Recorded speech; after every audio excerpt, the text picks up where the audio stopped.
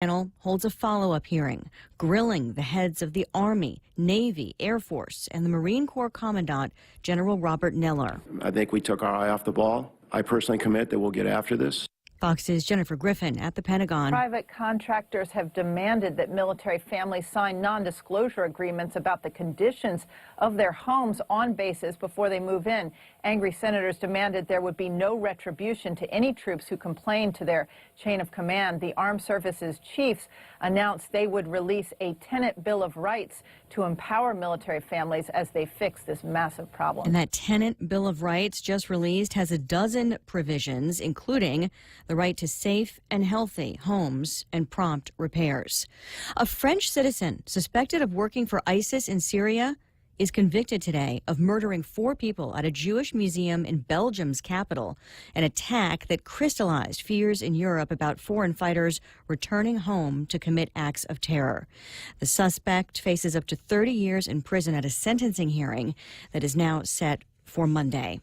An hour to the close on Wall Street, a sell-off continues, blamed in part on continued anxiety about a global slowdown. Traders say trade-dependent stocks have been especially hard hit after the ECB, European Central Bank, unveiled plans to deploy additional economic stimulus earlier today. Fox Business Network's Jerry Willis. The ECB said it would leave interest rates unchanged until at least the end of the year and would launch additional cheap bank loans. The move raised fresh worries about the health of the global economy and concerns for international companies doing business in those markets. She's at the New York Stock Exchange, where the Dow right now is down 277 points. I'm Lisa Brady. This is Fox News.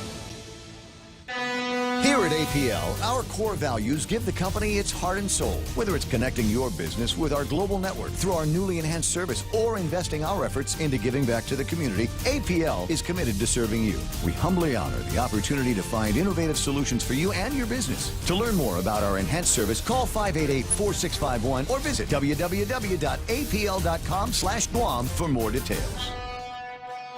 Security Title is honored to join in sponsoring Ray Gibson on The Point. Half a day. I'm Mark Benventi of Santa Rita, and this is where I start my day, listening to the voice of our community and sharing thoughts and issues that affect us all. It all boils down to our people, our land. Protei Igumama. Protect your home. When purchasing or refinancing your home, remember to call the professionals at Security Title, just like you call Ray Gibson in the morning. Tired of your wireless prepaid service cutting you off when you reach your limit? Introducing Unlimited for Less with the new $2.50 a day prepaid plan from GTA. Enjoy unlimited local calls, local text, and unlimited data for only $2.50 a day. And now including unlimited calls and texts to the U.S. You can post, call, or text without worrying about reaching your daily limit. Come into any GTA store or visit gta.net for more information.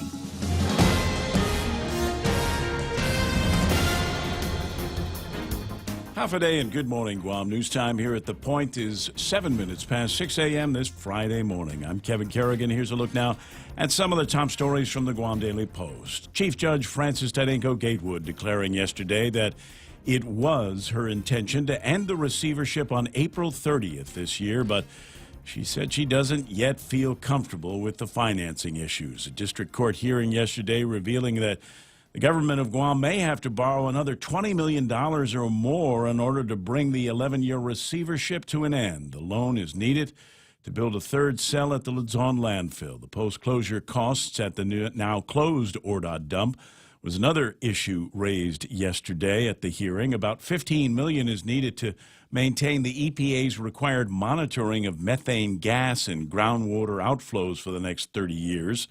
But only $6 million has been set aside, $9 million short of what's needed.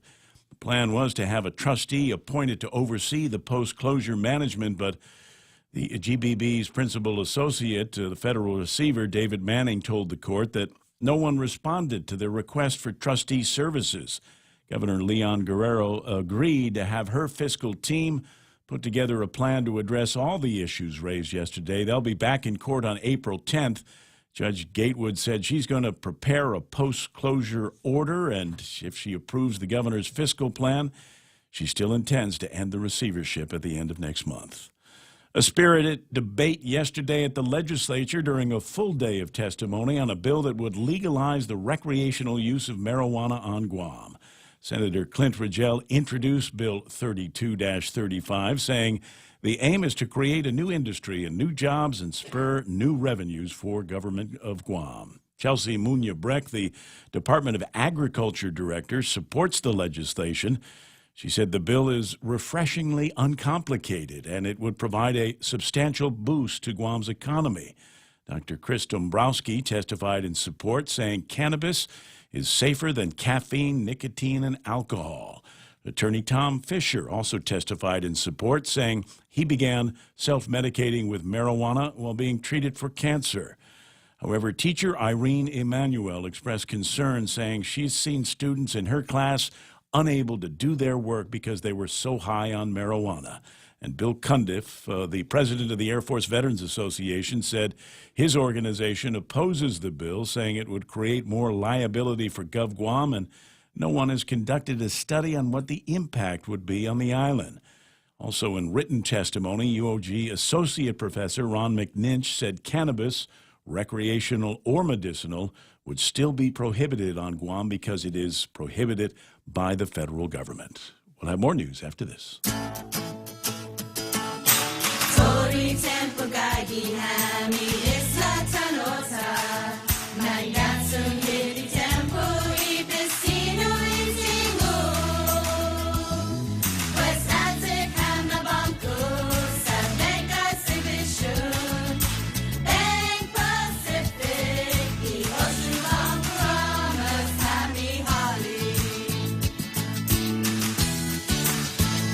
The GCC Votech Class of 79 is back. Join them on April 27th at the Onward Beach Hotel for a night of dinner, dancing, skits, and reminiscing. It's been 40 years since graduation, so take advantage of this once-in-a-lifetime chance to relive the memories. There's also a memorial mass on Friday, the 25th, at the Santa Teresita Church. Be there at 5:30 for candle placement in honor of classmates who've gone before. Tickets for the reunion on the 27th are on sale for $40 a person. For details, find Connie Kittigwa St. Nicholas at 488-6108 or Kathy Diaz, 777-3243. Viva 79ers! 10 minutes past 6 a.m. here at The Point. Governor Lou Leon Guerrero yesterday signed into law a bill that would effectively require the government of Guam health insurance negotiating team to consider only those companies offering coverage at all three island hospitals if they want to bid on the lucrative GovGuam health insurance contract. The measure was introduced by Speaker Tina Munya-Barnes, and it would effectively require Take Care Insurance to provide coverage at Guam Regional Medical City for its members who are GovGuam employees or retirees. It does not require health insurers to provide coverage at GRMC for private sector employees. The bill was passed unanimously by all 13 senators who voted for it, even though the Budget Office issued a financial note on the measure saying they could not determine the cost impact on Guam taxpayers. Governor Leon Guerrero issued a statement saying GovGuam employees should be allowed to expect that their health insurance covers quality health care at whichever hospital. GRMC also issuing a statement thanking the governor and Guam lawmakers for ensuring the best health care options are available for GovGuam employees, retirees, and their families. An audit report released yesterday showing the government of Guam retirement funds unfunded liability went from $1.26 billion in 2016 to $1.27 billion in 2017. Although it was a slight increase, the unfunded liability has been an ongoing concern for years. The audit was released by the Office of Public Accountability. The audit repeats previous warnings, saying that the unfunded liability is now so large that it simply cannot be ignored or put off for future generations to contend with. For these stories and more, log on to postguam.com or pick up a copy of today's Guam Daily Post. Ray and Mike now with some weather. I gotcha. Mostly sunny today, Kevin, with a slight chance of light showers. Becoming mostly cloudy tomorrow. East winds 10 to 15 miles an hour, increasing 10 to 20 miles an hour.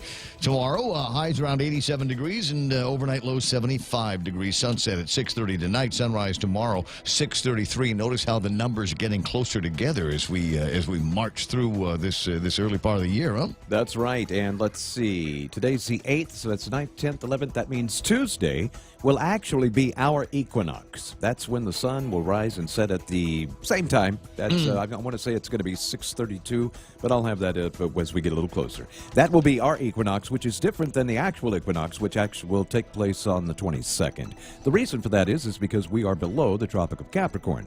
So we get equal days and nights sooner than those northerly latitudes. Sound like a Paul Simon song. Yeah, could be. Yeah. 6:13. And we've got the radar up, so you want to riff on that for a second. Tell everybody what the near-term forecast is going to look like. Looks like we've got some widespread scattered showers out there, and this, or I should say isolated showers. Nothing scattered. It's not quite that numerous. North side may be getting some here in the next hour or so. Could see a shower on the way to work this morning. This is all part of what was told in the forecast with we've got a shear line that's pushing on down in, and it's going to kind of team up with a weak trade wind disturbance over the weekend, and that's actually kind of starting to happen now.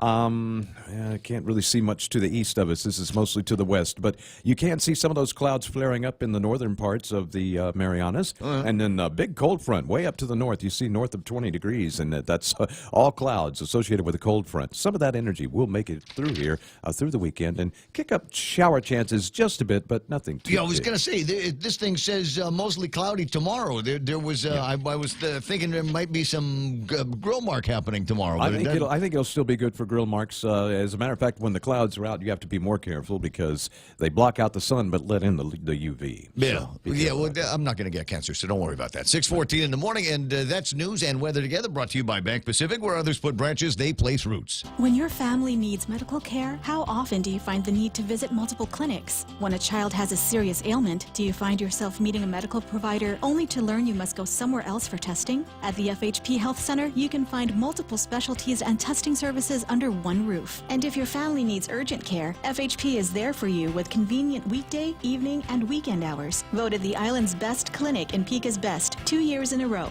FHP, our island, your clinic. Learn more at fhpguam.com. It's 6:14 in the morning. Portions of the Ray Gibson Show brought to you by my friends over at King's Restaurant. And I don't know, they've got a new flyer, but I think it's got all of the same favorites that I've been talking about in their Lenten menu, including whole parrotfish, orange shrimp, grilled salmon, parrotfish and chips, and my favorite, parrotfish escabeche. It's all part of the Lenten menu over at King's. And the Ray Gibson Show also brought to you by American President Lines. APL is shipping the future. Micronesia Renewable Energy. You know, there's never been a better time to go solar, and Guam Regional Medical City, the first choice for all of your specialty care needs. In 1972, Jesus S. Leon Guerrero pictured a brighter future for our island and its people. With the trust and support of the community, he founded Bank of Guam. In celebration of our 47th anniversary, we're offering a Founders Day loan for up to $50,000, as low as 4.70 annual percentage rate, up to 72 months. Visit any branch or bankofguam.com for more information. Subject to bank's lending criteria, terms and conditions apply. Offer valid until March 29, 2019. Bank of Guam, member FDIC. The Ray Gibson Show also brought to you, especially this the day after the hearing over at the legislature version of the Ray Gibson Show, being brought to you by my pals over at Cars Plus, proudly celebrating 20 years. We've got a great father-daughter team and a great team of sales and service people that are going to help you out anytime you need it. Got questions about maybe putting together a fleet operation? Then make sure that you talk to Don Jurius, and the next time you go to Cars Plus. It's Lent, and Wendy's has 3 words for you: simple, clean, and honest. A perfect Lenten meal is waiting for you there. Freshly chopped garden salad, wild caught North Pacific cod fillets, and freshly brewed honest green tea. Simple, clean, honest meal at Wendy's. Now that's better. And you know what? You could save up to 50% with NADVO Insurance's Bundle Up plan. Call them today when they're open at 477-9754. The Ray Gibson Show. Morning talk that matters. Call now, 888-TALK. That's 888-8255.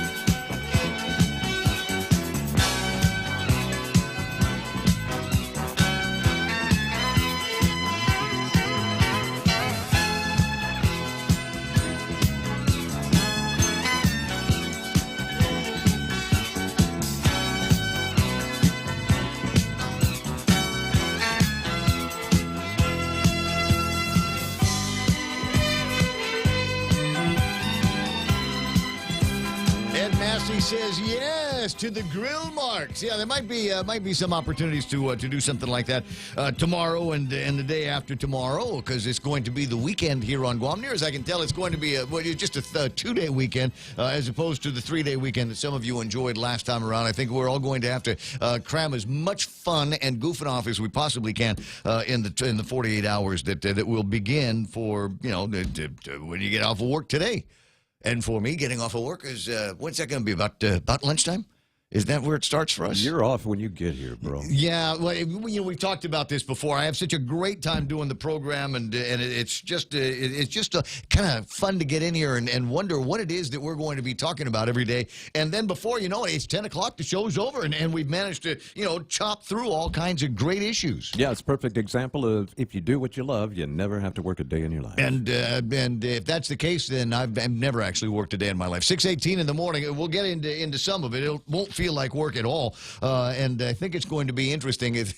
So what did anybody talk about anything interesting in the last 24 hours? We'll get around to that in a second. The voice that you hear when it's not me is Michael Knight. He is the producer of the program. Gets the phone when you call at 888-8888, and will also let me know when somebody's sending me something cool on the WhatsApp, and that number is 988-5874. Again, 988-5874, and you better believe it has been active in the last 24 hours. And not all just on the marijuana conversation that took place over at the legislature. Kevin Kerrigan from the Guam Daily Post with all the big stories here. And top of the fold today is Bill 30 is now law. There were a couple of press releases that went out yesterday, one from the governor's office and one from Guam Regional Medical City, talking about how delighted that they are that Bill 30 has been signed by Governor Lou Leon Guerrero's. Another story on the front page of the Guam Daily Post, marijuana bill draws mixed reactions. Imagine that.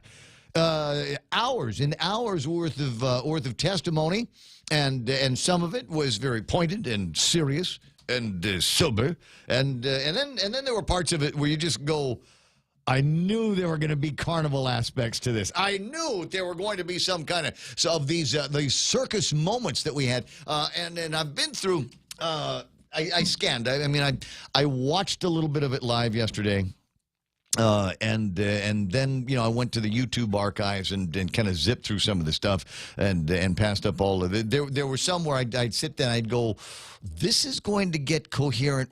When at some point in this conversation, there's going to be coherence, right? There's going to be actual a sentence with a beginning, middle, and end, and a point at the end of it. And you know which soundbite that you wanted to play after a few of those, right? Where the guy says that might be the craziest thing I've ever heard, and we're all dumber for. There were a few of those moments over at the hearing yesterday, but there were some that were pointed, as I said, and sober, and some that were just downright entertaining. And I'd like to get some of those things on in the course of the morning. I've got links to the YouTubes, and I'll see if I can get some of that playing and some of the sound. There's another YouTube video that was out there yesterday. There's a floating around. I got my hands on it in the last hour of the program and was never able to actually play it yesterday. But it's a case of road rage out in Harmon. I don't know if you saw that, and apparently as a result of that, mistaken identities, because the car looks like a car somebody else is driving, and so family and friends of the guy who was mistaken for got to social media and said, that ain't me. That's not my car. That's not me. I'm not the guy that broke the dude's rear view mirror on the passenger side of the pickup truck. But you got to be careful out there. As I said, there's crazy kind of road rage where people will get out of the car and accost the driver and the passenger of the other car. Now, let me think. How do we run this through the filter of current law? If the guy had done that to me, if he got that road raginess to me, and came and wanted to do something disastrous to me or my family in my car, would I have grounds to pull out my pistola and shoot him? Well, you'd have grounds to pull it out. That probably would have convinced him to get back in his car and shut the heck up. Right. Just that kind of, hey, look, I've got something in my hand that might be interesting to you, and maybe you want to go on with your life and not be such a jerk on the road. On the other hand, I got to remember where the Castle Doctrine applies. Now, did it apply when the guy broke the rear view mirror? Did it apply when he tried to get in the car? Because it does look like he was trying to get into the car. At that point, point, if he reached for the handle of the door, would I be within my rights under the current Castle Doctrine law to be able to dispatch the thug? I would think you would be. That would be classified basically as breaking and entering. You know where we find our experts, our subject matter experts on things like that? Facebook Live, where everybody knows something about something. Sometimes you want to go where everybody knows your name, and they're always glad you came. You want to be where you can see the troubles are all the same. You want to be where everybody knows your name. I see my buddy Ismail, very first one online today. John Ray Titano Biba Betness. Welcome to Friday there, brother. And Ismail with a reminder that daylight savings times creeps up this weekend. Will not have much of an effect on us. Could be bothersome for people that have to make communications with family, friends, and business relations out in the United States. But for all intents and purposes, we are the island of common sense out here on Guam, and we don't need to do the daylight savings time because the sun comes up early enough and it stays up late enough. We don't actually need it. Tony and Annette and Pinko Ada, good morning to you. Nick Perlowski with his hoik. Shelley Gibson saying good morning and happy weekend. Thank you, Shelley, for the Popeyes. Really appreciate that. James Howard is online. He's got the emoji with the sunglasses on because his eyes are still red from yesterday. Tommy Barcinas, Afacaz, good to see you there. Lynn Vince, Borja Polino, Mark Cruz, Rico Blancaflor says it's Friday. Yay! Good morning, Ray, Kevin, Mike, and Guam. And thank you, Rico, who as soon as the link came on this morning, shared it. With his Facebook family and friends. I appreciate that. And if you've got, if you can find the share button on whatever it is that you're watching this program on, yeah, please do me a favor and share the program with folks. There's still, as I mentioned yesterday, still a few people that don't know that I'm back on the radio here on the Point, and it'd be nice if we can share that happy news and the fact that we're also streaming on Facebook Live, YouTube Live, the Guam Daily Post website, and of course the radio station's website at thepoint.gu. Thanks, Rico. Appreciate it. Juanita Machi is waving around and Bert Menensala, John St. Nicholas, have a great Friday and weekend to all. Randy Kruger is doing his waving and clapping. Charlene Marchessault. I see Timmy Lujan, Nita Muffness. And there's the Valentine's Eyes, Ron of Zehi, Ken LG, who's, I'm sure, got something interesting to say about the now signing into law of Bill number 30. I think there's some new graphics that are floating around on websites all over the island. Buddy Simon Sanchez is online. Hoffa Pam Duval, Joe Bloss. Yes, it is what we refer to as the race to the point. Ken LG says, Bill 30 proved that Mark Twain was right when he said no man's health, wealth, or property is safe when the legislature is in session. Get ready for the next nail in Guam's financial coffin with the almost guaranteed passage of the casino bill having a hearing today at 9. Oh, Ken, you stole my thunder. That was going to be among my first riffs today. Was where we get to go with the legislature. You know, they had a long adventure with the marijuana smoking guys yesterday, and today got another adventure. You know, it's ironic that the legislature is basically practicing Sin Week during Lent. That's a nice guess.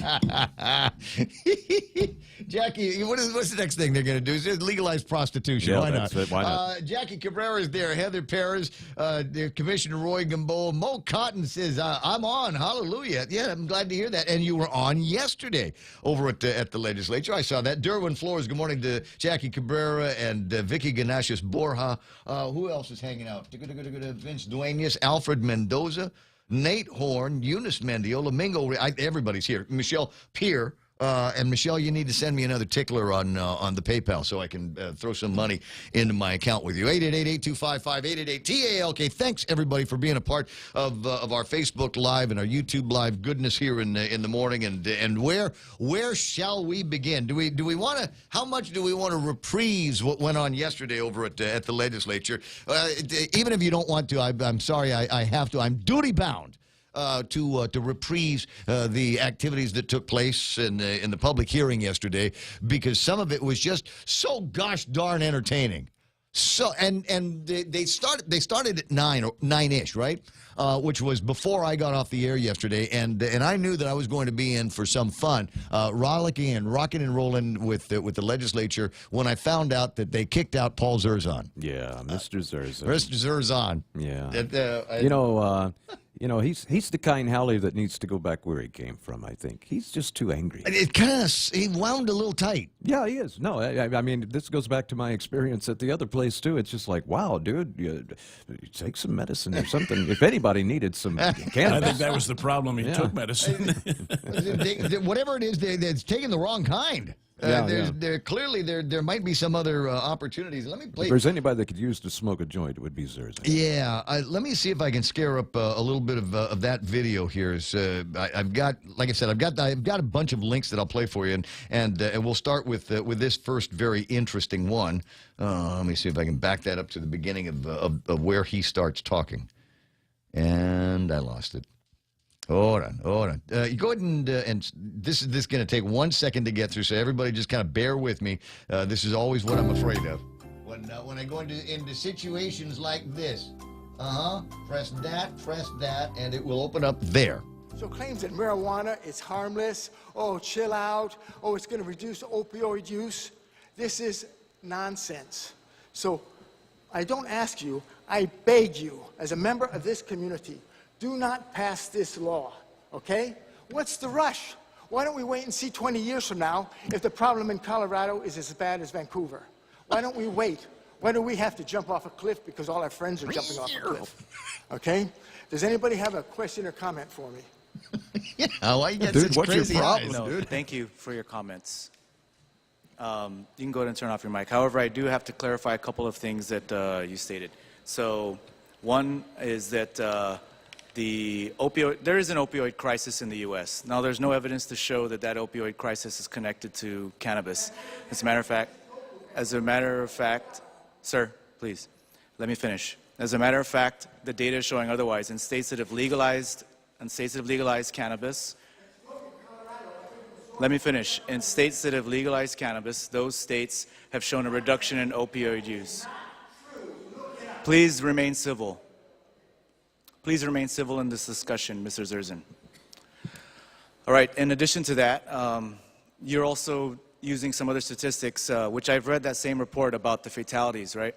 There is no increase in fatal car accidents, however, in that state. The fatal car accidents didn't go up. Now, what that report showed was that there was THC found in people that were in those fatal car accidents. However, they did not parse out which ones had alcohol. Most of those fatal car accidents involved alcohol and THC. So they were actually under the influence of alcohol when they got into a car accident. It's just they began testing for THC after they made it legal. They began to test more stringently for THC, whereas in the past they would just test for the alcohol. And now they're testing for THC. So they're finding both in the system. That report doesn't parse out the two. In addition to that, with the ongoing opioid crisis, again, it's spread out throughout the U.S., and the data is showing that states that have legalized cannabis have shown reductions in opioid use and abuse. And please, hemp is a separate topic. That's not what this bill is about. So with that, I just wanted to clarify those few things, and thank you very much. We will move on now to the next person. Sir, that is uncalled for. That is completely uncalled for, and that is false. Please remove Mr. Zerzan. He's not discussing this in a civil manner. I believe Mr. Zerzan has a personal vendetta against me, and so... Liar, all the way out. You're a liar. Yeah, you're a liar. Screaming as they drag him out the door. Ladies and gentlemen. Now, did he also infer that Senator Clinton Rigel had red eyes? Yeah, no. He basically said you're a liar and you're high. And you're stoned. Oh, okay, all right. Well, maybe that ought to get you kicked out of a legislative hearing. I don't know. There's a lack of civility. Most of the rest of it was a little toned down, but there was a steady parade of characters, and some of those videos we'll show you as the morning continues. It's 6:31 and time for headlines from the Guam Daily Post. Here's Kevin Kerrigan.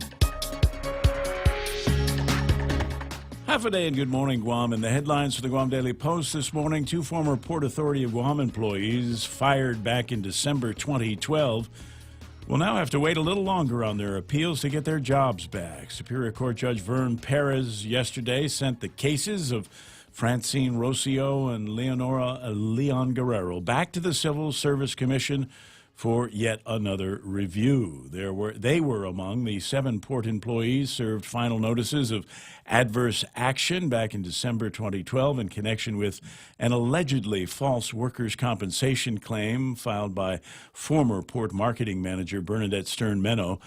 Port Attorney Mike Phillips yesterday said the court's decision means the Civil Service Commission has to go through the whole case once again, but this time applying the proper standard of proof. Port Authority General Manager Rory Respicio said as those cases go back through the Civil Service Commission again, the Port Authority will continue its own internal review of those terminations and the adverse actions that were alleged against those 7 employees. More than 6 years after he was charged in the death of his fiancée in a fatal vehicle crash, Afio Cox was sentenced to 7 years in prison yesterday. He was found guilty of vehicular homicide while intoxicated, among other charges. The crash occurred more than 6 years ago in November of 2012. It claimed the life of his fiancée, Maria Guevara. Cox was driving along Harmon Loop Road in the early morning hours when he lost control and struck a concrete pole. Cox had a blood alcohol content well above the legal limit. The delay in sentencing occurred because Cox appealed his initial conviction to the Guam Supreme Court, which only recently affirmed his guilty conviction. Superior Court Judge Michael Berdallo yesterday sentencing Jeremy Dean Isaac to 5 years in prison. 4 of the years, however, were suspended, so he will spend only 1 year behind bars. Isaacs was convicted of burglary and theft of property in July of last year. He was found guilty of breaking a window and entering a home and then leaving with watches, a guitar, and a number of other items. He was also found guilty of damaging the interior of the home. During his trial, police testified that fingerprints were left behind at the scene, which led to Isaac's arrest. For these stories and more, log on to postguam.com or pick up a copy of today's Guam Daily Post. Really? There were fingerprints on the scene, and the cops were able to use that to collar the guy? Yep. I've almost never heard that in my life. It is rare, isn't it? Yeah. Because I'm born and raised on Guam. The place has been broken into a couple of times, and the cops will come out there and they'll dust for fingerprints, and they'll put the little tape thing out there, and pull the bag. We've got something now, but I almost never hear that they're able to. I never get the phone call back that says, "Yeah, we ran the fingerprints, and they're Kevin's, and we're sending a car out to get them right now." Success at last. Let me ask Kevin. Last year, I believe, though, or a year before, didn't they upgrade their fingerprinting and detection system here? I don't recall. I think I heard that they had done that, and that's why they had solved a few cases in late 2017 the same way. Well, that's astonishing and good news, and keep it up, whatever it is, and maybe we'll be able to. I think the fun part would be taking a look at some of the fingerprints that they've gathered years ago and compare those with any new fingerprints that have been taken in these new digital times that we're all enjoying. It's 6:35 in the morning. That's iConnect time. Go to iConnect because they've got great plans, great deals for you for telecommunications needs 2019 and beyond. Push to talk, mobile, and internet plans in iConnect. It's Micronesia Mall's 30th anniversary, and to celebrate, we are giving away a new Kia Soul LX, a Mazda 3i Sport, the popular Honda Civic LX, and 30 Manila Flyaways during our 30th anniversary Drive-Away Flyaway. Win 3 great cars from Triple J Auto Group, 30 Flyaways from Philippine Airlines, plus thousands of prizes from Burger King and Foot Locker when you play Micronesia Mall's 30th anniversary Drive-Away Flyaway. Wait, hold on, because I got to read this to you because it's Lent, and everybody says, talk about our good Lenten menus on the radio, Ray. Shrimp and guacamole for Lent at Subway. Generous portions of whole shrimp and a spread of guacamole. So hurry in. Available for a limited time at Subway. Make it what you want.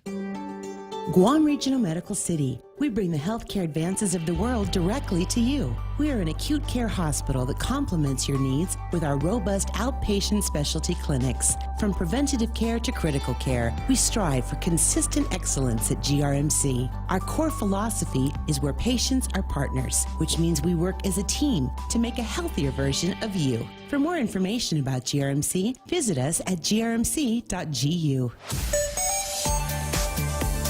That's the noise that tells me I got to go and look up the traffic gizmo, see if there's anything on the roadways for you to worry about. Generally, at this time of day, there is not. But every once in a while, I'll say something like that, open up the traffic gizmo, and realize traffic is backed up somewhere for 100 miles. So let me just get the traffic gizmo all open now.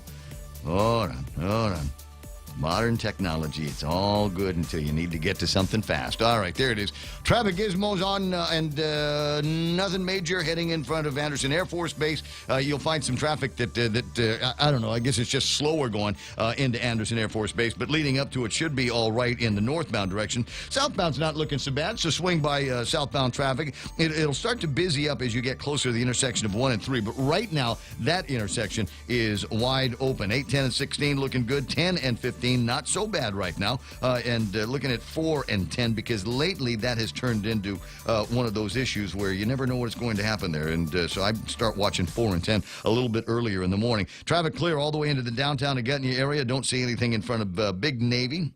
There is traffic there, but I don't see it going too slow right now, and Navy Hospital is in the clear. It's 6:38. That's right now traffic on the point.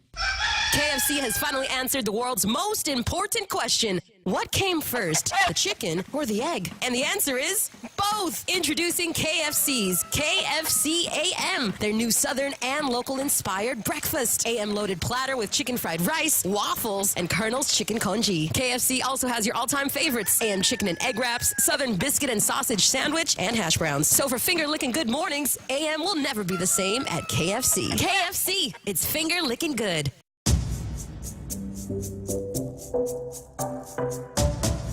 Any speaker, anytime. The Ray Gibson Show. Call now, 888-TALK. That's 888-8255.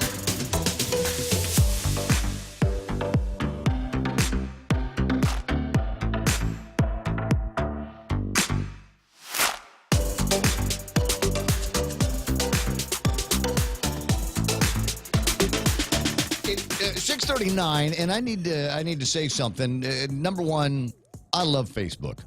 I spend a lot of time on Facebook, probably too much time, but I especially love Facebook on Guam. And one of the reasons why I love Facebook on Guam in particular is because it's the nature of our family here. It's the nature of the way we work and our desires to be as helpful as possible to everybody else. And so yesterday, I had a luncheon get-together with a couple of guys, and I said, listen, I want to eat someplace central. And they said, no problem, and said, let's go. We'll go and have lunch at Linda's Cafe. And it's not the first time I'd ever been there, but it's been years since I'd been to Linda's, and frankly, I'd forgotten about what they had, and I didn't want to spend a lot of time and then risk ordering something on the menu that I didn't think I'd like. So I went online yesterday and said, hurry, at Linda's for lunch, what do I eat? And it bam! I mean, the suggestions were coming in fast and furious. What do we got here? And just maybe get you thinking about what you want. Ham hocks and mungo beans and pepper steak. And I didn't see that on the menu. Oxtail kaddu was what I eventually ended up getting, but there were suggestions for corned beef rice and onion steak and onion steak. Janae says onion steak, then strawberry cheesecake. Lynn Vince said fried chicken. Natasha says garlic fried chicken. This all sounds good. Portuguese sausage and fried rice from Mike Ham. Cass in the States says pepper steak and the tuna melt. Chicken wangs from Kimmy Rabenya. Who else was making suggestions? Yoich Ringil, who's online this morning, says baby parrotfish, either deep fried or in the sandwich. Fried chicken, chopped steak, corned beef, fried rice, garlic chicken. There's another vote for that. And Kazendo says fried chicken there, corned beef from Chet's Tayama, and parrotfish sandwich from Mo Cotton. And then at least one note from my friend Tino says, I've never been there. Cultural food icon, if you will. As I said, it ended up with the oxtail soup, despite the fact that it was Thursday in Lent. I went ahead and had the meat and figured, okay, I guess I'm going to be eating meat for the rest of the day, and did. Is 641-888-8255-888-TALK is the telephone number around here. And questions, comments about what took place yesterday over at the legislature. Yeah, we'll take them all, but just a note, because I want to make sure that you are aware of this, because this is another one of those issues where there is some degree of polarization, because there's people in this town for any kind of gambling. Oh my God, it's a sin. It's against God's plan. We can't have it. And then you've got other people that say, you know what, it's just the carnival, and let the mayors figure it out and make sure that rev and tax is involved. So today at 9. Jose Turlay is going to be having his public hearing on Bill number 29-35 relative to authorizing the Mayor's Council of Guam to establish rules and regulations related to games of chance at the fairs. We've talked about this 100 times. I thought it was a ridiculous idea that they went after the games of chance, and nobody wanted to confront the casino as much as it would have been the appropriate thing to do. So they just said, well, we're going to take out all of the fun in the buzzkill legislation that rendered it so that we've had a couple of lousy carnivals in the last couple of years. Nobody wants to go because there's no bet to, there's no color game, there's no casino. And so there's all kinds of businesses that would probably put together their little pop-ups at the carnival if they thought they might be able to get a crowd to recover their investment. But it hasn't happened that way. So I got a feeling that today, probably not as much fun as the hearing yesterday, especially when you get Howard Hemsing trying to convince people to buy his marijuana, that he actually took out of the bag and showed to everybody. What the heck was that? More on that in a second. But one of the other fellas that showed up at the hearing yesterday was our old pal Mo Cotton. Good morning, Mo. Good morning. Good morning. Good morning. Just thought I'd let you know that I was there and gave testimony myself. I saw that. And you saw it? I can't remember whether I saw it live. I think it was live, but I saw it, and I personally was touched when you were talking about having cancer and anticipating a time in your future, and there's a certain sobriety with which you said it, and a certain certainness in which you said it. And everybody needs to be thinking about this. There's going to come a time in the late twilight of all of our lives where pain management is going to be a real thing. It's going to be a concept that you're going to have to embrace. And there's lots of stuff out there now. But there's certain kind of a disconnect. I recall the last good conversation that I had with my father, because pain management was so vital in his last days that the dosages just kept increasing, and I wonder sometimes if in cases like that, maybe in cases like the kind that you preconceive, where maybe there's something about marijuana that allows you to get a little bit of relief from pain and kind of keeps you in the moment.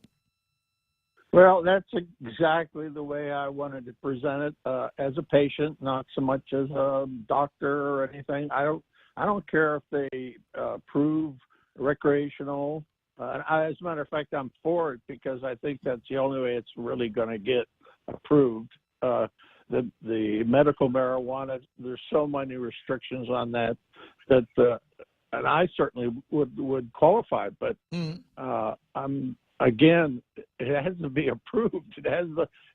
We have to get all the signatures to get it out there, and so I don't think it's going to happen. I think the only way it's going to happen is doing it the easy way, which would be recreational. Yeah, and just make it so that you can grow whatever it is that you're going to grow. Just keep it in the house, keep it away from the kids and the grandkids, and everybody will be happy, and you'll be able to pull it out of the ground every once in a while and go hang it in the garage and dry it out, and then you know how to roll the little cigarettes, right? You know how to do that?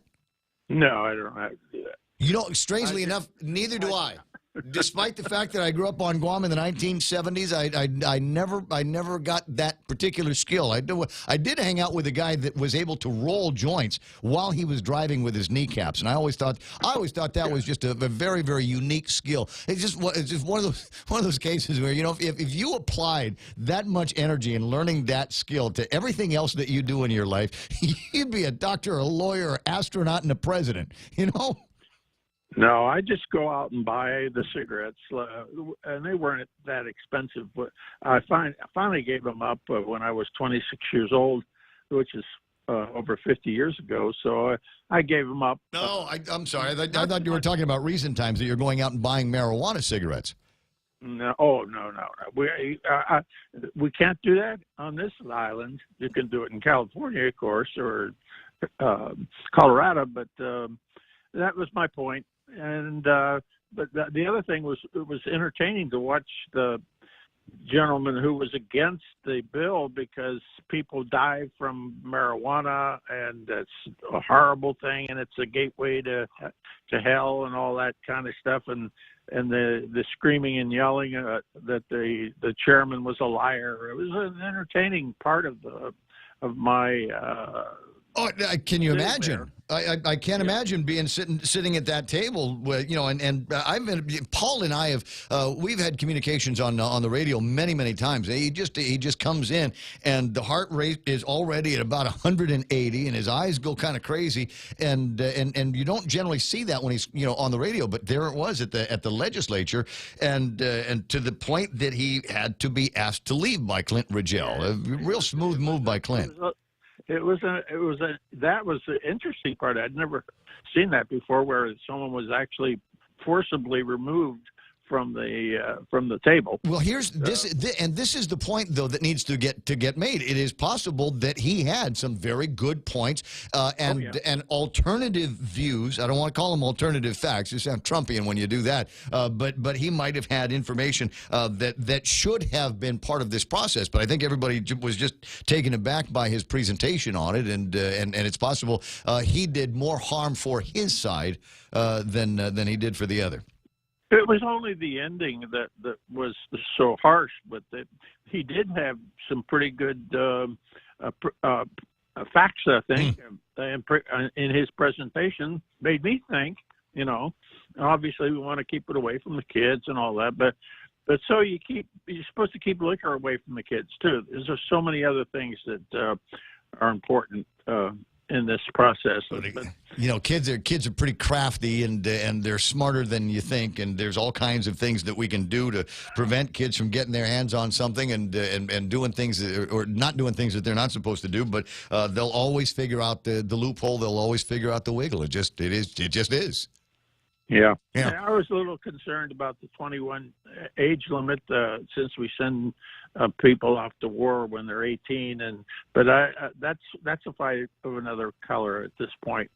My point is that I just don't want to be in pain, and I'm not in pain now. I don't want to ask anybody to feel sorry for me, but I've been fighting cancers for 19 years now. And I won't take chemotherapy. I'm a big non-believer in that one. I'll just take a few hormone shots, and hopefully it'll just rest there, and I'll die of old age or something. How old are you? I'm 83. 83 years old. I always like to say that. I'm going on 84, but I feel great. I have a little trouble walking my dogs as long as I used to, but I still do it twice a day, rain or shine. Yep. Well, I tell you what, I saw you at the Payless last weekend, and you're looking fantastic. So you, whatever it is that you're doing, keep it up. Okay. All right. Love of a good one. You got great women in your family too. You got great women in your family, and I know they take good care of you. 10 away from the top of the hour. Mo Cotton reprising again a conversation that he was having over at the legislature yesterday. And speaking of cancer, I'm going to see if I can pull this up, and maybe there's a video that will be attached to this story. But I don't know if you heard it, but Alex Trebek has announced that he has got stage 4 cancer. And it's not the easy ones either. He's got stage 4 pancreatic cancer. And that's usually a death sentence. He made his announcement yesterday. Mike, if you could, see if we can get this audio up. Hi, everyone. I have some news to share with all of you, and it's in keeping with my longtime policy of being open and transparent with our Jeopardy fan base. I also wanted to prevent you from reading or hearing some overblown or inaccurate reports regarding my health. So therefore, I wanted to be the one to pass along this information. Now, just like 50,000 other people in the United States each year, this week I was diagnosed with stage 4 pancreatic cancer. Now, normally the prognosis for this is not very encouraging, but I'm going to fight this. And I'm going to keep working, and with the love and support of my family and friends, and with the help of your prayers also, I plan to beat the low survival rate statistics for this disease. Truth told, I have to, because under the terms of my contract, I have to host Jeopardy for 3 more years. So help me. Keep the faith, and we'll win. We'll get it done. Thank you. I cannot imagine a classier way to go out. What do you think? I mean, Alex Trebek, there it is. A guy's been for all of the years in the Jeopardy television show, and the Spelling Bee's always hosted the Spelling Bee, the Scripps Howard Spelling Bee in Washington D.C.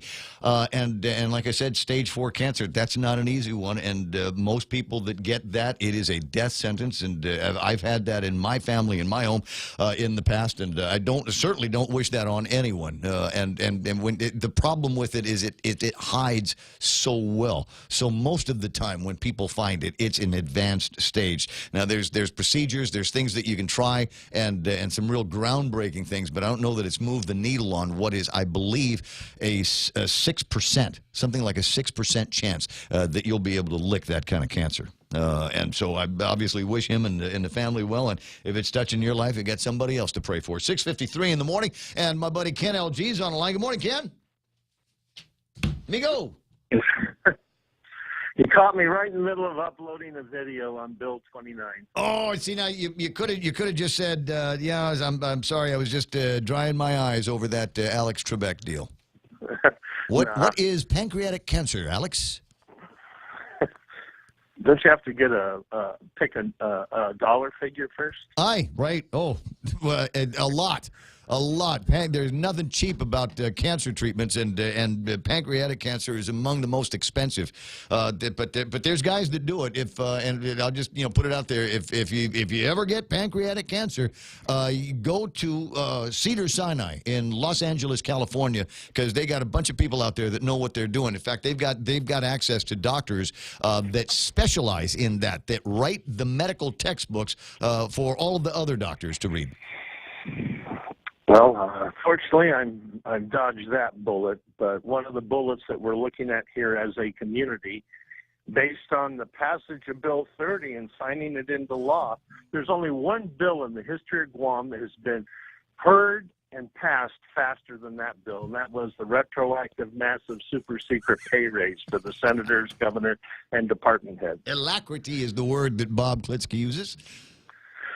Well, I was just floored because yesterday morning we had a news story where Governor Leon Guerrero was going to not sign it until after it had a legal review. So sometime between 1 o'clock in the afternoon and 5 o'clock, that bill got a comprehensive legal review to the point where she is confident enough to sign a bill, even though it'll probably in the end cost taxpayers millions of dollars, forced closure of Guam Memorial Hospital, and transfer the entire hospital-based healthcare system to a private contractor at much more expensive rates, and the people of Guam will have to pay for it all. Do you suppose that it might also cost a couple of dollars in legal fees if the guys over at Take Care decide that that is a legal fight they're willing to take on?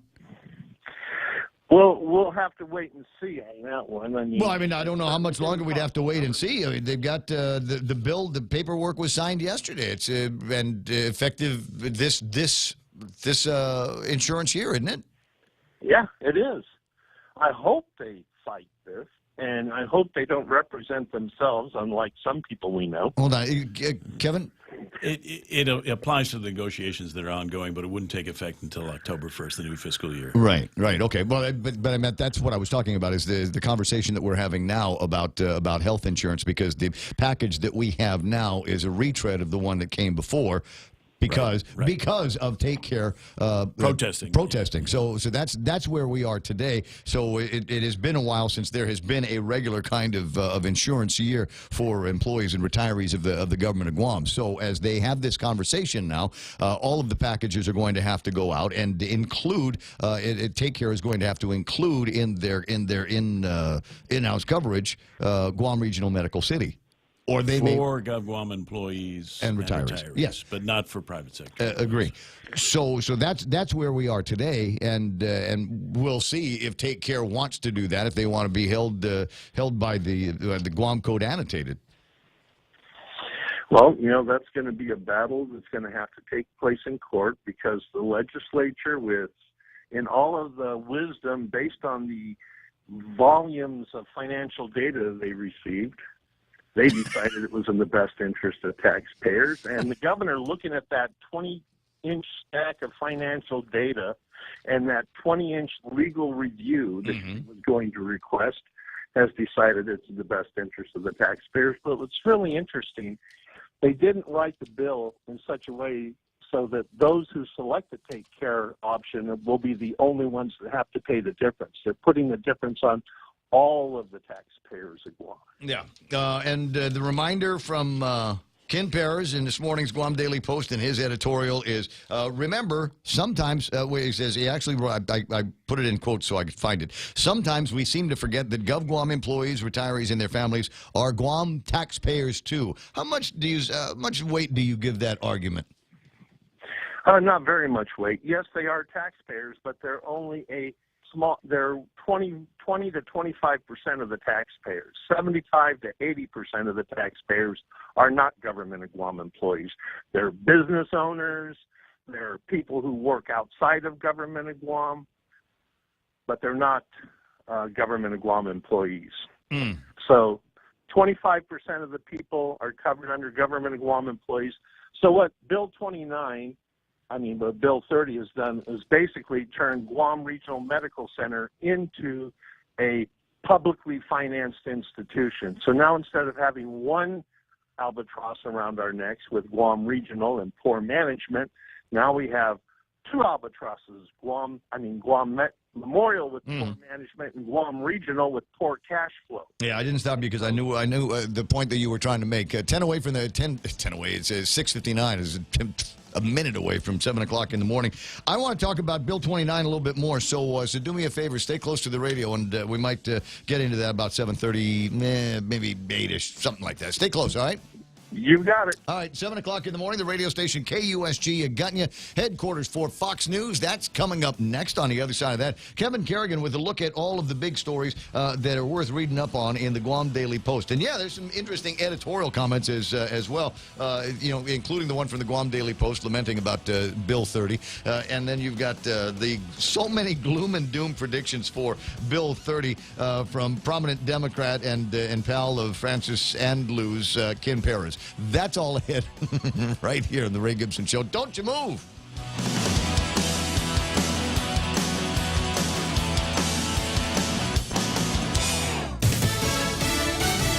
The president's former campaign chairman is learning his fate. Lisa Brady, Fox News. It's the first of two sentencing hearings, and it's underway. Fox's John Decker is live at the White House. Former Trump campaign chairman Paul Manafort was convicted last year in Virginia on 8 counts, including tax fraud and bank fraud. The guilty verdicts pertain to work Manafort did in Ukraine years before he began working for the Trump campaign.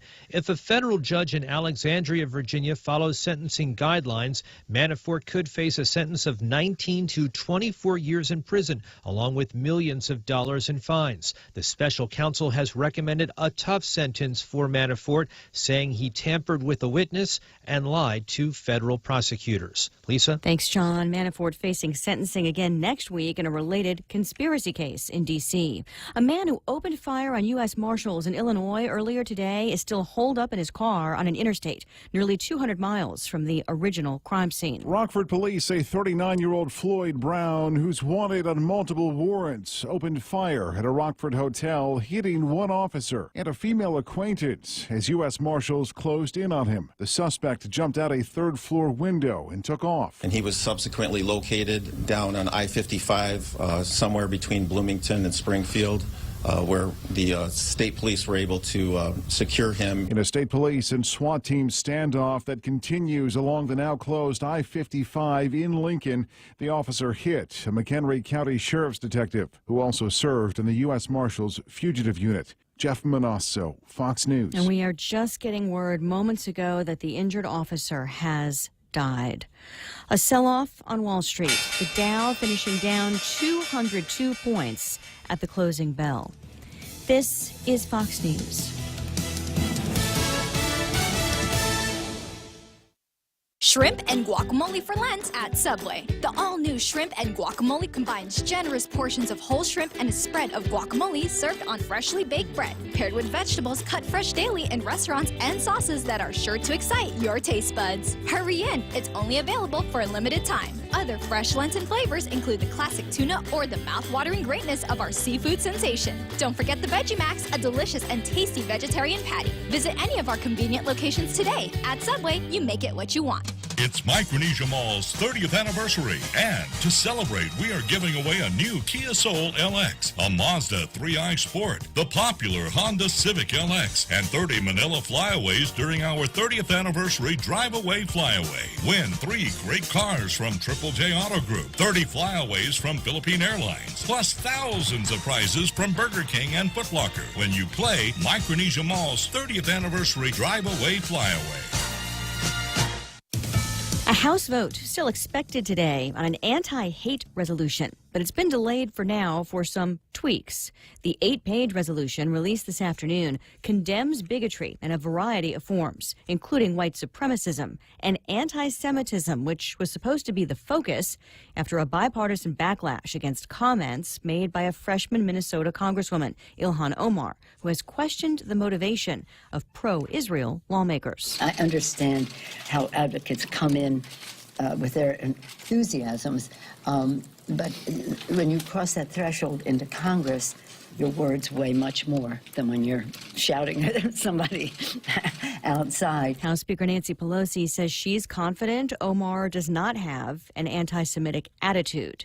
An American journalist detained this week in Venezuela is back in the U.S., met by reporters as he landed in Miami after being released following the raid on his home in Venezuela by men associated with the regime of disputed President Nicolas Maduro. They said they had an order. To raid my apartment, and the reasons for that order were espionage, extraction of military artifacts, and treason. Cody Weddle says he was questioned about having any military contacts. The U.S. and dozens of other countries have recognized Venezuela's self-proclaimed interim president, opposition leader Juan Guaido. A French cardinal is offering his resignation to the Pope after being convicted today in France of failing to report a pedophile priest. In a statement to the media, the cardinal expressing compassion for the alleged victims, saying they're in his prayers. He was given a 6-month suspended prison sentence after that conviction today. Again, stocks lose ground, 4th down day in a row. Lisa Brady, this is Fox News.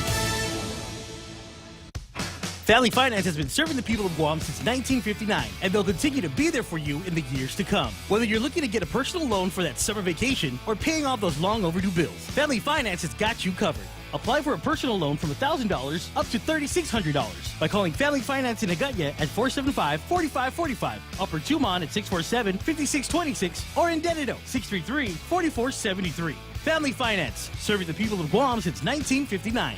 Helen Keller once said, "Blindness separates us from things, but deafness separates us from people." At Ross Hearing Aids, it's their mission to keep you connected to the moments and the people that matter most in your life. Hearing aid technology has never been better, so schedule your complimentary hearing consultation today. Call Ross Hearing Aids 637-HEAR, 637-4327. You should hear what you're missing. I love you, Daddy. How's your hearing? Save big. Save really big when you bundle up your insurance policies with Nanbo Insurance. Insure your home, auto, motorcycle, or business with Nanbo and enjoy great savings, up to 50%. When it comes to insuring your property, no one knows better than the company with over 50 years of service to the community. Don't compromise the things that matter to you most. Call Nanbo today at 477-9754 or visit nanbo.com for more information. Nanbo Insurance, serving you since 1968.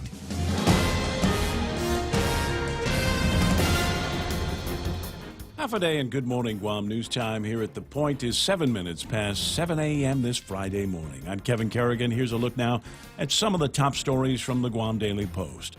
Governor Leon Guerrero yesterday signed into law a bill that requires the GovGuam Health Insurance Negotiating Team to consider only those companies offering coverage at all three island hospitals if they want to bid on the lucrative GovGuam health insurance contract. The measure was introduced by Speaker Tina Munoz Barnes, and it would effectively require Take Care Insurance to provide coverage at Guam Regional Medical City for Take Care members who are GovGuam employees or retirees. It does not require health insurers to provide coverage at GRMC for private sector employees. The bill was passed unanimously by all 13 senators who voted for it, even though the Budget Office issued a financial note on the measure saying they could not determine the cost impact on Guam taxpayers. Governor Leon Guerrero issued a statement saying GovGuam employees should be allowed to expect that their health insurance covers quality health care at whichever hospital, public or private, they may unexpectedly find themselves at. GRMC also issuing a statement thanking Governor Leon Guerrero and Guam lawmakers for ensuring the best health care options are available for GovGuam employees, retirees, and their families. An audit report released yesterday shows the government of Guam retirement funds unfunded liability went from $1.26 billion in 2016 to $1.27 billion in 2017. Although it was a slight increase, the unfunded liability has been an ongoing concern year after audit year for the government of Guam. The audit was released by the Office of Public Accountability.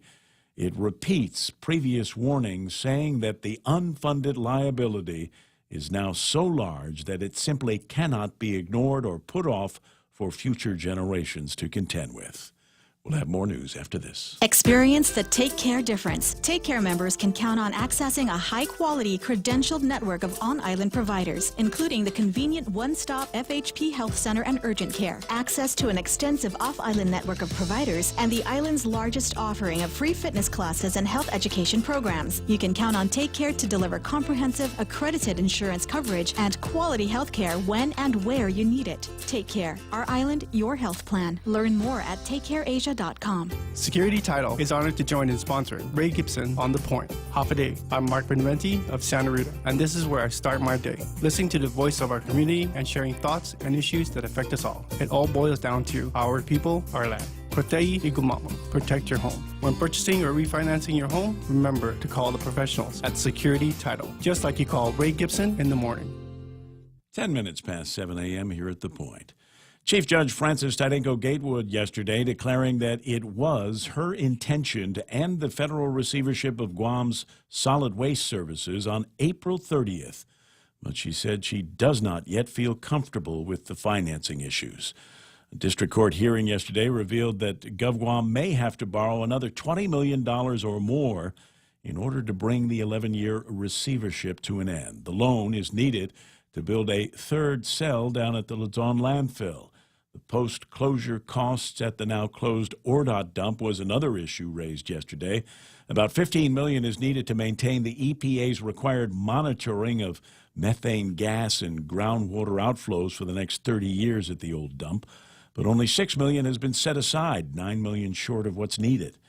The plan was to have a trustee appointed to oversee the post-closure management, but the federal receiver's principal associate, David Manning, told the court that no one responded to their request for trustee services. Governor Leon Guerrero agreed to have her fiscal team put together a plan to address all of the fiscal issues, and they'll be back in court on April 10th. Judge Gatewood said she's going to go ahead and prepare a post-closure order, and if she approves the governor's fiscal plan, then she will end the receivership at the end of next month. Spirited debate yesterday at the legislature during a full day of testimony on a bill that would legalize the recreational use of marijuana on Guam. Senator Clint Rigel introduced Bill 32-35, saying the aim is to create a new industry and new jobs and spur new revenues for GovGuam. Chelsea Munoz-Brecht, the Department of Agriculture director, said she supports the legislation, calling the bill refreshingly uncomplicated and saying it could provide a substantial boost to Guam's economy. Dr. Chris Dombrowski testified in support as well, saying cannabis is safer than caffeine, nicotine, and alcohol. And attorney Tom Fisher also testified in support of the measure, saying he began self-medicating with marijuana while being treated for cancer. However, teacher Irene Emanuel expressed concern, saying she's seen students in her class unable to do their work because they were so stoned on marijuana. Bill Cunliffe, meanwhile, president of the Air Force Veterans Association, said his group opposes the bill, saying it would create more liabilities for GovGuam, and no one has conducted a study on what the impact would be on the island. In written testimony, UOG Associate Professor Ron McNinch said cannabis, recreational or medical, would still be prohibited on Guam because it is still prohibited by the federal government. He said under the Organic Act, all legislative acts must comply with federal law, and he doesn't believe either the medicinal or recreational marijuana bills would stand up to a court challenge. For these stories and more, log on to postguam.com or pick up a copy of today's Guam Daily Post. Party pooper. 7:12 in the morning. Time to take a look at what's going on in the weather. Hold on, I got it in front of me. It's mostly sunny today with a slight chance of light showers. Mostly cloudy tomorrow. Winds out of the east 10 to 15 miles an hour. Increasing over the next couple of days to 10 to 20 miles an hour. Highs around 87 degrees and overnight lows a little bit cooler, 75. Sunset tonight at 6:30 and sunrise tomorrow morning at 6:33 in the morning. It's 7:13 right now, and Mike is going to do among the things that he's very good at is taking a look at the weather radar, so we know what it's going to be like for you on your way to work and school. Well, you can be honest. It's really about the only good thing I do, but it's okay. That's okay. We're all doing Well, I something. mean, you got that voice, and I'll bet you make the best oatmeal ever. I do, and I make some mean cream gravy. Country gravy, man, let me tell you, from scratch. Check its radar out there, just some isolated showers blowing through. This is all part of a kind of a squeeze play. We're not going to see it in terms of winds, but moisture is going to increase across the area during the day today and over the weekend. This is kind of a signal of that. I'm looking at satellite because I can't really show you too much more here on radar. I could get a shower this morning as you go into work, so just prepare for that and slow down if you hit a shower. Drive to conditions. Looking at the satellite right now, and can we bring that down just a little bit? Other way. There we go. Okay, perfect.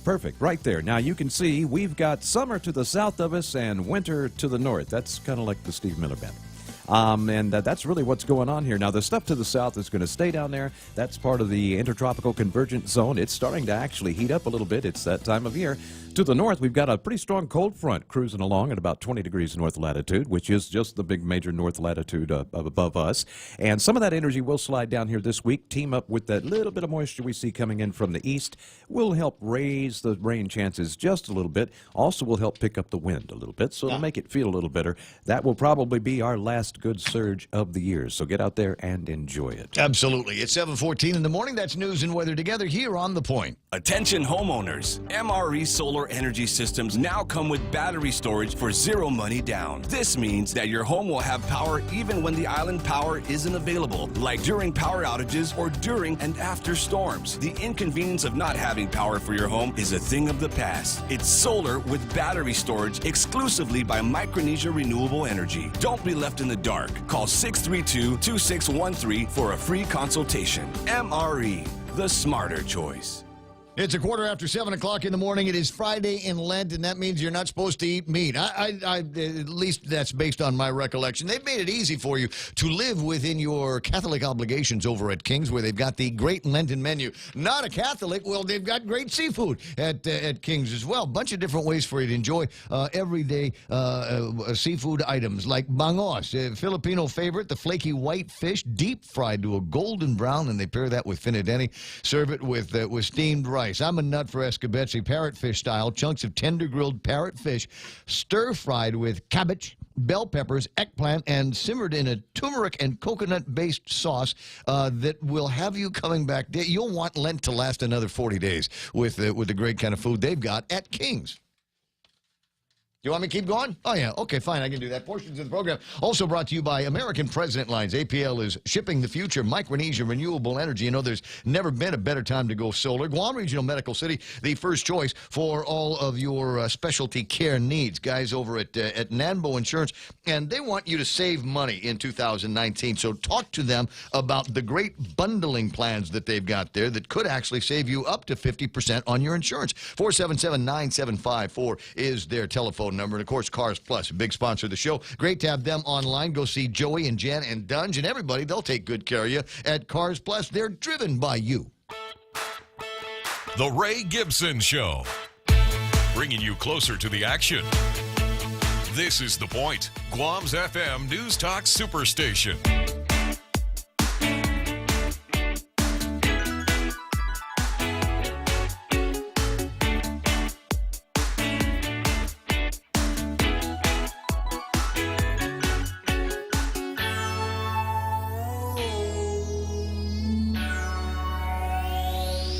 You know, I get to a certain point, and here we are in the week. We've chewed on so many incredible issues this week that I've had just a fantastic time with. You know, the marijuana thing came to a head yesterday over at the legislature. I got plenty of videos that I can show of that. But you know what? I just every once in a while I get that crazy hair, and one of the things I really like to do is play videos of roller coaster rides all the way around the world. Now, there's a new roller coaster up in Canada, and are you a roller coaster guy? Are you one of those guys? Not big. I mean, I'll get on one, but I'm not one of those guys that has to ride one. Right. Yeah. So you're not, and you don't travel the country looking for the latest and greatest and tallest and wildest and scariest. Okay, because I had the opportunity to ride one at the Carowinds in North Carolina a couple of years ago, which up until this point I believe was one of the like the highest drop, longest hang time in the country. But I think that has now been taken over by something else. Jerry Roberts. Your experiences on roller coasters? Anything? Will you get on one?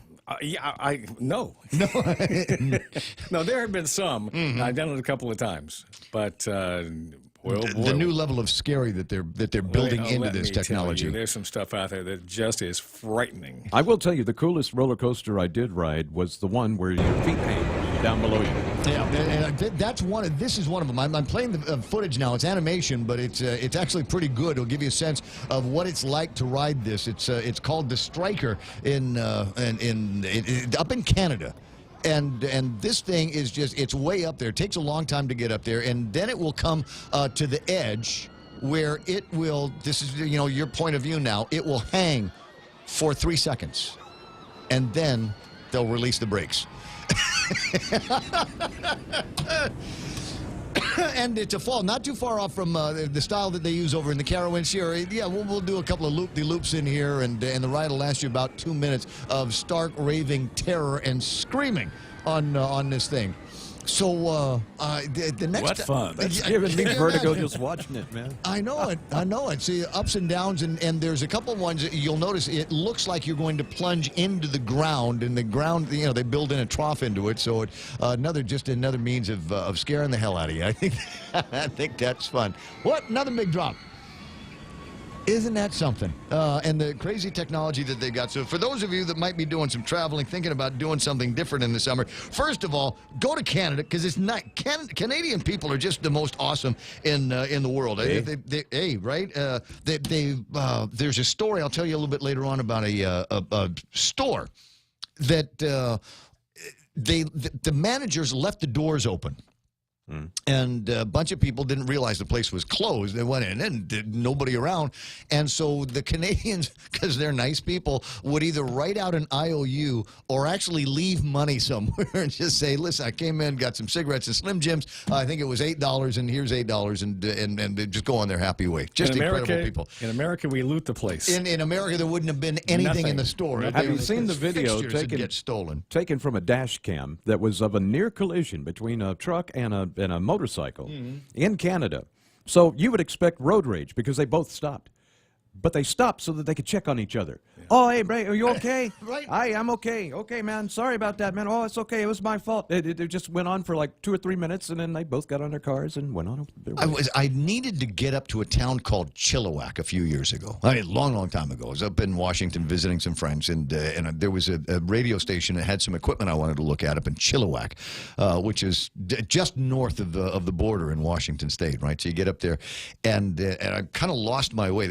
I didn't have GPS at the time. The rent-a-car didn't come with anything like that. So I needed to stop by somewhere and get directions. And I got into a gas station, and it must have been 10 miles out of town, and was asking questions about, what's the fastest way, what's the best way to get to Chilliwack. And I eventually had to leave because there was a debate raging from the lady in the front and the trucker that came in and another farmer, a guy up there. And they said, no, you want to go this way, son. No, don't listen to him. We'll get this other thing. And it's everybody bending over backwards to give me the best set of directions to get to Chilliwack. Sure. Just incredible people. So let me, while I've got a couple of minutes here, take an opportunity to tell you what happened on the market, because that's what I'm supposed to do at this point in the program. The markets are all in the red here. The S&P 500 lost 22 points to close at 2748. NASDAQ's off by about 84 points to close at 7421. Dow Jones Industrial Average at 25,473. That's off by 200 points. Multiple down days in a row for the Dow, and that's got all of the pundits talking. Interesting news here. It says breaking: Eventbrite crashes 25% after giving weak revenue guidance. Eventbrite is one of those websites. If you are doing a concert, I think there's might be Toastmasters might be using Eventbrite to let people know about when their meetings are. But apparently they're not meeting their revenue guidelines, and that's. I hope they don't go away. That's a unique way to be able to sign up for things like that on the web. 5654. If you are buying West Texas crude today, that's the number there. 5654, and that's a little bit higher than it was yesterday. About 25 cents higher than where it finished yesterday. The good news is over the last couple of days, Tapas had been trading at about $69. It's off by. Are you ready now? Oh, here we go. 13 cents. Oh, yeah. That's for the barrel, not for the gallon of the oil that comes out of it. So, yeah, I don't anticipate there's going to be much by way of the gas companies doing anything this weekend with the price of gas for you. 7:23 in the morning, and that's what's happening. That's what we're talking about these days in the markets. And I don't have any numbers. I don't care about what's happening with Bitcoin. And I suppose if I was pushed to find something else that was interesting, yeah, maybe gold. Yeah, gold's off by $1.40, closing at $1,286 for an ounce of that. Big stories that are trending along the business and economic scene. U.S. households see biggest decline in net worth since the financial crisis. And American Airlines takes jets out of service, cancels flights due to overhead bin problems. That might be interesting. That might be click-worthy there. When I travel, and I'm not an anxious traveler. I'm not one of those guys that, sits and worries about, is the plane going to crash? Am I going to get the right seat or anything like that? Prior to getting on the airplane, I become the guy that wants to be in the entrance line that gets me in first, because I worry that by the time I get to my seat, there won't be any room in the overhead for me. Exactly, yeah. Right? Yeah. So I'm not the only one. I mean, that's the anxiety. The only thing I worry about when I fly, two things. Just what you just said, and screaming babies. That's it. And I get the row. I'm right next to him every time. They just said, okay, Jerry, he booked in for a flight. Nice. Find the baby. Oh, that's sweet. Now, you remind me of a couple of things, and one of them is there's a video that I need to play here this morning that I got from somebody yesterday. This one? Is it that one? It is that one. Okay. And you might need to give me after you see it and hear it. You might need to tell me what it is exactly that I'm looking at. Okay. So the Department of Administration was holding training yesterday, and one of the ladies involved, a lady named Neats and Anita, she's a Ray Gibson listener. Yep. And she said, "Would you mind coming over and do a little bit with the department, with the folks here in the training? Maybe half an hour or so." I said, "Yeah, sure." So it looks like you're conducting some kind of group activity now in this video. What happened is that I asked them, how long have you been sitting in your seat now for a while? And they've been down in the seat like for an hour or so, they said. I said, well, okay, let's get them up. And we kind of line them up, but they put their hands on each other's shoulders, and they begin to do a little massage. Oh, that's nice. On the shoulder. And then we get them moving around and just getting the blood flowing, get the blood flowing a little bit, yeah. Oh, I like that. See, if they'd have done this at the legislature, they would have put their hands in each other in the guy's pockets. put your hands in the fella's pocket. That's neat. That's a little bit of the training that you do on a regular, right? Yeah, so we normally do things like that, especially if people have been, like I say, in the seat for a while. We get them moving a little bit, and that kind of clears out the cobwebs, and they get a chance to listen a little bit at that point. Oh, okay, and so after that, you give them the more complicated and heady material? Yeah, I guess you might say that. But we had fun. We had played a little game for about 25, 30 minutes, and they did very well. They kind of enjoyed themselves, and I enjoyed myself, and that's and you do this for free? Thanks a lot. Guam, every agency line up right now. GuamTraining.com on the World Wide Web if you'd like to get that kind of. I mean, if somebody calls looks like it says, yeah, they had fun, I had fun, so it was a good thing. So not bad. 7:26 in the morning. When can I do it? And time for today's Extra Point. Jerry Roberts is being brought to you by Guahan Insurance Services and First Hawaiian Bank, where it all starts with yes. People in the Millennial and Generation Z categories are reshaping the workplace, and that includes here in Guam. What does that mean for Gen X and the baby boomers? Well, we'll talk about how the generational winds are blowing and how to take advantage of that next on the Extra Point. It's important to have claims process that works for you. At Guahan Insurance Services, we make things simple and convenient. Same door you walk in to purchase your insurance is the same door you open to file your claim. We can't pretend that the car insurance claims process is fun, but we can promise a hassle-free and speedy recovery without any runarounds. For your home, auto, and business insurance, visit us at the Camacho Landmark Center on Marine Corps Drive in Tamuning. Don't forget to like us on Facebook or give us a call at 475-1162 or text 929-SAVE. That's 929-7283. Oh, sorry, doing something else completely different. The Jerry Roberts Extra Point brought to you by, as I said, our friends over at First Hawaiian Bank. Stop by any First Hawaiian Bank and speak to a service ambassador about convenient options through mobile and online banking. They do it well. They do it great. First Hawaiian Bank, it all starts with yes. In Guam, we don't throw around the identifying terms millennial, baby boomer, Generation X, and Generation Z as much as our mainland counterparts do. Still, we have the same issues to deal with. In fact, the same issues that are found pretty much anywhere. You likely have some well-developed opinions regarding people in your group, as well as all the other groups. A lot of books have been written on generational differences, and more will certainly come. My purpose today is not to rehash the things that separate us. In fact, this message is directed to Gen X workers born between 1965 and 1980, and baby boomers born between 1946 and 1964. Here's the message. Get past what you don't like about your younger worker friends, the millennials and Generation Z. The oldest of the millennials is 38. I don't have hard numbers, but I'll venture to say, if that group doesn't already have the largest percentage of supervisors and managers, they soon will. As boomers progress toward the home stretch in their careers, a growing segment will find it necessary to work past retirement age. This makes it almost a certainty that they will have bosses who are younger and perhaps much younger than they are. Harboring prejudices won't make those relationships better.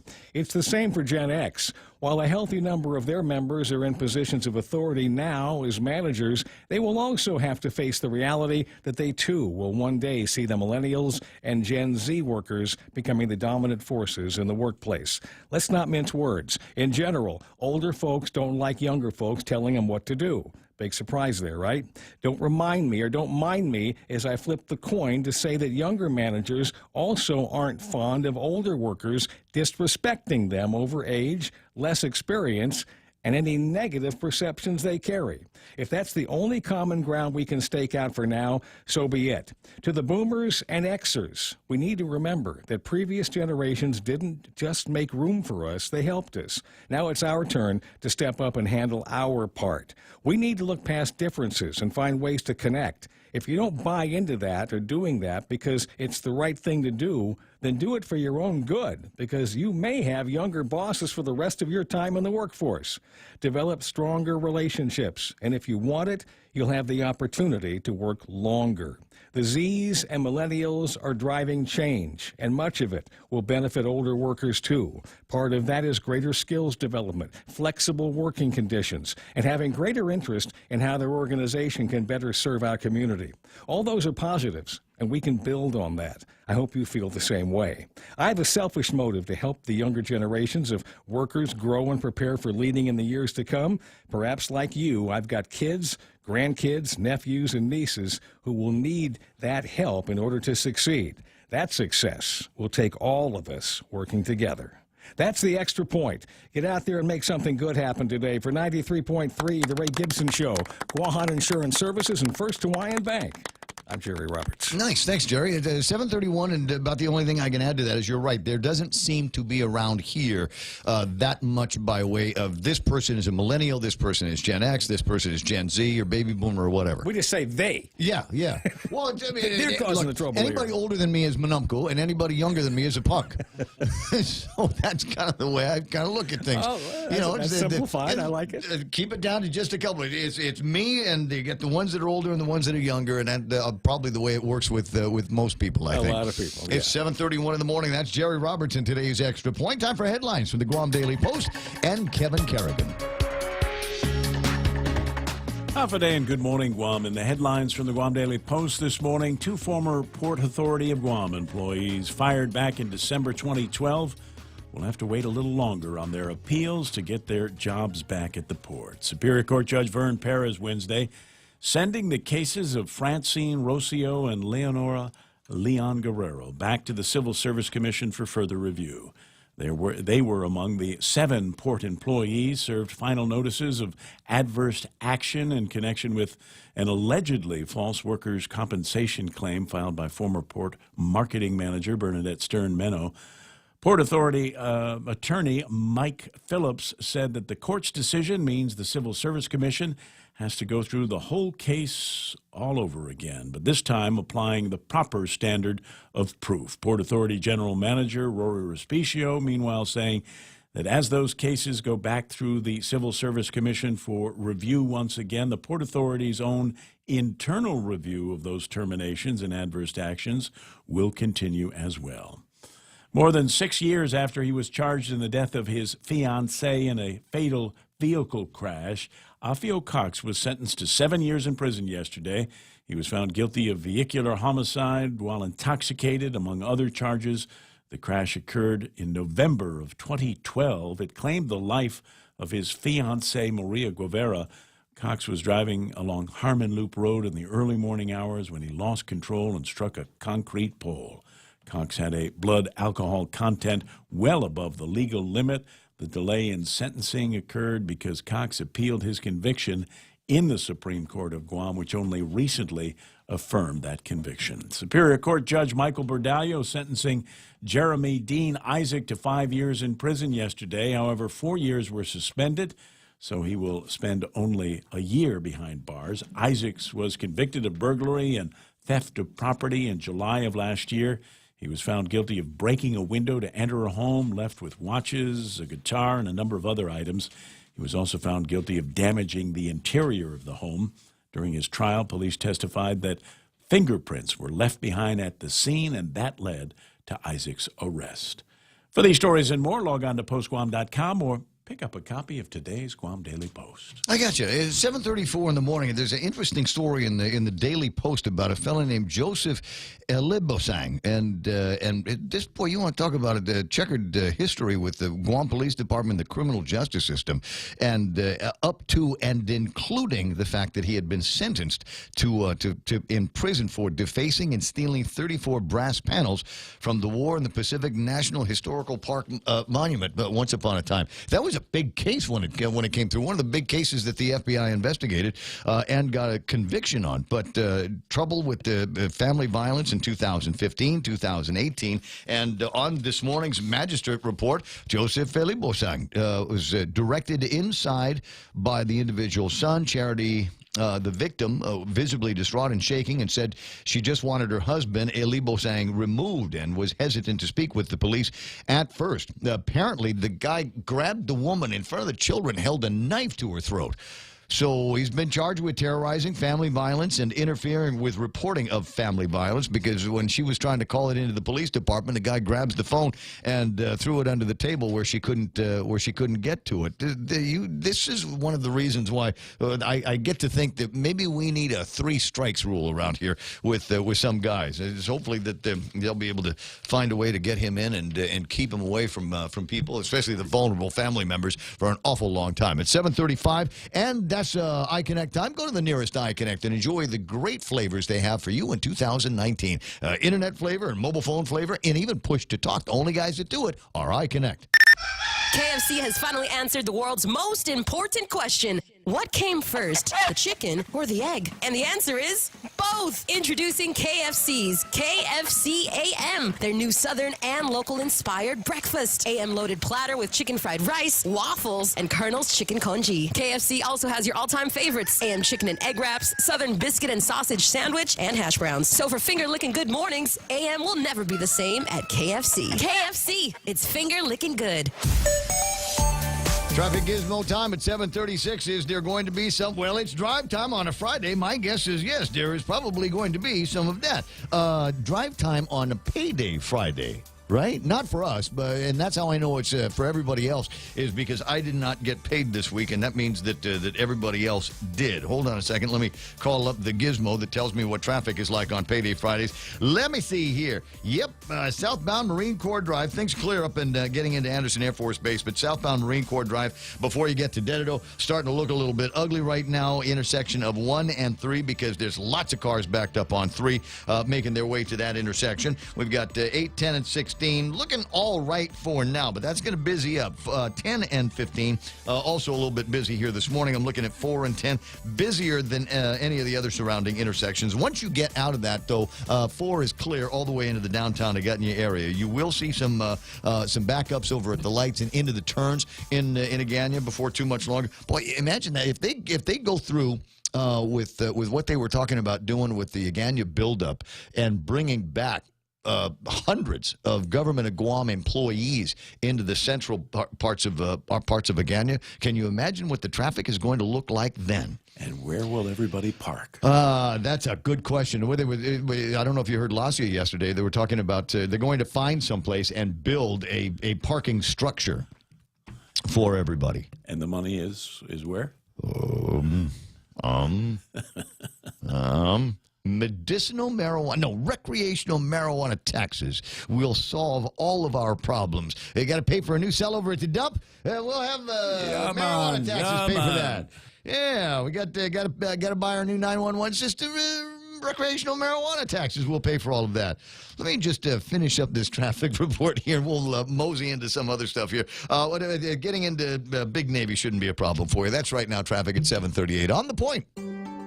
Guam Regional Medical City. We bring the healthcare advances of the world directly to you. We are an acute care hospital that complements your needs with our robust outpatient specialty clinics. From preventative care to critical care, we strive for consistent excellence at GRMC. Our core philosophy is where patients are partners, which means we work as a team to make a healthier version of you. For more information about GRMC, visit us at grmc.gu.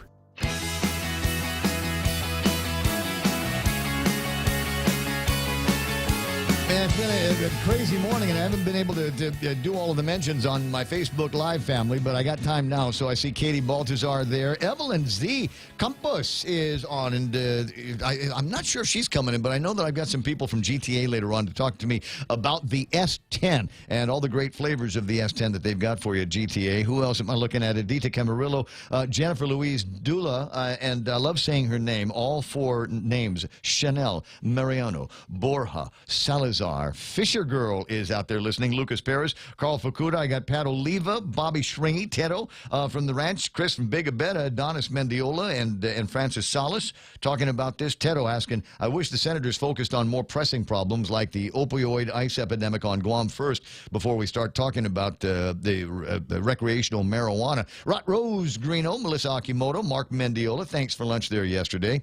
James Howard says the mayor should create a cannabis section next to the gambling area and make some additional money over at the carnival when they have it. No, it's a big deal. Is that carnival's going to come up? The casino and games of chance going to be coming up at the place here. I got Greg Karabrock, Jeff Pleadwell, Joe Leasealongi, Tessie Pareda, Charlie Laron. Who else is playing around? Jess Limtiaco, Gabby LG, Frankie Gutierrez. Hold on, just a couple more names. Phil Schroggy from the mall, Tom Tahaji, Dave Duenas, Ike Iseki, Eddie Cruz. Wow, Carlos Barreto, Kat Uggan, and Ed and Karen Untalon here this morning, playing around on the Facebook Live. Do me a favor, as I say, please share the joy and the goodness. 888-825-888-TALK. Senator Clinton Ridgell online after the marathon hearing yesterday over at the legislature. I halfway expected to see you at Moses last night.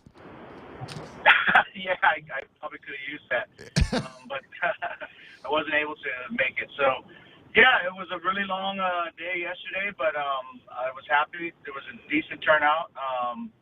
Both sides of the issue came out. There was in the morning, of course, there was the prohibitionists. This is what I like to call them, who came out in the morning. They had some strong opposition to it. And then in the afternoon, we did hear from a lot of proponents. So, yeah, I think it was a good turnout, and I'm happy with people that came out to testify, both in support and those who were against it, because we want to hear from both sides, and we want to hear what the concerns are. I thought the balance was good. It was also nice to see members of the government of Guam come out and have a discussion with you. What was your takeaway when Daphne Shimizu came up with regard to being able to work out the collections of an additional tax revenue stream from the Department of Rev and Tax? Sure, yeah, good question. Well, she was, so the takeaway for me is that Rev and Tax is going to need some assistance on this. It's going to be something new for them. And there's going to be challenges, of course, with that. They already have challenges now. And so the takeaway I got is, Mrs. Shimizu is new, of course, in her position, so she's still trying to get a gauge and a handle of all the current issues that they have at Rev and Tax, the current collections that they're working on. So, of course, that's their main focus right now, is getting that department, that agency up to speed on everything it's currently got to do.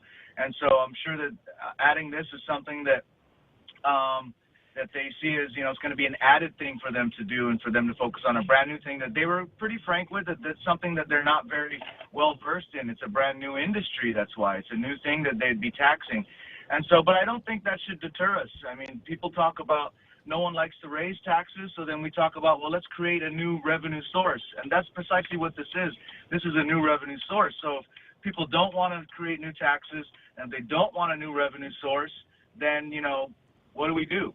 Then, we gotta figure out something. And that's part of what this bill does. This bill is figuring out a new revenue source that, just because it may be challenging for Rev and Tax to figure out how to properly regulate and tax it, I don't think we should run away from it and let that scare us off. I think we should just sit down, hammer it out, and figure out how do we properly regulate and tax this new industry. And so she did say they would need some more support. She was frank that they weren't too well versed on the seat-to-sale system.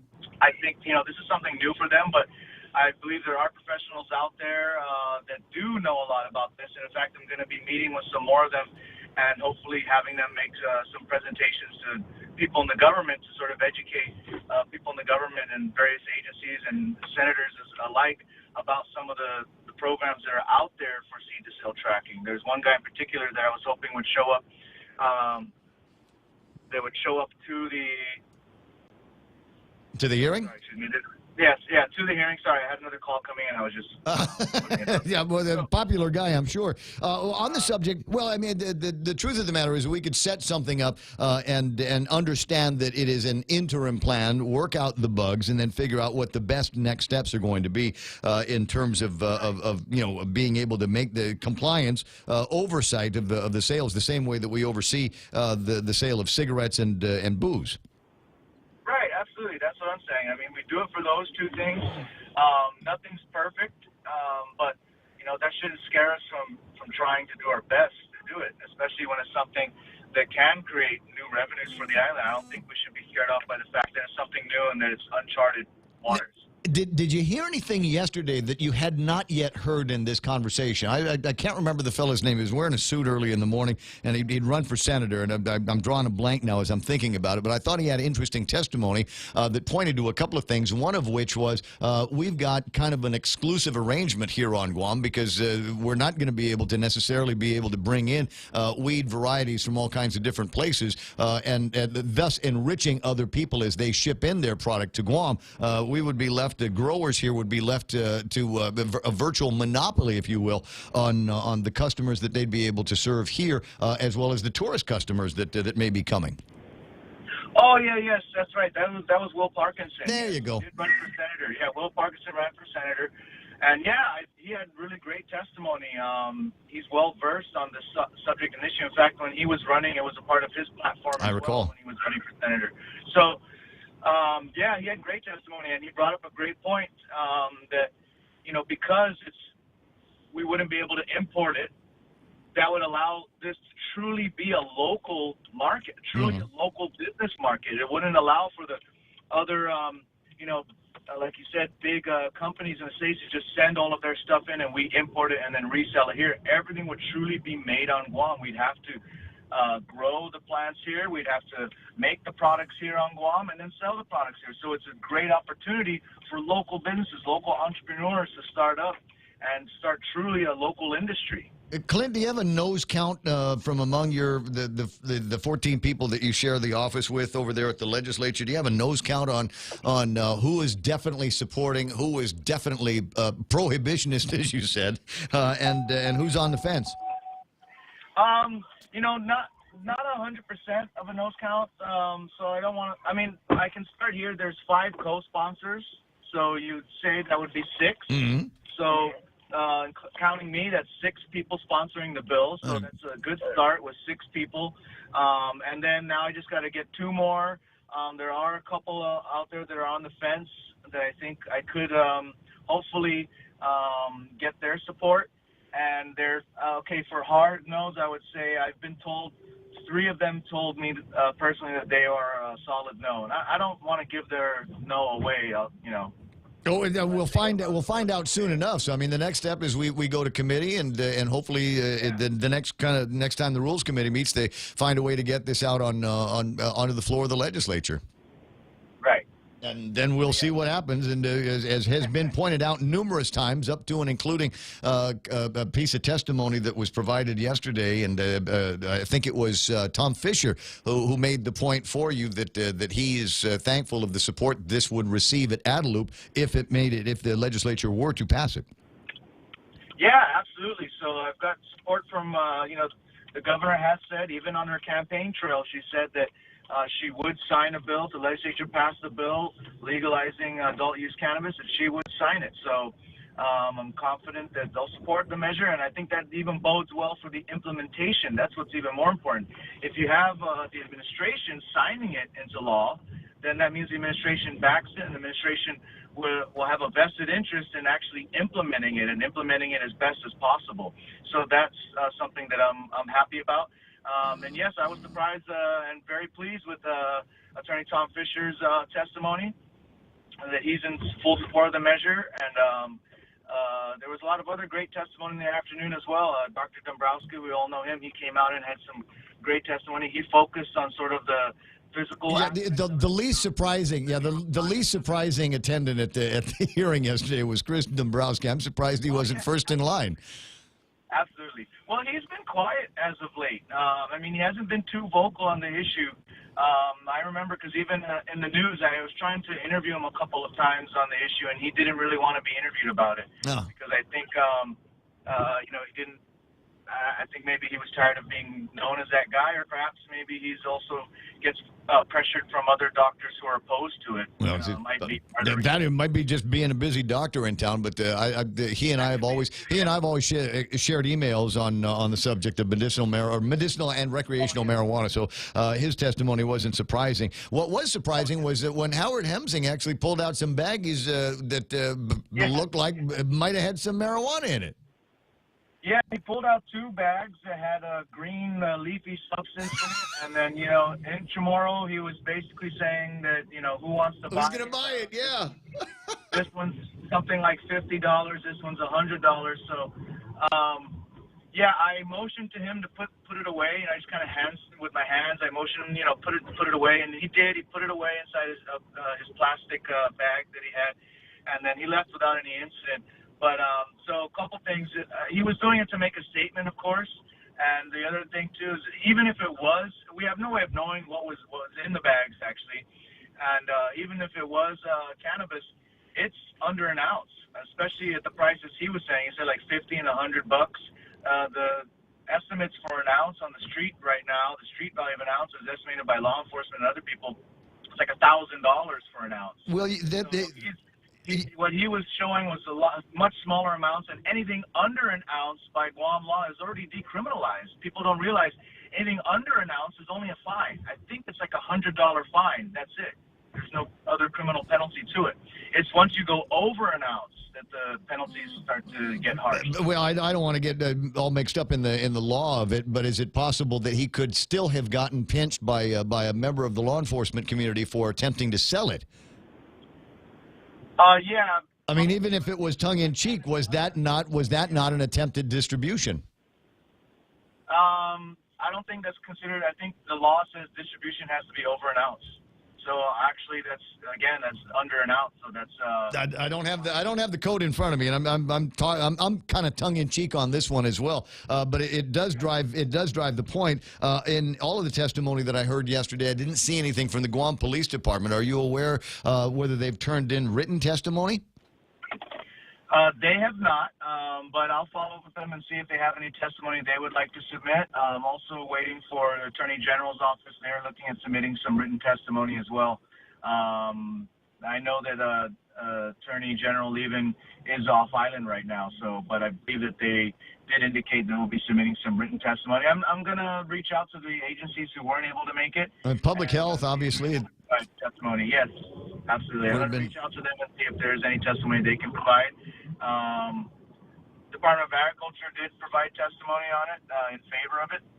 Yeah, I saw. You want to talk about your green revolutions? That could be a big deal for the Department of Agriculture, as they could set up veritable programs to encourage people to grow their own marijuana. And this if you want this crop, and maybe even up to and including people that might be licensed to grow it for distribution and sales here on Guam.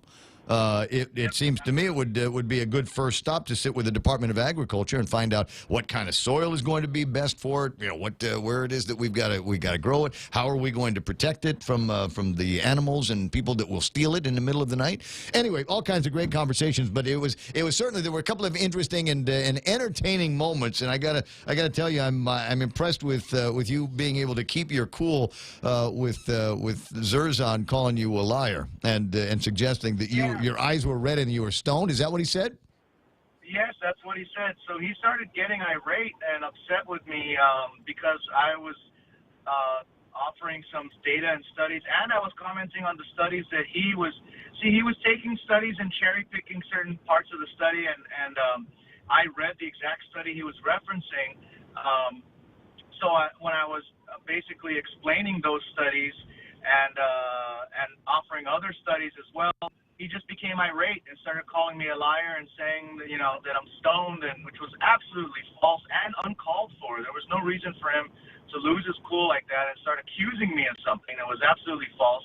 And I think it just showed that he had nothing else to his argument, so he just lost it and started calling me a liar, so we had to ask him to be removed, because I asked him to keep it civil prior to that, and he didn't. So. Is he still teaching somewhere, do you know?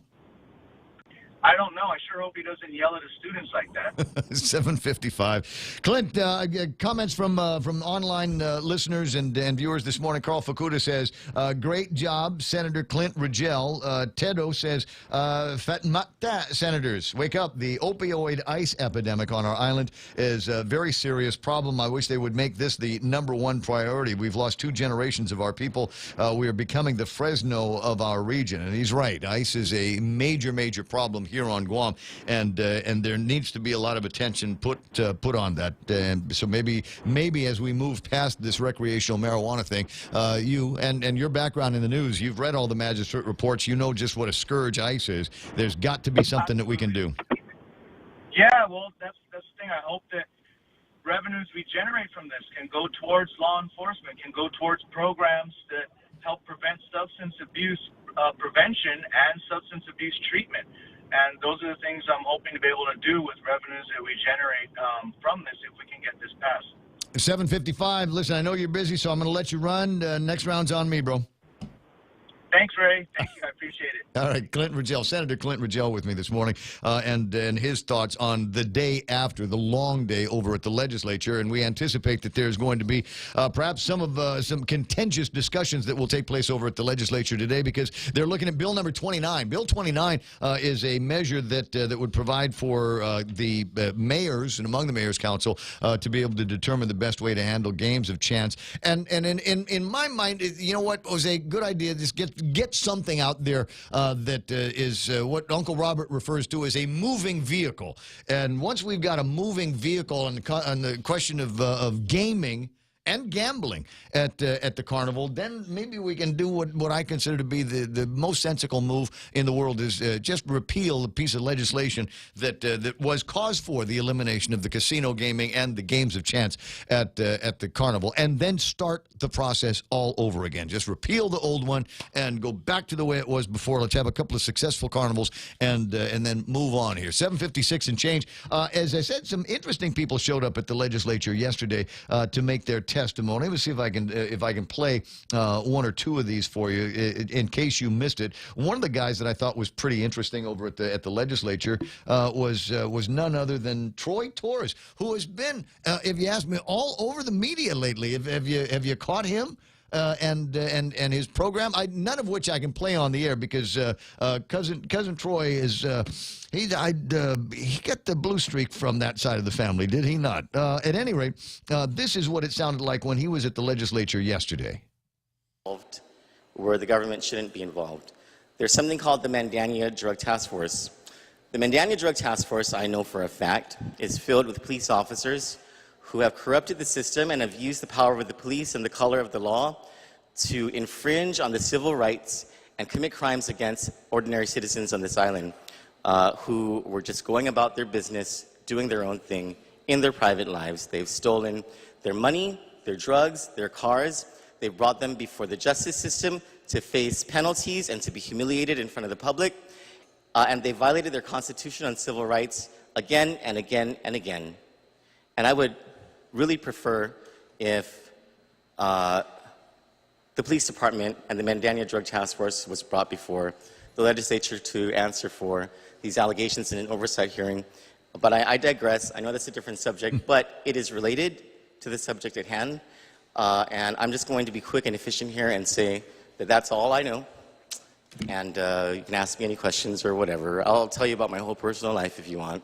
And thank you, Senator Rigel, and to any supporters of the bill. And to anyone who doesn't support the bill, I think you're just kind of full of it. Way to wrap up the testimony. Anybody that doesn't support this bill, you are full of it. That may or may not have been the most convincing moment over at the legislature, but I did think it was interesting that he was talking about the Mandania Task Force and the Mandania Task Force. In my view, I'm familiar with the allegations that he's making, but I'm not familiar with any facts that would back that up. So watch and see. Maybe there will be somebody over at the legislature that will scratch their head and say, "Yeah, about that," and move forward. There were some other videos that I thought were very, very interesting, and of course one of them was the video of Howard Hemsing holding up the baggies of marijuana. Is it possible I might be able to get that on the radio very quickly? Yeah, let me see here. There it is.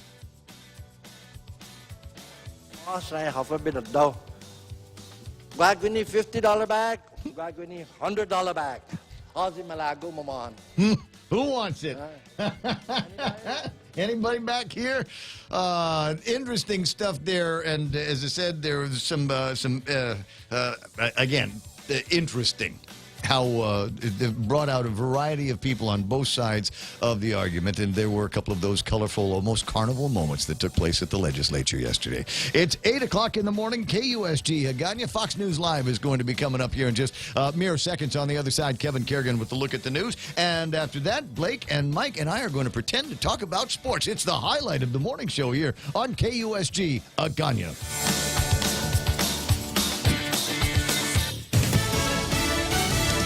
Nothing to do with allegations of collusion. Lisa Brady, Fox News. A federal judge emphasizing that as he prepares to sentence the president's former campaign chair.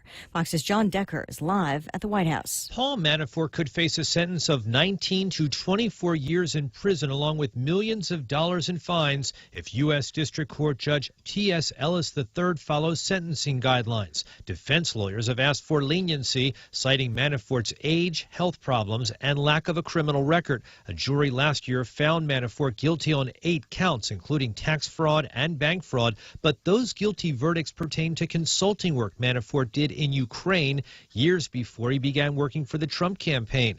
Manafort, who's 69, sat in a wheelchair and carried a cane as the hearing began in a federal courtroom in the Eastern District of Virginia. Lisa? Thanks, John. Meantime, a resolution opposing hate is on the House floor, originally intended as a response to one lawmaker's remarks. Fox's Jared Halpern, live on the Hill. A resolution condemning anti-Semitism and Islamophobia is a statement of American values, House Judiciary Committee Chairman Gerald Nadler says. This resolution makes clear that we condemn anti-Semitism, Islamophobia, and racism, no matter where on the political spectrum they may emanate from. The resolution started as a response to statements made by freshman Minnesota Democrat Ilhan Omar, who suggested allegiance to another country for supporting Israel. She is not named in the resolution, and wording has been tweaked to include persecution of African Americans, Latinos, Native Americans, Asian Americans, and Pacific Islanders, Hindus, Sikhs, and the LGBTQ community. Lisa. Thanks, Jared. A deputy sheriff shot early today while serving a warrant in suburban Chicago has died. The suspect is still in a standoff with multiple agencies on an interstate where police say his car crashed. This is Fox News. Always here to help you. This island is our home. Through the years we've been a friend to the neighbors we have known. Now we're banking on the future. Services to choose. Bank Pacific, where others put branches, we place roots. Lent-friendly burgers at Chili's. Indulge in a selection of our famous burgers with a black bean patty. Black bean patties combine beans with onions, parsley, bell peppers, and cilantro. Served with dill pickles and fries. More Lenten entrees include the spicy shrimp tacos, Cajun pasta with shrimp, or grilled ancho salmon. Best of all, each entree is just $15 and comes with a refreshing Coca-Cola, iced tea, or Heineken on draft. Our fresh house salad with an entree for just $15. Chili's 3 for Me Lent menu. Available for a limited time. Chili's. More life happens here. More horror stories about military housing run by private contractors. A Navy family had squirrels enter their attic through a hole in the roof. Soon after, the squirrels died and maggots dropped through their ceiling fan onto their bed. But Senator Jack Reed, who chairs the Armed Services Committee, says in 52 visits to that home, the housing company never checked for the root cause of the problem. Angry lawmakers demanding answers from the heads of the Army, Navy, Air Force, and Marines weeks after a hearing with military families. Oklahoma Republican Senator Jim Inhofe. Why didn't you know about this and fix it before Congress had to step in? Who is responsible and who is being held accountable? The military chiefs apologizing, promising to address the situation, and releasing a new Tenants' Bill of Rights. But some senators want a Justice Department investigation. U.S. Attorney General William Barr highlighting a crackdown on scams targeting older Americans. And it's despicable because the people involved are vulnerable And because of their stage in life, they don't have the opportunity frequently to recover. He says over 200 suspects have been charged in the past year for defrauding more than 2 million people. You have to be pretty lucky to win the lottery, but this winner also got a little more than a little help from an unknown friend. Before Mike Wiersky knew his New Jersey Mega Millions ticket was worth $273 million, he got a little distracted after buying 2 chances at the Phillipsburg Quick Check. Put the tickets down to put my money away and did something with my phone and just walked away. But an honest person found them and gave them to the store to hold. Wiersky says he's trying to find that person. I'm going to give him something, yes, but I'm going to keep that private. Wiersky is not married and will get a lump sum of $162.5 million. His first purchase, a new pickup truck. Gernal Scott, Fox News. Fourth loss in a row on Wall Street. The Dow down 200 points today. I'm Lisa Brady. This is Fox News. Attention homeowners, if you don't have a solar energy system on your roof from Micronesia Renewable Energy, now is the time to get one. MRE Solar Energy Systems now come with battery storage for zero money down. This means that your home will have power even when the island power isn't available, like during power outages or during and after storms. The inconvenience of not having power for your home is a thing of the past. Don't be left in the dark. Call 632-2613 for a free consultation. MRE, the smarter choice.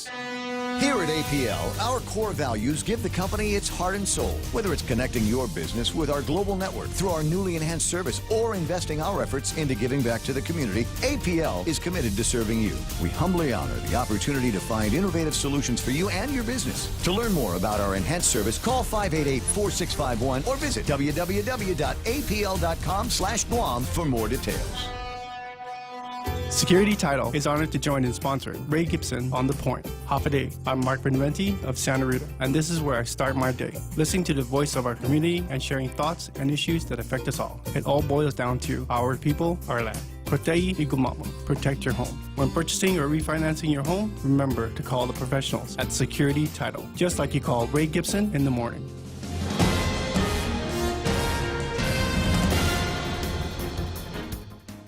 Half a day and good morning, Guam. News time here at The Point is 7 minutes past 8 a.m. this Friday morning. I'm Kevin Kerrigan. Here's a look now at some of the top stories from the Guam Daily Post.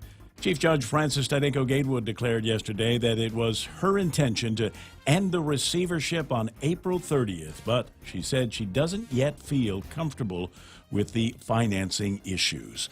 A district court hearing revealed that the government of Guam may have to borrow another $20 million or more in order to bring the 11-year federal receivership to a close. The loan is needed to build a third cell at the Luzon landfill. The post-closure costs at the now-closed Ordad dump was another issue raised during yesterday's hearing. About $15 million is needed to maintain the EPA's required monitoring of methane gas and groundwater outflows for the next 30 years. But only $6 million has been set aside, $9 million short of what's needed. The plan was to have a trustee appointed to oversee the post-closure management, but the federal receiver's principal associate, David Manning, told the court that no one responded to their request for trustee services. Governor Leon Guerrero agreed to have her fiscal team put together a plan to address all those issues, and they'll be back in court on April 10th. Judge Gatewood said she's going to go ahead and prepare her closure order anyway.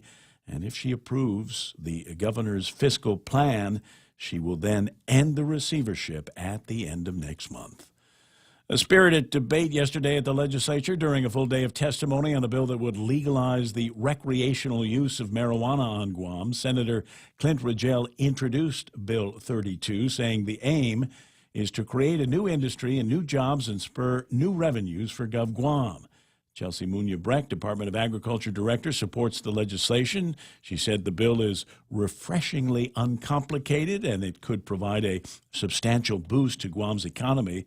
Dr. Chris Dombrowski testified in support as well, saying cannabis is safer than caffeine, nicotine, and alcohol. And Attorney Tom Fisher also testified in support of the measure, saying he began self-medicating with marijuana while being treated for cancer. However, teacher Irene Emanuel expressed opposition and concern, saying She's seen students in her class unable to do their work because they were so high on marijuana. And Bill Cundiff, the president of the Air Force Veterans Association, said his group opposes the bill, saying it would create more liability for GovGuam, and no one has conducted a study on what the impact could be. In a written testimony, UOG Associate Professor Ron McNinch said cannabis, recreational or medicinal, would still be prohibited on Guam because it is still prohibited by the federal government.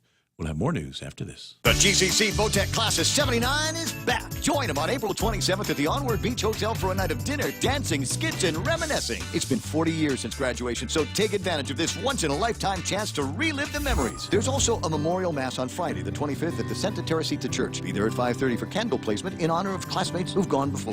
Tickets for the reunion on the 27th are on sale for $40 a person. For details, find Connie Kittigwas and Nicholas at 488-6108 or Kathy Diaz, 777-3243. Viva 79ers! Shrimp and guacamole for Lent at Subway. The all-new shrimp and guacamole combines generous portions of whole shrimp and a spread of guacamole served on freshly baked bread, paired with vegetables cut fresh daily in restaurants and sauces that are sure to excite your taste buds. Hurry in, it's only available for a limited time. Other fresh Lenten flavors include the classic tuna or the mouth-watering greatness of our seafood sensation. Don't forget the Veggie Max, a delicious and tasty vegetarian patty. Visit any of our convenient locations today. At Subway, you make it what you want. 10 minutes past 8 a.m. here at The Point. Governor Lou Leon Guerrero yesterday signed into law a bill that would effectively require the government of Guam health insurance negotiating team to consider only those companies offering coverage at the island's hospitals if they want to bid on the lucrative GovGuam health insurance contract. The measure was introduced by Speaker Tina Munoz Barnes, and it would effectively require Take Care Insurance to provide coverage at Guam Regional Medical City for its members who are GovGuam employees or retirees. It does not require health insurers to provide coverage at GRMC for private sector employees. The bill was passed unanimously by all 13 senators who voted for it, even though the Budget Office issued a fiscal note on the measure saying they could not determine the cost impact on Guam taxpayers. Governor Leon Guerrero issued a statement saying that GovGuam employees should be allowed to expect that their health insurance covers quality health care at whichever hospital, public or private, that they may unexpectedly find themselves at. And GRMC also issuing a statement thanking Governor Leon Guerrero and Guam lawmakers for ensuring the best health care options are available for GovGuam employees, retirees, and their families. An audit report released yesterday shows the government of Guam retirement funds unfunded liability went from $1.26 billion in 2016 to $1.27 billion in 2017. Although it was a slight increase, the unfunded liability has been an ongoing concern year after year. The audit was released by the Office of Public Accountability, and it repeats previous warnings saying that the unfunded liability is now so large that it simply cannot be ignored or put off for future generations to contend with. For these stories and more, log on to postguam.com or pick up a copy of today's Guam Daily Post. Ray and Mike now with some weather. Don't they say that every time when they start talking about the unfunded liability and the billion-dollar retirement eventual bust? Yeah, and it keeps growing and nothing's done about it. And never seen anything. Somebody's going to have to pay for it eventually. Yeah. Kids and grandkids, buckle up. It's going to be a bumpy ride. 888-8255 is our phone number. On the weather side, mostly sunny today with a slight chance of light showers becoming mostly cloudy tomorrow. Winds from the east up to about 15 miles an hour today, and over the next couple of days will be increasing to 20 miles an hour. So highs around 87, cooler at night around 75. Sunset tonight at 6:30 and sunrise tomorrow should be about 6:33 in the morning. And looking at this, why are we going to get more wind in the next couple of days there, Mike? Well, we've got a bit of a shear line that's going to be approaching from the north, and we've got a trade wind disturbance, a pretty weak wind coming in from the east. Those two are going to combine sometime this weekend, and actually that's what the radar is showing right now, is these two systems kind of coming together to ramp up the moisture in the area just a bit. The sunshine right now is actually helping to lift some of these showers up, so it's not quite working out like it normally does with the diurnal cycle. When you get more moisture, the sun actually helps enhance it a bit. So we will see more of this for the weekend, probably just like this, though. Nothing widespread. you'll get a shower or two. Still be a great day to go out beaching and doing all those beachy sort of things. Satellite shows why. We're kind of in the clear zone here. We've got stuff to the south of us and stuff to the north of us. South stuff is all tropical in nature. It's going to stay down there. Stuff to the north is all wintry in nature, and it's going to kind of stay up there too. But we are going to get a little piece of it this weekend. Should make things nice overall. All right, a little bit more of some windiness and not too hot in the next couple of days, and that's a good thing. Quarter after 8 o'clock in the morning, that's news and weather together here on The Point. The stations of Choice Broadcasting are celebrating April 2019 as National Earth Month with the return of our Upcycle Mascot Showdown. We've invited the public elementary schools to set the example and build their school mascots completely out of recyclable material. Stay tuned to our stations to see how you can vote for your favorite school this April. Celebrate Earth Month with our students in the 2019 Upcycle Mascot Showdown, brought to you by the Agana Shopping Center, Lolita Kamet from Remax Diamond Realty, Sylvan Learning Center, and the stations of Choice Broadcasting.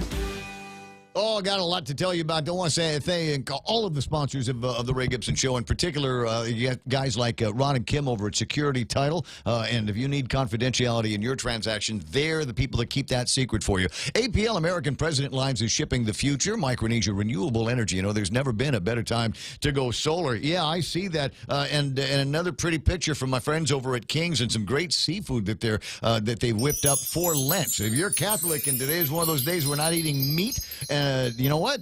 Go and take care of that obligation over at Lent. And if you're not a Catholic and you like seafood, go and eat some of the food that they've got over at King's. It's going to be good for you. Ray Gibson Show also brought to you by my pals. Do I break here? Okay, I'll break here and then I'll tell you some more about them Helen later. Keller once said, "Blindness separates us from things, but deafness separates us from people." At Ross Hearing Aids, it's their mission to keep you connected to the moments and the people that matter most in your life. Hearing aid technology has never been better, so schedule your complimentary hearing consultation today. Call Ross Hearing Aids, 637-HEAR, 637-4327. You should hear what you're missing. I love you, Daddy. How's your hearing? It's good here. It's quarter after 8 o'clock in the morning. I got sports with Blake coming up here in just a second, but other portions of the Ray Gibson Show brought to you by Guam Regional Medical City, the first choice for your specialty care needs. Cars Plus, you got Joey and Jen and Dunge over there, and they're driven by you. So if you've got your eye on a new car or want to know what's out there, Cars Plus, ladies and gentlemen, and the Ray Gibson Show anniversary show and more brought to you by the guys over at Take Care. Going to be on the radio with me in the next couple of days talking about colorectal cancer. They'll be happy to talk to you about it today. And last but not least, the Ray Gibson Show is brought to you by the guys over at Wendy's. It's Lent, and Wendy's has 3 words for you, and I'll try to say this solemnly: simple, clean, and honest. Perfect Lenten meal: freshly chopped garden salad, wild-caught North Pacific cod fillets, and freshly brewed honest green tea. Yeah, that's the way you're going to do the Holy Holy Lent at Wendy's. Now that's better. News to fill your mind. Talk to get it out. The Ray Gibson Show. Call now, 888-8255.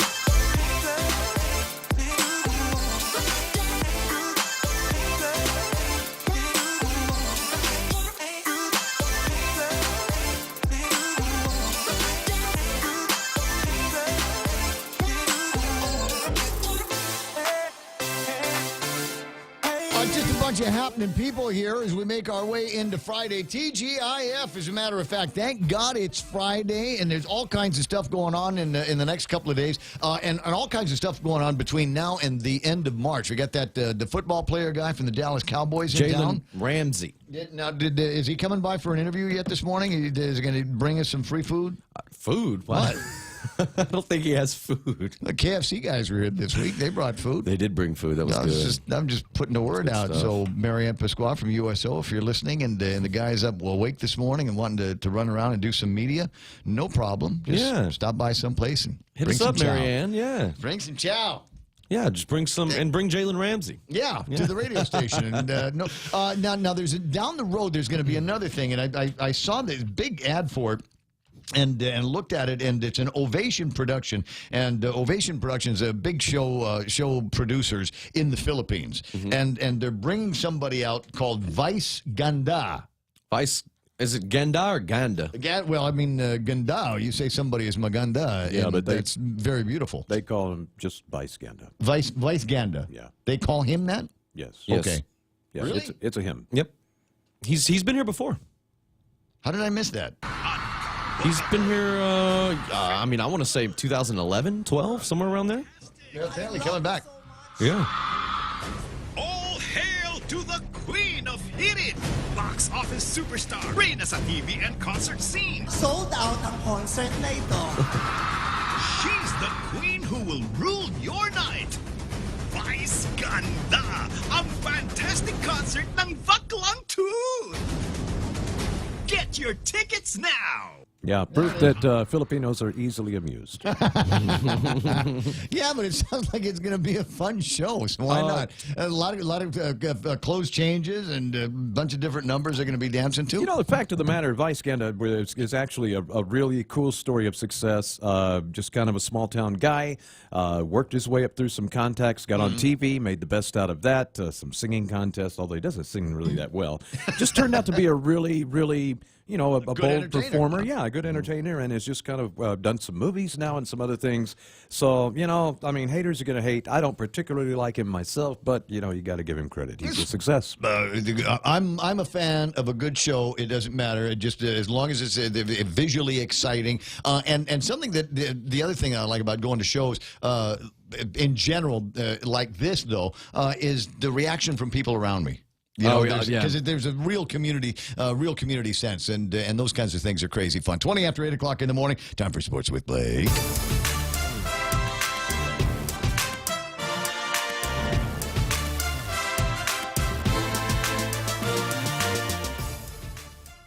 What? Your turn. Oh, somebody's turn. I was digging the sounds, man. I know. I was kind of enjoying the theme there for a second. You know, you never stop. I never stop and just listen to the theme, Mike. Sometimes, yeah. Sometimes, there you go. You can see him sprinting down the sideline. Running in place and all that stuff. I got playoff stuff here. I will be at the after the 70-66 win over the Simon Sanchez High Sharks. The FD Friars, led by Tony Canini, he scored 29 points on Wednesday. That's what I'm trying to say. And that advances his team as they will play JFK. They'll tip off against the Islanders this evening, Phoenix Center in Minilao. I've been tasked to go and watch this game, so I will be there. If you see me, feel free to say hi. A little backstory is that JFK, in their one regular season meeting, actually defeated FD by 2 points at the Phoenix Center. So got a nice little in-season rivalry going on. And then, of course, winner advances. And I believe St. Paul is hosting Ukadu, I think, is who won on the other side. So either way, that game also going on, I believe, either tonight or tomorrow night. And then tomorrow, the big Saturday football doubleheader, as always, out at Eagles Field in Minilao, the Guam Varsity Budweiser Football League. All set to kick off as they do every morning at 11:30 a.m. out there at Eagles Field. So that's what we got going on this weekend. All right. AK Toyota getting involved in the United Guam Marathon. They're doing giveaway of race entries. What's this say? Every Toyota test drive enters the driver into a raffle drawing for a complimentary race entry. Every purchase of a Toyota model in the month of March comes with 2 complimentary race entries. So if you and I've gotten on the I've gotten people asking me, and they say, Ray, you know people over at the UGM. You think you might be able to get me a break on the entry forms for the different races? I'm like, no. Let me just buy. No, I don't. Sorry, doesn't work like that. So go to AK, buy a car, and get 2 entries. Okay, that's so the way that's buy works. a car. Yeah, that's what it said. You buy a car, and you get 2 bibs for the 2 bibs for the marathon. Yes, sounds like a good deal. Yeah, for AK. The EFIT run is taking place tomorrow night. That's the big deal. The run and the block party. Now you're going to have to help me and the listeners go out. So it's not just the race. It's the block party and the entertainment that is going to be a part of that particular block party. So I'm going to throw some names, and you tell me if they're worth going to hang out for. Okay. Right? It's just goofing off in downtown Agutnia. There's Beer Garden. Right. So bring your ID. By the way. Chris Boomer. Oh, yeah. Yeah, he did some work with Soulja a while back, that You and Me song. It's really, really good. He's good to check out. Leia. Young? She's young, right? Yeah. Yes, good. There's Jed. Jed is good. He's a little hip-hoppy, a little urban for your urban flavor. 4 for 4? 4 for 4. Not crossed my radar yet. Anton John. Anton John, no. Jarvis Uggan. No. Okay. Wait, no, yes, Jarvis Uggan. He's got a song on the radio that's people like. I forget what it's called, but I have heard of Jarvis Uggan. All right, and these guys here, and they got a track that I shared last week on Facebook, so everybody else could see it. Big Ben. Oh, with Big him on Ben's it. good, yeah. Big Ben. That's worth going across the street and watching and just listening to. I mean, it very, very smooth, very chill. It's nice. It's Yeah. nice. So that's the big deal. Part of it is a block party that starts at 4 o'clock, and then the race is. Actually, you know that Anton John, I take that back. I haven't heard any of his music, but I did hear him on the Master Random podcast. So I did hear him talk a little bit, but he didn't perform on the podcast or anything. It was just kind of a talking. 8:24, and then there is this. When was the last time you went on a boat fishing? I threw a. Oh, you're the last not, time you're I not did. one of those guys. Oh God, he's one of those guys. You know when and I was out in Pago Bay, and it was actually it was small craft advisory rolled in as we were out there because on the no other excuse. Because on the other side of Tuman actually is when some paddlers went missing on the same day. So it's been a couple of years, but I mean it was really rough seas. Oh no, I mean it didn't matter if it was rough seas. I would have happened anyway. But yeah. So you're a hurler. Yes, I was that day. It was really bad, but not normally. I mean, growing up in Texas on lakes, you know, I never got seasick or anything. I guess it's just the tossing and turning of the ocean. It's much different. The real deal out here is smell of the fumes in the boat, and but it was a smaller boat, and we were fishing. But like when I've gone on like boat cruises here, and I've gone, I'm scuba certified, so going out on those boats, I've never had an issue. Oh, that's okay. So the reason why I bring it up is because there is going to be a fishing derby, and we've got to figure out how to be a part of this. So now, first of all, it's a fishing derby that is being put together with the group Shut Up and Fish. Yeah, one of my favorite those groups. guys. Yeah, they're great videos that you find on YouTube, and I've seen the boats. They're good-looking boats. Wait, boats. fishing derby, is that where the fish swim around in a circle and beat each other up? Like roller derby? Yeah. No, it's where they all wear little brown hats.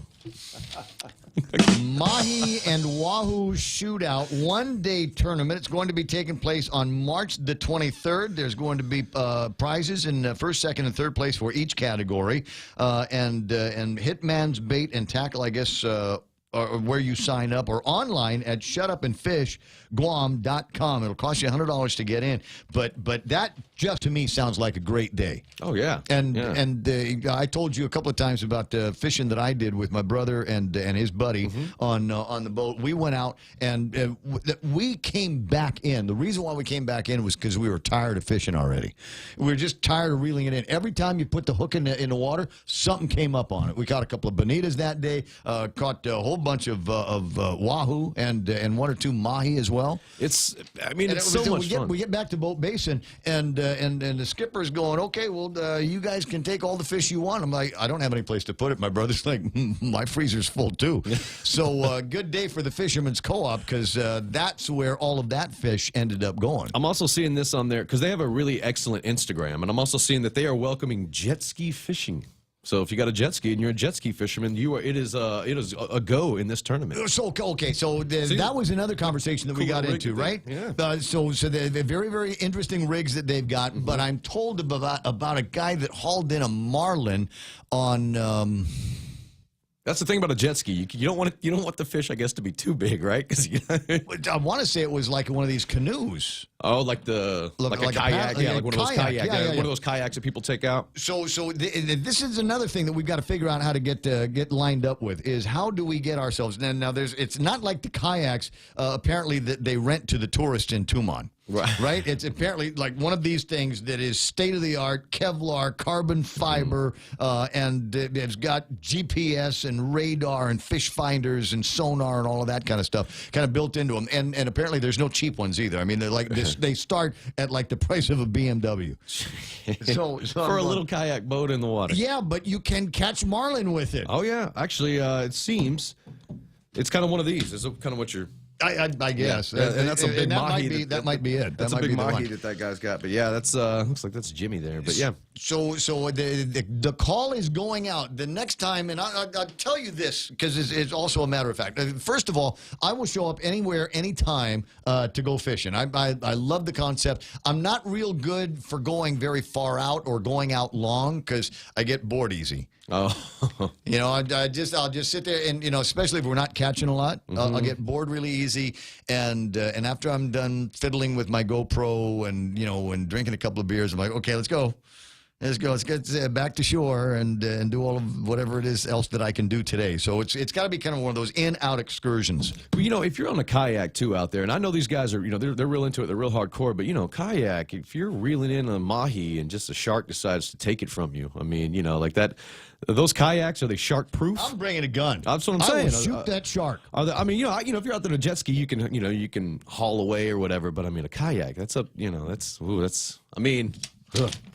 Hats off to him, Hats off to him, yeah. I hear you. 8:29 in the morning, 888-255-8888-TALK, Facebook Live, and Bender, as in Bender from the Futurama, Rodriguez says, where can I see footage of that clown Zerzan? You know what? You can actually see some of it right here. I've got it queued up to about the time where his eyes get the absolute craziest, and then there's a little bit of a back and forth that he's got with Clint Rigel that I can play for you starting right about now. So claims that marijuana is harmless, chill out, it's going to reduce opioid use, this is nonsense. So I don't ask you, I beg you, as a member of this community, do not pass this law, okay? What's the rush? Why don't we wait and see 20 years from now if the problem in Colorado is as bad as Vancouver? Why don't we wait? Why do we have to jump off a cliff because all our friends are jumping off a cliff? Okay? Does anybody have a question or comment for me? Is that basically a mic? He basically said mic drop with that, right? I'm all done now. Obama I've said everything out. I was going to say. Drop mic and go for it. Like I said, there's a little bit of a back and forth that he does with Clint Rigel. Clint wanted to make a couple of corrections or add on to some of what he was talking about, and it rubbed Paul the wrong way, and it called him a liar, suggested he was high, and then Clint Rigel asked him to leave. The thing is, it's just the irony that you're asked to leave a public hearing about weed, and it seems that the only person in the room that actually could use it, I mean that wholeheartedly, like they could actually use it as a tool. Comedic fashion. I mean it in a comedic fashion. I mean, there's somebody right there that I've never seen anybody that more than ever needed to chill out. That guy clearly has. I mean. Yeah, he just a couple of tokes and put on some Yanni and he's clearly never done it at all, ever, like in his teen years. I don't think he's ever had any fun in his life. Doesn't seem like it. Doesn't seem like it. Hi, Paulie. I wish you very, very good luck, but I don't know that you did your side any good in the conversation. 8:31, and we'll play a couple more of these videos as we get closer and closer to the end of the program here and the beginning of my weekend. So, you got plans for the weekend? Just watching sports. That's all I'm doing. I'm doing it all for the job. I love to work, Ray. What can I say? 8:31 in the morning, and that's all the time we got to pretend to talk about sports with Blake Watson and Michael Knight. This is Ray Gibson, and we'll be right back after this, and I'll take a look at some of the headlines today. Save big. Save really big when you bundle up your insurance policies with Nanbo Insurance. Insure your home, auto, motorcycle, or business with Nanbo and enjoy great savings, up to 50%. When it comes to insuring your property, no one knows better than the company with over 50 years of service to the community. Don't compromise the things that matter to you most. Call Nanbo today at 477-9754 or visit nanbo.com for more information. Nanbo Insurance, serving you since 1968. Oh, I love that. Bender Rodriguez. That's sweet. Can I just say that Bender is easily one of my favorite characters on Futurama, even more than the chick with the one eye. James Howard's online. Evelyn Z. Campus says, you have a fishing partner, Dr. Campus. Okay, well, let's go. Let's get the boat and go, and Michael Knight can come with me. Yeah, because that's my doctor. Somebody got to bring the cooler. That's Mike and I. We could do that.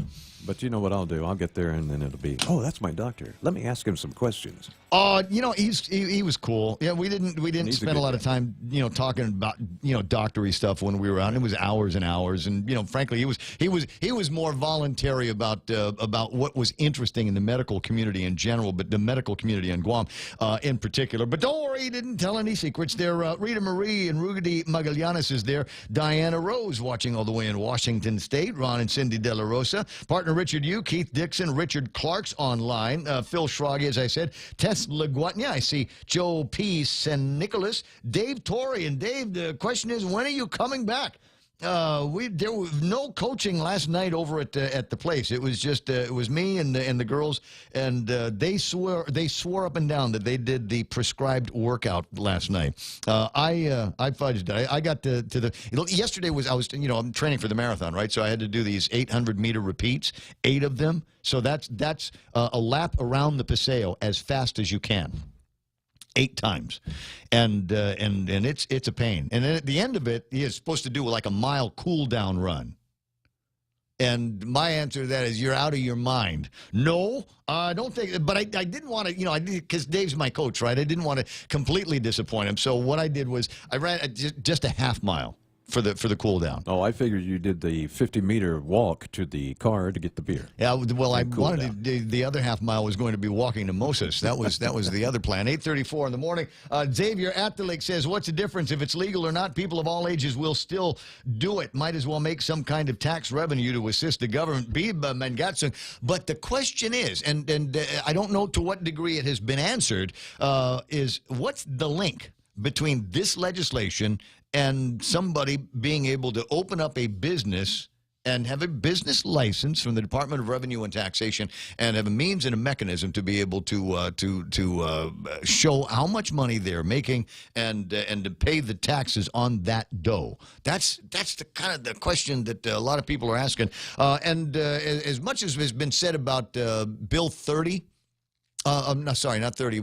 I guess it was Bill 30, the GRMC, and not knowing how much that was going to cost us because of the question marks in the fiscal note. I wanted to know if there was a fiscal note on the measure for medicinal or recreational marijuana. There is. So while I'm reading the newscast, I'm also going to read up on this and see if they have come to some kind of a conclusion about how much tax revenue we might be able to see from this measure in year 1. Oh, you're going to do that weird thing where you read with one eye and then read something else with the other one, yeah?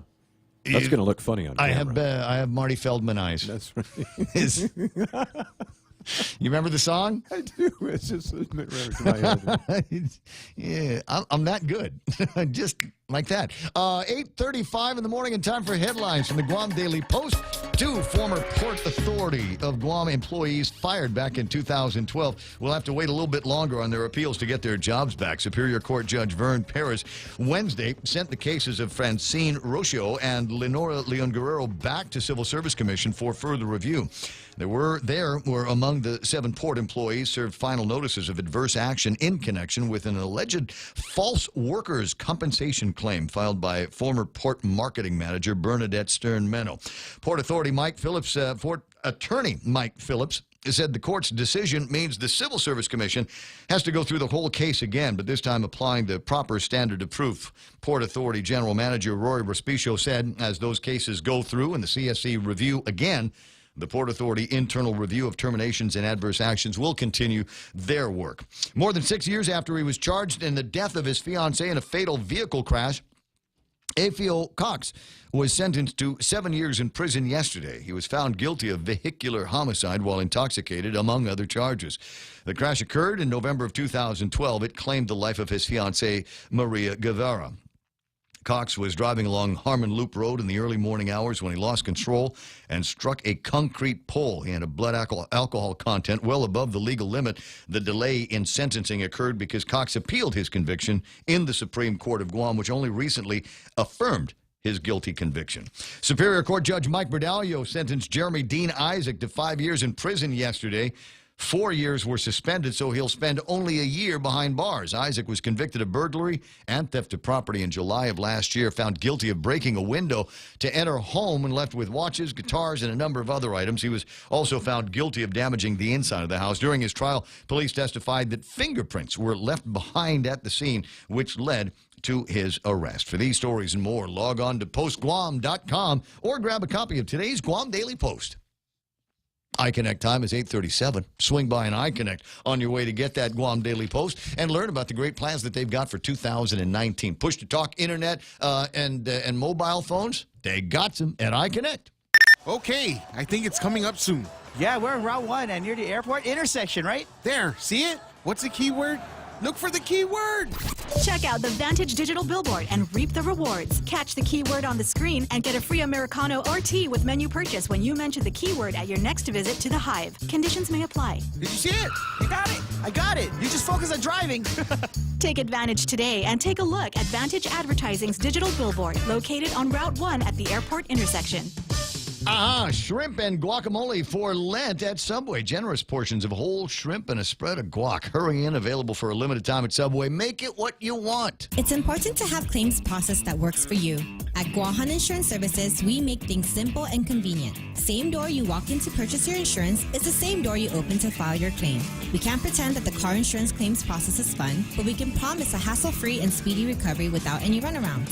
For your home, auto, and business insurance, visit us at the Camacho Landmark Center on Marine Corps Drive in Tamuning. Don't forget to like us on Facebook or give us a call at 475-1162 or text 929-SAVE. That's 929-7283. Hi, Dave.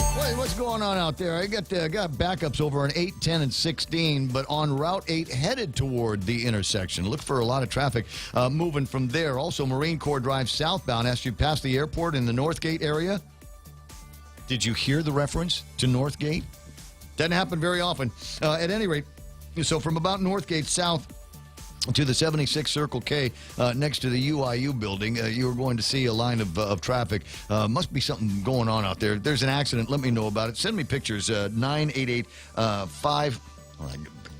I cannot see it. 5874, 988-5874 is our WhatsApp number. Shouldn't be any major problems getting into the downtown Agunya area from Route 8, Marine Corps Drive, or Route 4 at this time. Might be a little bit busy for you if you're trying to head to Navy Hospital, and a little bit of a line of traffic trying to get into Big Navy and Sumai, but I don't think it's going to be anything crazy. 20 away from 9, that's right now traffic on The Point. Guam Regional Medical City. We bring the healthcare advances of the world directly to you. We are an acute care hospital that complements your needs with our robust outpatient specialty clinics. From preventative care to critical care, we strive for consistent excellence at GRMC. Our core philosophy is where patients are partners, which means we work as a team to make a healthier version of you. For more information about GRMC, visit us at grmc.gu.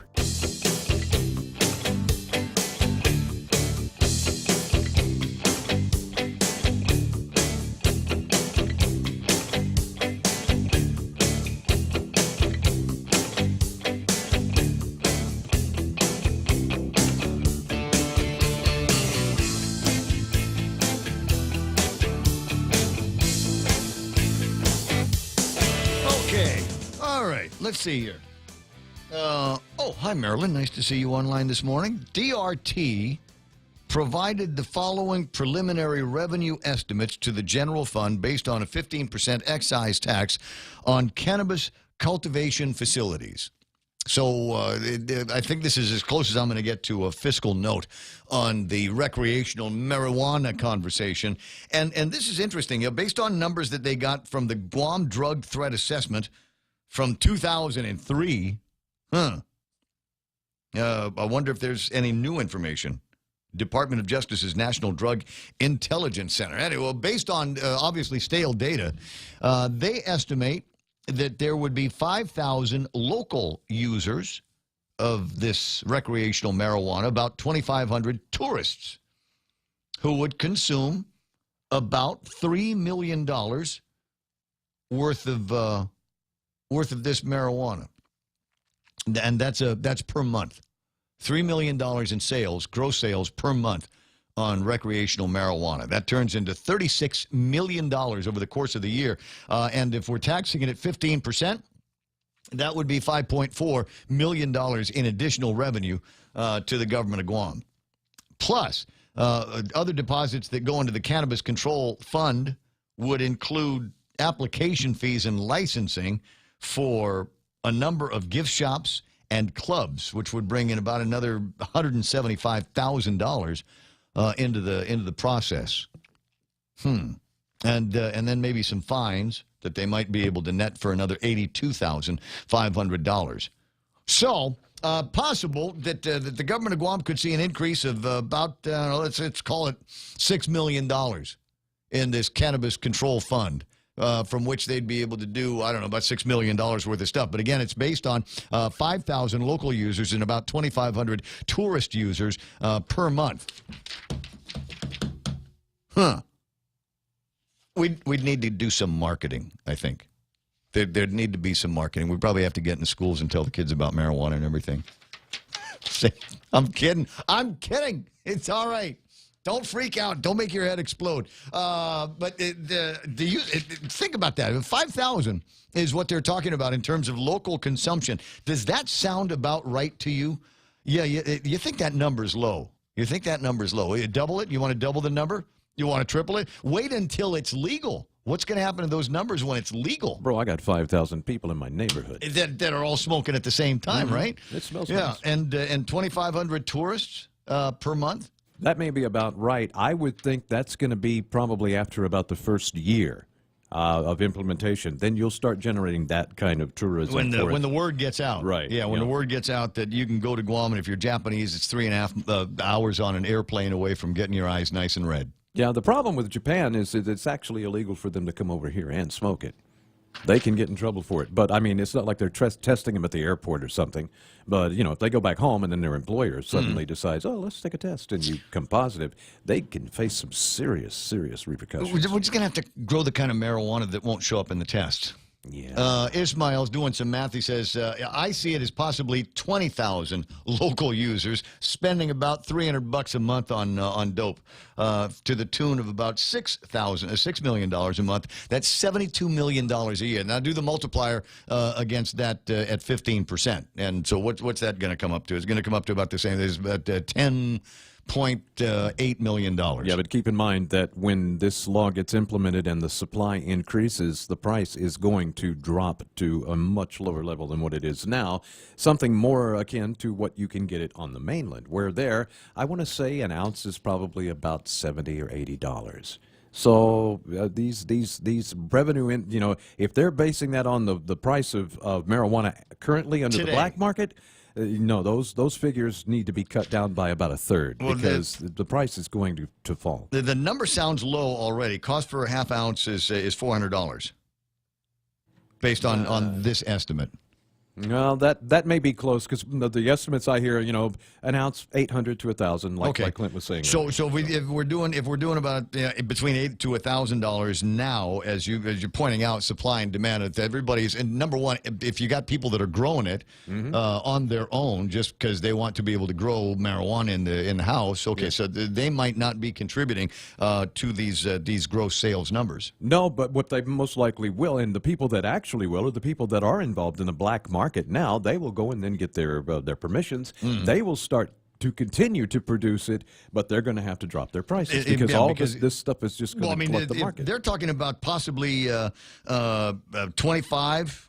Maybe 35 businesses that would get these application fees and the licenses, maybe more, and so there's going to be competition. Yes, I'm sure that the price of vape has probably gotten reasonable for people based on the number of places in the different villages where they're selling vapes. I don't know. Ask Oregon how it's going because they wound up with an oversupply of marijuana. They could not get rid of it fast enough. 8:46, feed it to the animals. Then they'll be happy when we kill them to eat them. 8:46 in the morning. My buddy Ken's back on the line. Hey, Ken.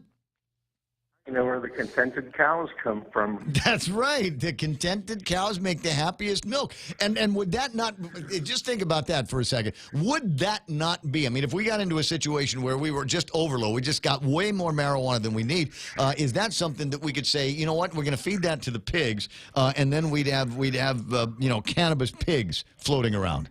And now would that, I don't know that you'd get any THC hit from eating those pigs, but, they'd make a great marketing pitch. It would, but right now I'm here at the legislature getting ready to testify on Bill 29, the effort to sneak casino gambling in the back door. Think about it. Gambling is illegal, but we're going to spend time and government effort and resources creating rules and regulations for an illegal activity. That almost sounds like a miscarriage of justice, an illegal use of government funds. But if we were to, I mean, their whole justification is false. You know, the whole reason we're going to legalize casino gambling is so the mayors can get money to hold a wowie bangy. No, that's for real. They aren't able to make any money on the carnival and the liberation because there's no casino. I know. And there's no games of chance. If we take that line of logic, Bill 30 just gutted Guam Memorial Hospital. Now we have to support 2 hospitals. What better way to support 2 hospitals than to have the mayors write up the rules and regulations for another illegal activity, prostitution. And then we can say, we're doing it for the hospitals. This money is for the hospitals. But earlier in your news, we pointed out that government and Guam retirement is $1 billion in the hole, and all the departments coming up for budget hearings are asking for more money, not less. So we need another source of revenue for government of Guam. I mean, Department of Education, they asked for $100 million more this year than last year. Well, let me ask you this question. I mean, I'm sure I know the answer to whether or not you are a supporter of prostitution and turning that into something that is legal that we look the other way on around here. But how do you feel about casino gambling, casino gaming? I mean, are you one of those guys that is high on the moral horse that says we're not going to ever have casino gambling on Guam? Casinos are bad, and it will be the scourge of the island, and it'll be the ruination of families, et cetera, et cetera. Well, let me answer that question by saying I lived in Reno, Nevada for 8 years. And the only reason I can live in Reno, Nevada for 8 years is I am not a gambling addict. But I saw what happened to gambling addicts who came from California to Reno and went back home and lost their jobs, their houses, their marriages, and ended up addicted to drugs and on the streets. But they did. But they went back someplace. But that wasn't Reno's problem. That went back to being California's problem. I know, but where are we going to send the people on Guam? They're going to drive up from Santa Rita, lose all their money, their house, their job, get divorced, become addicted to drugs under Bill 29, and then they're going to go back to Santa Rita, and now it's Santa Rita's problem. And I live in Santa Rita. You know, I lived in Reno, and there were a number of gambling addicts that lost their cars as well, and they ended up living, homeless people all along the Truckee River. Every year, just before winter, the Reno police come and get all the homeless people and put them on a bus and send them to California. Yeah, they're going to be addicted to something, and if they're going to be addicted to gambling, they're already got the bug bit with the what do we got? Pachinko parlors, and we got all of the different Liberty machines and the Pharaohs on Guam. Those are small operations compared to casino gambling. You know, we get casino gambling here. We're going to raise all kinds of money, and the mayors will justify it. Look at the millions of dollars we've raised for liberation. So look, in my mind, they're going to be people that can't control themselves one way or the other. They're going to be addictive personalities, and they're going to be places where they just cannot control themselves, whether it's drugs or alcohol or gambling or sex fetishes and things like that. So the trick is we've got to figure out what mechanism we're going to use to be able to control that. So if we're worried about people that are going to end up with gambling problems, we take some of the money that comes out of the gambling and say this is going to be directed to behavior modification and control. But that's why it works in places like Nevada, because when 95% of the gamblers come and lose their money and they take their addictions back to California, back to Arizona, back to Oregon and Washington, then the taxes that Nevada collects are more than enough to offset the social ills of the small percentage of Nevada gambling addicts. Mm-hmm. Like I said, I could live there because I don't gamble. A lot of people who live in Nevada don't gamble, We were able to live there because we don't gamble. No, I get that. To Nevada and gamble, they end up moving to California. I get that. Maybe I should be clear. I don't have a problem with casino gambling. I'm not a gambler. It doesn't bother me. And if it means that we're going to find some guys that'll do some construction work and decorations and entertainment and shows and bars and restaurants in a centralized casino location that's real pretty and doesn't let people in wearing Zoris, then I don't necessarily have a problem with it. You probably don't remember the poker machines. I remember the poker machines vividly and knew people that had problems with it, and they were substitute for other problems that they had. I knew a woman had a serious drinking problem, and then she discovered the nickel machines, and then she didn't have a serious drinking problem anymore. She had a gambling problem. She had a homeless problem. And no, she never got a homeless problem. A woman drove a Mercedes-Benz, for heaven's sakes. And when they did away with the poker machines, she went back to having a drinking problem. Well, what we're looking at here is we've got a law on the books right now that says gambling is illegal. And now we're proposing to pass legislation to make it, to give the mayors the authority to create rules and regulations for gambling. Now, this is ridiculous. But it's a finite time in a single location. I don't have a problem with it. And frankly, that's not the bill. The bill says create the rules and regulations for gambling. It doesn't say create the rules and regulations for gambling at the Liberation Day Carnival at the Paseo only during the operating hours of the carnival and during Liberation Week. Well, then put that in there. Well, and until it's put in there, it's an open-ended license. I hear that. But and then even that's not the way the bill's submitted. The bill's submitted, it says, let me give you an analogy. The way this bill is written, it would be like having a tire mechanic perform brain surgery. What do you think a successful outcome of that would be? I mean, we're taking the mayor's council and we're having the mayor's council write the rules and regulations on a billion-dollar cash industry that's prone to corruption.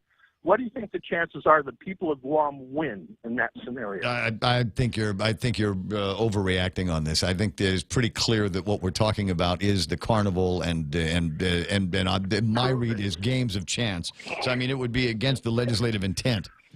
No, well, the legislative intent is to have the mayor's council write rules and regulations for gambling. Yeah. It doesn't say carnival. Yeah, it doesn't say liberation. It doesn't say limited to. It's an open-ended. So you have to take law at its face value. As long as it's an open-ended law, it's a 24/7 casino bill with a casino in every village. All right. Well, I hear what you're saying, and I think it's still really early in the process. I mean, we're only at the public hearing stage. You just got to write that thing in there and watch the legislation as it goes through. And again, my position is I don't have a problem with casino gambling over it in general, and in particular, I have less of a problem with it at the carnival.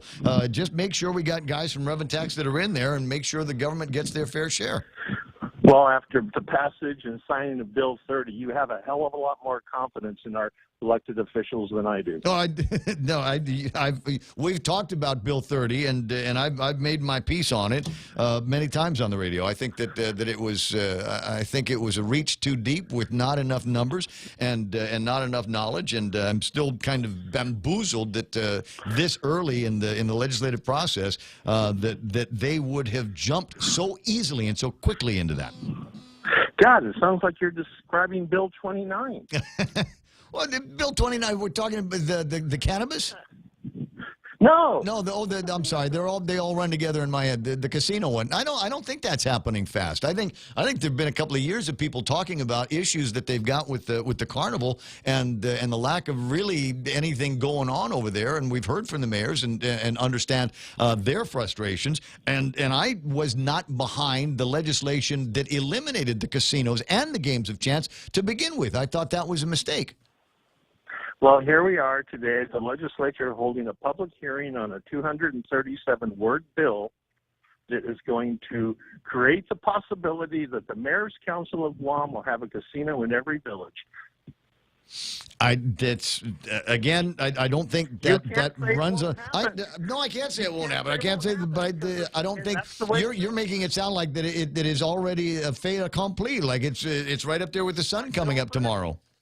Like Bill 30, they got passed with no financial justification or drill down and no legal scrutiny. I cannot disagree with that, so I'm not going to. I'm just going to say I just think you're a little bit more skittish about this than I'd expect. Well, let me close with Mark Twain. No man's health, wealth, or property are safe while the legislature is in session. We've seen that already with Bill 4 and Bill 30. Next on deck, Bill 29. As I said, next thing we'll do is we'll talk about legalizing prostitution. It may already be legal depending on which parlors you're going to. It's 9 o'clock in the morning and darn close to it. Kenny, have a great morning. I'll see you pretty soon. 888-825-5888-TALK. I don't know.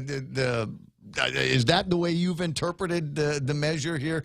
Because I'm just kind of looking at it from the statement on the measure, how they describe it. It is relative to authorizing the Mayor's Council of Guam to establish rules and regulations related to games of chance at fairs. That's what it says. It doesn't say relative to giving the Mayor's Council of Guam the opportunity to rewrite all of our casino laws. So I don't know. Watch for sure. And don't be surprised if the opportunities there for shenanigans, because, anything can happen. Coming up, we're going to be talking about the S10, the Samsung S10. From our friends over at GTA. They've got some, and I don't know, maybe they brought one here that we can play with, actually make a phone call and check the internet or do selfies with. We'll see what happens. 9 o'clock in the morning, we're KUSG. Got you. The Ray Gibson Show continues after Fox News.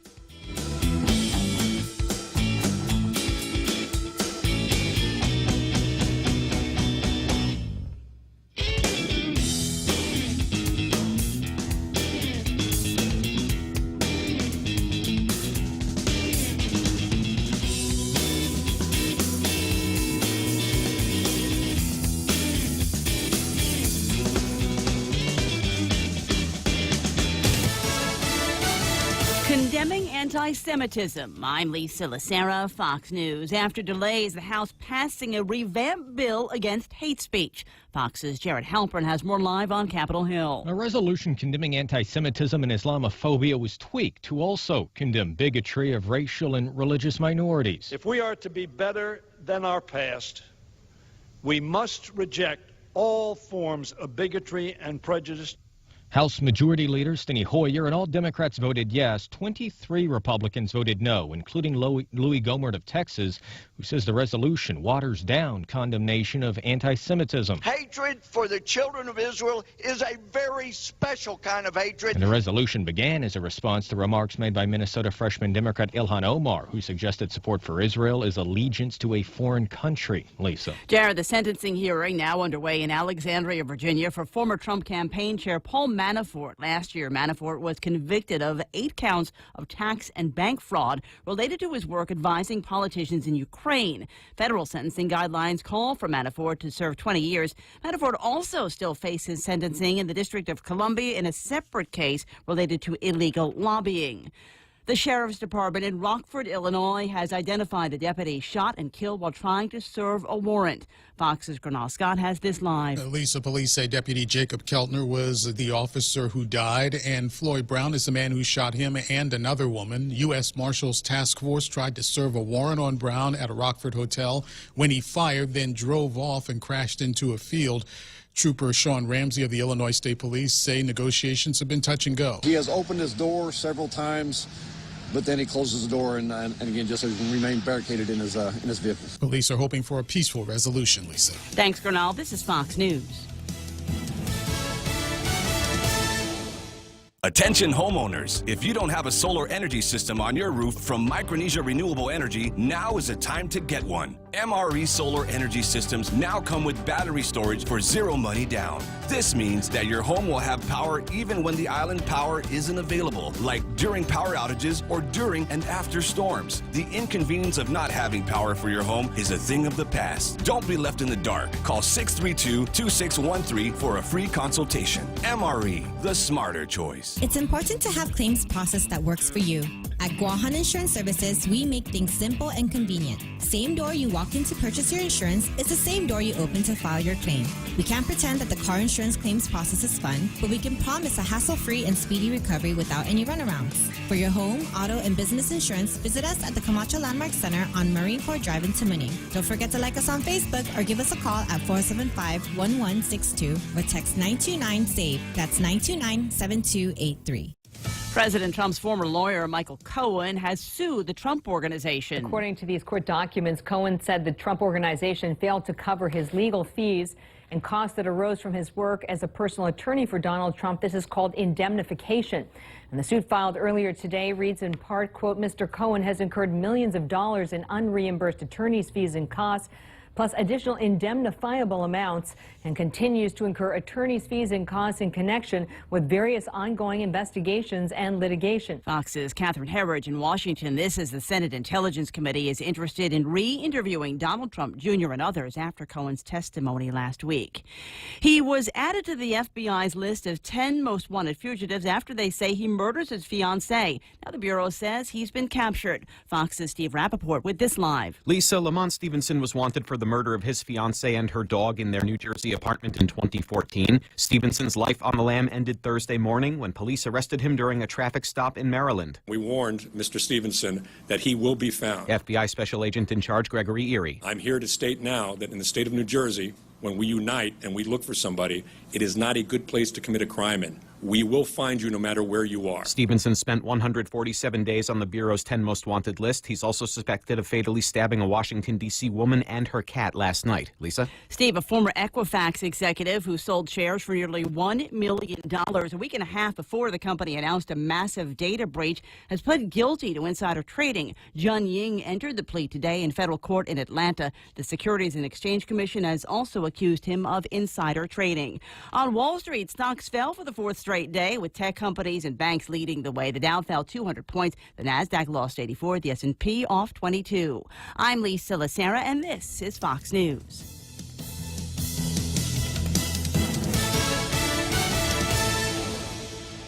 Helen Keller once said, blindness separates us from things, but deafness separates us from people. At Ross Hearing Aids, it's their mission to keep you connected to the moments and the people that matter most in your life. Hearing aid technology has never been better, so schedule your complimentary hearing consultation today. Call Ross Hearing Aids, 637-HEAR, 637-4327. You should hear what you're missing. I love you, Daddy. How's your hearing? It's awesome. I can hear everything. I had it checked 5 after 9 o'clock in the morning. Ray Gibson Show until it's not going to be anymore. We are talking phones in a second, but right now I got to talk grind. It is, as you know, Lent, and they've got a fantastic lineup of Lent creations for you over at King's Restaurant. They like Lent as much as you do because it means they get to spread their wings and some great seafood. I'm a nut for parrotfish. Whole fried parrotfish, awesome. That's one of the leaders on the menu. Parrotfish sandwich, parrotfish and chips, and for those of you that want a whole different version, parrotfish escabeche, tender grilled parrotfish fillet, stir-fried with cabbage, bell peppers, and eggplant, simmered in turmeric and coconut-based sauce, just like Granddaddy used to make it. Find that for lunch anytime during Lent at King's. Security Title is honored to join in sponsoring Ray Gibson on The Point. Half a day. I'm Rita Tidegui of Manila, and this is where I start my day, listening to the voices of our community and sharing thoughts about issues that affect all of us. It all boils down to our people and our land. Ingatan ang iyong tahanan, protect your home. When purchasing or refinancing your home, remember to call the professionals at Security Title, just like you call Ray Gibson in the morning.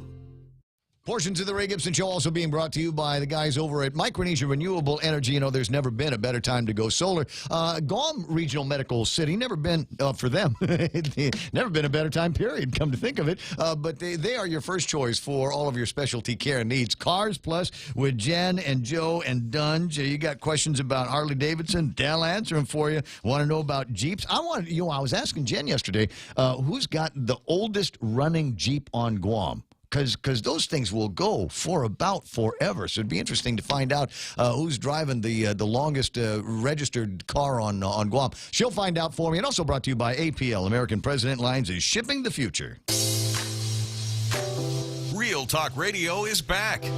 The Ray Gibson Show. Morning talk that matters. Call now, 888-TALK. That's 888-8255.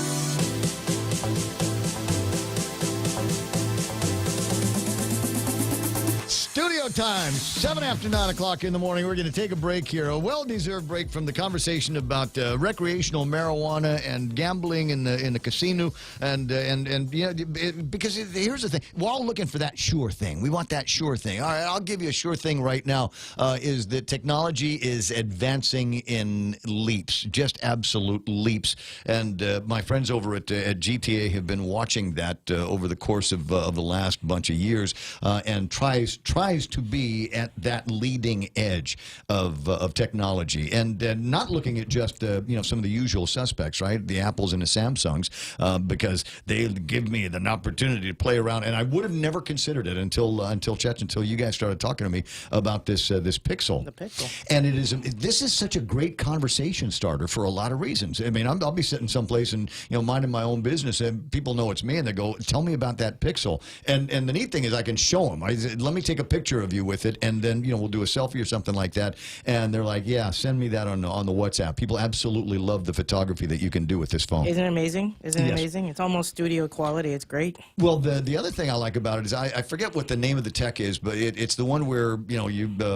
there's frames. It doesn't just take a single picture. It takes multiple shots, and you can scroll back and forth and pick out your favorite one. Yeah, that would be Top Shot. Top Shot, yeah. Yes. So I'm crazy about this phone, and the battery life has been absolutely terrific, and so lots to love about it. One of the things that the phone came with, and first of all, there's no headphone jack on this phone on the Pixel either. We'll talk about the Pixel. And we'll talk about the S10 from Samsung in a second. It's just got the D interface. All right, the D USB. Type C. Type C USB. It's got that one on it. So everything gets plugged into. That's the primary interface with the outside world to get things into and out of it is with that Type C USB, including the headphones. Yep, the Pixel C-Buds. And I thought, well, okay, there's something about that, but there's another interface that came with it, the Type C, and then a regular USB. And what's that for? That one is to transfer. So when you're switching phones, say you're switching from an S10 to a Pixel or vice versa, you use that to transfer your information from one phone to another. Can I give you another use for it? You probably already know. But you can plug another phone into it and it will charge. So if your Pixel's got extra battery on it, but your other phone, and there are a lot of people these days that I'm seeing that are carrying two phones, like me, you can charge one phone with the other. Oh, just wait till we start talking about the S10. Yeah. Oh, really? Just wait till we start talking about the S10. So we'll get around to that. But first of all, the ladies came in with loot, recognizing that today is the International Women's Day. Yes, sir. I'm glad that you came in and told me, because otherwise I had no idea. So he said, "You got to change your shirt." Come on now. on the camera? Yeah. Just put it on over. No, there you go. But I like it. The pink makes my tan pop, so we're definitely going to be wearing this. Brings out the color in your eyes. So International Women's Day. How is GTA involved in that? Or is it just something we're doing in the office? Well, it's something we're doing in the office, but, one of the things that we're pretty keen on over at GTA is that we really want to promote the women in tech. And there are so many fantastic women at GTA who, over the years, we've got some women at GTA who've been with us for decades, and it's awesome. And they're like the institutional knowledge. We've got Lupe Guzman, who works out in our construction department. We've got Nakrina Mendiolo, who basically runs the place. Yeah. And and whether or not you realize that these are women in tech, they are the women giants who've kind of brought us to where we are now because they are the institutional knowledge, and we want to celebrate that. And so this is why, you know, the girls have pink shirts that say Women in Tech. I have the black shirt that says Balance for Better, which is kind of a different spin on the International Women's Day theme. My daughter will have one for when she gets out of school today. And your daughter will have one. And we just want to celebrate it. And not just at GTA, but everywhere that, you know, tech has always been kind of a guy's kind of realm. And women have done tremendous things in tech, and so we want to celebrate that. You know, my sister worked at Cuentos with those guys all those years ago, and absolutely loved playing around with it. I mean, she never got to the point where she was doing any serious programming or anything like that, but always thought it was fun to watch the guys in the back. You know, I used to do this contest where I'd give you numbers like on a telephone keypad, and those numbers would translate into some kind of unusual or provocative phrase. You know, it's the Ray Gibson Show, so it's going to be something, right? Of course.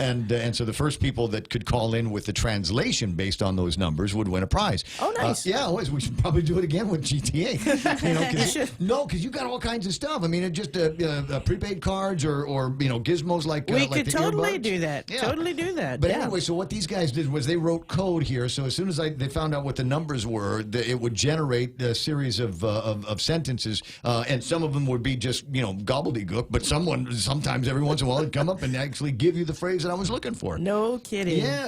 See, that's cool. There's smart guys, and there's smart girls out there too. I've got to say this. I'm thinking about you ladies here in your version of telecom, but you know, obviously in the times that I've spent in radio and in television and telecom myself, I've got to say I've always been impressed by some of the work that the ladies have done on their own. And things, you know, departments that they have led and innovations that they were the first to see. Yeah, taking the initiative, you know, and that's the thing that most women bring to the workplace is that they take the initiative and take us down a different road that, you know, men don't normally look at. Yeah, well, you know, it's different systems that we cram together, Absolutely, right? absolutely. Sometimes you see an opportunity where it might be invisible to somebody else, which is always a very, very cool thing. I was thinking there was another thought in my head about this, and I'd mentioned yesterday a Help Wanted, and I think this is a perfect job for a woman in technology, and that is they're beginning to market, and you guys got people like this. It's social media marketing. Oh yeah, I mean it's the next thing. I was reading about somebody working someplace, and that was part of her job description. And so IP&E, the shop I was talking about yesterday, they're hiring somebody for marketing, but specifically in social media. Yeah, it's incredible. I mean, social media has come to such a place. I was listening to a podcast the other day, and someone said, you know, social media is the toilet of the internet. I thought, you know, that's a little extreme, you know, but that's, of course, if you're only focusing on the bad stuff. But like over in marketing at GTA, I mean, we've really transformed in the past few months, and social media has just become this giant that we're just looking at and going, you know what, we can be a part of this. And we have all the things in place. It's funny how when you sit down and you think about all the things you have, all the elements you have, you realize I have everything I need to do what I need to do. Yeah. And the guys over in our marketing department are fantastic. The girls here over in product give us so much stuff. And we've even heard, like, you guys are kind of bringing your game up. We've done, to launch the S10, we've done these fantastic 15-second videos on all these great features. And that's all stuff that are reaching people on their phones or on their computers, because that's where it's going. That's where advertising is going. We are. That's where we are right now. Absolutely. Put the radio station on Facebook Live and on YouTube Live, and it's available as an on-demand product, any speaker, anytime, any screen, anytime. And there's, you know, any number of different ways that we interact. I mean, it used to be that you know, it was a talk show and a caller-driven talk show, but anymore, you know, I'm here talking, and people can chime in on Facebook Live, and often do. Sometimes they're agreeing with me, sometimes they don't. Sometimes they're agreeing with my guests, sometimes they don't. But you've got the interaction, and it's right there in their time, not mine. You know, at their convenience, not mine. Yeah. Which is, you know, it's the great democratization of social media. So I'm glad that you guys are a big part of it, and I'm glad that you're recognizing women in technology. Absolutely. And so if you know somebody that's swimming in that deep end of the pool, today is the day to honor them. In fact, the day to honor all of the women that we've got here. And also in the studio, I got Kat's over there. How you doing there, Kat? Great, I'm good. And then Asia, and that's Ron and Cindy's daughter. Because I'm looking Tammy. at Tammy. So I'm looking at going, wait a second, I know this girl. Why is your face so familiar? Because I've met you once upon a time. She was probably like many times ago. Yeah, have I told you everything about your dad that your dad hasn't told you? Probably not. Probably not. Okay. Here we go. We'll spend some We'll have time. to do that off air. He's all nervous. Actually, there's somewhere around here. In fact, it's a picture I took with the Pixel at the end of a race with your old man and I. It was at the race at the airport, and we were there together. And near as I could tell, I posted it up on the Class of '80 group chat, and I said, "These are the two youngest looking guys in the whole bunch." Right? Because it's a fact, Jack. Anyway, 9:17. Asia's in the studio. Now we're going to talk a little bit about the Samsung S10. And is there a Note version of the S10? No, not yet. Not yet. That will but they are talking about it. Yeah. Okay. Forthcoming for sure. Yeah. For sure. So there's three versions of it that I noticed in your marketing that you were pushing. So what's the difference between all three of them? So we've got the S10e, the S10, and the S10 Plus. With the S10e, it has 3 cameras. So 2 cameras in the back and a single selfie camera. With the 10, there are 4 cameras. So you got 3 cameras in the back and a single camera in the front. And with the 10 Plus, we got 5 cameras. Okay, So why do we need so many?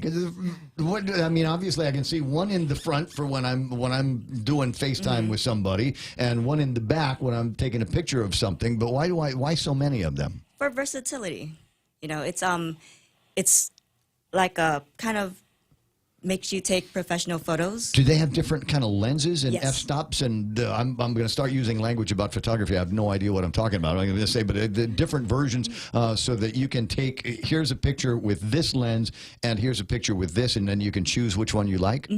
So the back camera, for example, with the S10 Plus, we have a 12 megapixel wide angle. Yeah. So that's just for regular photo taking. And then we have a 16 megapixel ultra wide, so you can get a panoramic view. Oh, nice, Yeah. nice. Yeah. And the greater pixels means you've got higher resolutions. That means if there is something in there that you want to zoom into or crop differently, you're not going to lose a whole lot Correct. of Yeah, information that's where the on it. telephoto lens come in. Yes, okay, Yeah. I see.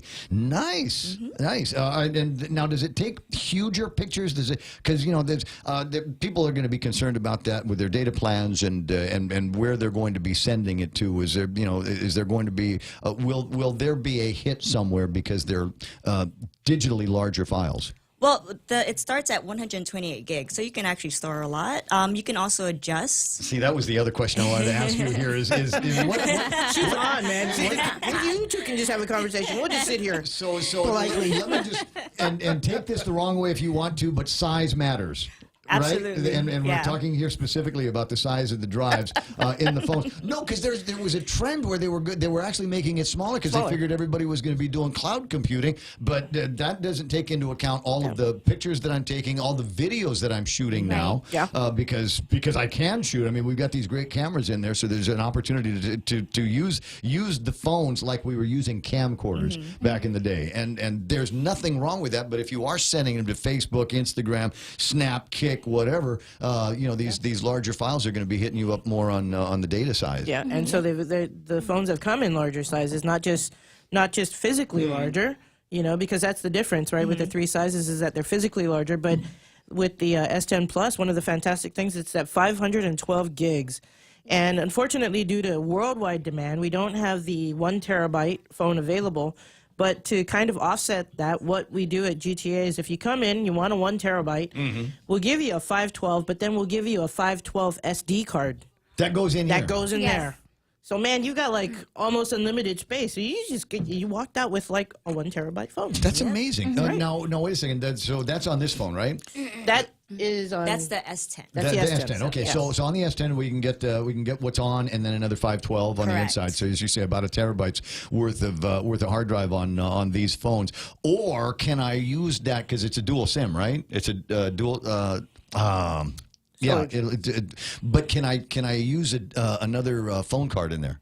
Yes. Yes. Yeah. Yeah, that's what I thought, because everybody, with the S8, people had the opportunity. And if you're doing some traveling, sometimes you want to be able to have something from Global in the Philippines or something that, and your GTA SIM in this phone, and then just use both of them. And they're very, very, Samsung has done an outstanding job with that technology, Yes, so that they you can have. dual fire different SIMs. And when are we coming out with the eSIM? Is that I've got to talk to the product people. That would about be, that would be the product people. I'm just here to pat them on the back. But I'm going to get this wrong, so I'm glad I got product people to talk about it. In the future, there is going to be an eSIM. So right now, we've got a card, if you get a phone, you're going to get one of these, right? You'll get one of these, and it'll have the little thing that you knock out and you stick in the phone. But in the future, the SIM is going to be electronic, embedded into the motherboard of the phone. Why do we want that? Well, that also works for, I guess, another way to do dual SIM. Instead of having two SIMs physically, it'll just be easier. So I to have the switch eSIM out. and then another place, another card tray to put the deal in. All right, but the other thing is, everybody's got partnerships and relationships with different carriers around the world. So it's possible that eSIM here and a deal that I have on roaming with GTA, I'd be able to go to California, New York, someplace like that, get off the plane, and the eSIM would start pinging off to all the different phone companies and go, that's the one I'm associated with, and automatically lock in with that. And because of the nature of the relationships with all of that data sharing anymore, select for me the cheapest one, which is very, very interesting technology. It's not, I don't think it's ready for prime time yet, but with that rolling out 5G technology and all of these other things that are down the road, don't be too surprised how radically different the phone in the next year or two is from today. But today we've got the Samsung S10s that are out there. Again, 3 different versions of them that you can get today. Yes. We have them right now. Yep. Yes, there is a limited supply at all our retail locations. So with the S10e, we are expected to have them in Prism Black. With the S10, we will have them in Prism Black and Prism Green. So with the S10e and the S10, they are available in 128. The S10 Plus will be available in 128 and 512 gigabyte. That will be in Prism Black. That is available right now. Now, is this one of them? This is the S10. But what's the color? What's the style on this? That is the Prism Black. Prism Black. Okay, Yes. all right. Because I'm looking at it, and to me, it looks like Deadpool. It's got the red and it's black. So I thought It has a case on it, so we will have cases available. Oh, Yes. it's a case. All right. So the deal is I get to play around with this for a week. Yes, sir. And put it through its paces, take a whole bunch of pictures. So when you see me post on Facebook or Instagram or something like that, any of the pictures that I'm taking are going to be coming from this particular phone. And you can tell by looking at the back that it's got lots and lots of different cameras and lots of different sensors on the back of this thing. Anything else? What else is cool about this phone? Power share. Power share. Yeah. Wasn't I just talking about that? That's the charging. No, this is capability. even better. This is even better. So Better. what you can do is you can actually use Girls your and phones. I love this. Women in technology. Oh, It just makes sense. Girls and Right? phones, right? So all you have to do is activate wireless share on the if you drop down on the tray menu, Right. and then turn on power share. So what I'm gonna do is I'm gonna take this phone, face it down. Take his Pixel. Oh yeah, I can use your Pixel. Okay, yeah. And then I could just charge it, and it's charging. You're kidding. Isn't that awesome? That is so super It'll cool. charge your That's earbuds too. No, that's ridiculous. No, I can't do that. NET wireless. No, okay, so Ray is perplexed, You want- everybody. okay. We have stumped Ray. this is the S10 phone, and it's got power sharing on it. And then you take this phone here and you slide it on the back, and I feel it vibrating. And now you can see that the little timer came on. It said, okay, this is where the charge is, and here's where it's going. And I'm not using anything other than a phone to charge this phone. That's cool. I'm sorry. That's worth the price of admission right there. It totally is. Who thought of that? What genius at Samsung? We did. said, We "Man, told them. We're like, you know what? You got to do this, you know? The women in So technology. they did it. This is what women in tech do. Incredible. It's I'm really astonished. incredible. Now you really got to wear your shirt today. Totally, Ray. Definitely. Totally. So we got cases already for them, and they're available right now. But now what are we telling customers that may already have a contract, and it might be a contract with another telecom company, or it might be a contract with you guys. How do we get people that want to be the early adopters on the S10? How do we get them in the door? Well, if they're under our handset payment option, they can upgrade to the S10 easily. Okay, but that's if you heard the commercial 2 months ago, Right. and you already got yourself lined up in it. Right. But if you're not, yeah, just come on in. Yeah. Just come on in, and we'll take care of you. Just come on in. You can walk away with this phone. I mean, you can walk in and walk out with a phone, not having to pay anything, any down payment. Yeah. And we'll work it all out for you so that you get this fantastic phone. You get this fantastic plan. We've got plans from 55 to what? $75? Yeah, our $55 unlimited plan. Our $55, yeah, absolutely. And Aisha can tell you a little bit more about that, about what we can offer our customers. We actually have a lot of different options. So like you mentioned with those who are coming from other carriers, or those who currently are with us either in a 2-year or in a current HBO plan, which is that month-to-month device payment. There are so many options. So what we want to just let customers know is to either call in or come into our retail store today, because I know everyone has that big excitement about the S10. Yes. They want to see what it's about. They want to see what else it comes with, which, by the way, just to mention quickly, we do have our Samsung Gearbuds available as well. That is on a limited supply. Like we did mention, there is a high demand worldwide just for this phone. Yeah. So we'll be receiving more stock as the days go by. So let me can we spend some time on this? I'm a wired headphone guy and kind of always have been, and I don't currently own any kind of buds with the phones, but I'm seeing your daughter might steal those. Yeah, I want to be very careful about where these get placed. So these little batteries on the inside, and they're connect with to the phone, right? Yeah, and they can be How charged. do I charge them? On the phone. You can charge them on your So phone. I could take this and The and Qi stick it on charger. the- Yeah. Yes. But otherwise, how? This is the thing. It all comes in here. Yeah. Very, very small, and so okay. I think I see what's going on. So it's not just a carrying case. It's the charger. Yes. So you put the buds in here, and you plug this into the phone, and then pretty soon you're going to be able to run or exercise or clean or cook or just do whatever it is that you're doing with these headphone buds. Now, couple of product questions. I'm not. I know about Bluetooth, and I remember the early versions of Bluetooth, and frankly, it didn't sound good. Have they made modifications? Oh, Have we adjusted so that Bluetooth sounds incredible now? It does. It sounds incredible. They're right now on Bluetooth 5.0, so the sound is incredible. When you put that on, you won't hear anything. No outside. external noise? Yeah. And now, do these have good battery life? Because, I mean, that's the thing. If I got wired headphones, it's going to work because it's plugged into the phone. But, I mean, these are going to be rechargeable. Do these have good battery life, too? It does have a good battery life. It also has a good fast charging. So what's nice about that, because it's wireless charging, if you have your phone with you, you just... They're right there together. Okay, I'm gonna definitely put this through the paces as well, because you're talking about listening to podcasts, and there are no short podcasts.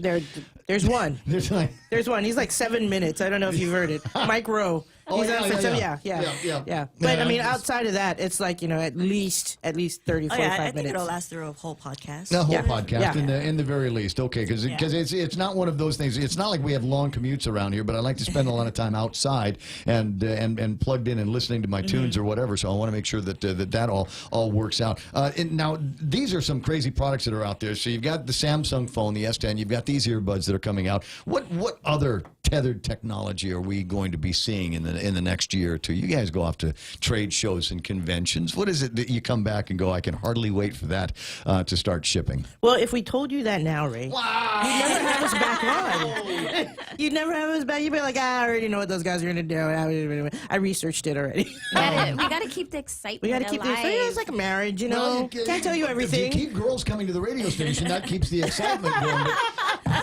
But we talked about different ways that you can get into the technology and really use it. So at my house, my base communications is a GTA modem. Yes. Right, everything and everything talks to the GTA modem. I have a security system, and if something happens at the house, if there's a change in the alarm conditions, the gizmo will talk to the alarm. We'll talk to the modem and GTA, and I'll get an email that says that something has happened at the house, and then I can go and log into my security system that is also connected wirelessly, as it were, to the to my GTA modem. Your daughter's never going to have male visitors. We're just putting that out there. Everything that there is to know, I know exactly what's going on. Big brother, in my part big father, in my neighborhood all the time. But what are some of the other things that are out there in the future that we'll be able to talk to that GTA modem and Well, you know what? Actually, Kat is working on some stuff. What we call the Internet of Things, and Kat's got some stuff. Unfortunately, we weren't able to bring them in, but That's definitely another show. Well, but let Kat tell you about it because we got some cool stuff. Well, you guys are coming back next week. Yeah. To pick up the phone. And okay, talk to you some more. So all right. So next week when you guys come back, we can talk about some of the Internet of Things, and to a degree that's already happening in a big way. I've given you a couple of examples, but there are so many more pieces of technology that are out there. That there's Gizmo that you can tell on your phone. Say, I'm coming home. Turn the air conditioner on now. Yeah. Hot water heaters. Turn on the lights. Well, let Kat tell you about what we've got that we're pretty excited about that you might actually even enjoy is a pet feeder. Oh yeah, that thing's pretty cool. So with this pet feeder, you can actually download the app. There's a video camera, and so you can actually check on your dog or your cat, and then time it to release food. Right. Or like do it from remotely from your phone. There are going to be people that maybe don't have that kind of relationship with their pets that will not understand. How does that happen? How does that happen? If you've got an animal, and trust me, there are people that are doing it today, and you just don't know. They'll call the house, and the answering machine will pick up, and they will talk to their cat or their dog through the answering machine. Oh, right? yeah. So with this pet feeder here, I am assuming that part of the features and the benefits is you'd be able to control the pet feeding. But it'll have a camera and a little speaker, so you can talk to little Muffin and call Muffin. It's time to eat. Come on over here. And or if you're running home late from work and your dog needs to eat, like, hey, okay. Do they have one that will take it outside to pee? Not yet. Not yet. Not yet. We're getting there. So us women are like working 5 years. Yeah, the women are working on it. The women in tech are working on that because that's also going to potty train. See, it's all about the girls in technology. So we'll see you guys next week, and I'll give you my full report on how this Samsung S10 feels, and Awesome. And take pictures. So if you are one of the women in my life, expect sometime over the next couple of days for me to get next to you and take some selfies. And try not to go around and grab everybody's phone and be like, "Can I charge you?" I'm good. No, I'm totally going to do that. I am totally going to do that. You know, and I'm going to do it with people that have apples.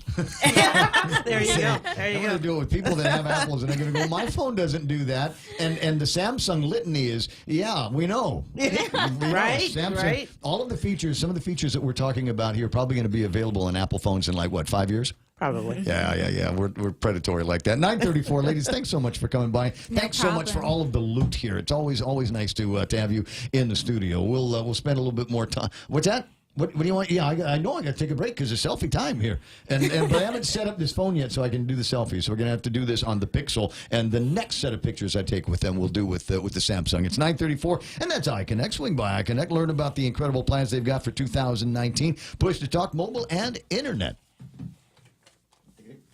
What happened? Where'd it go? That and that.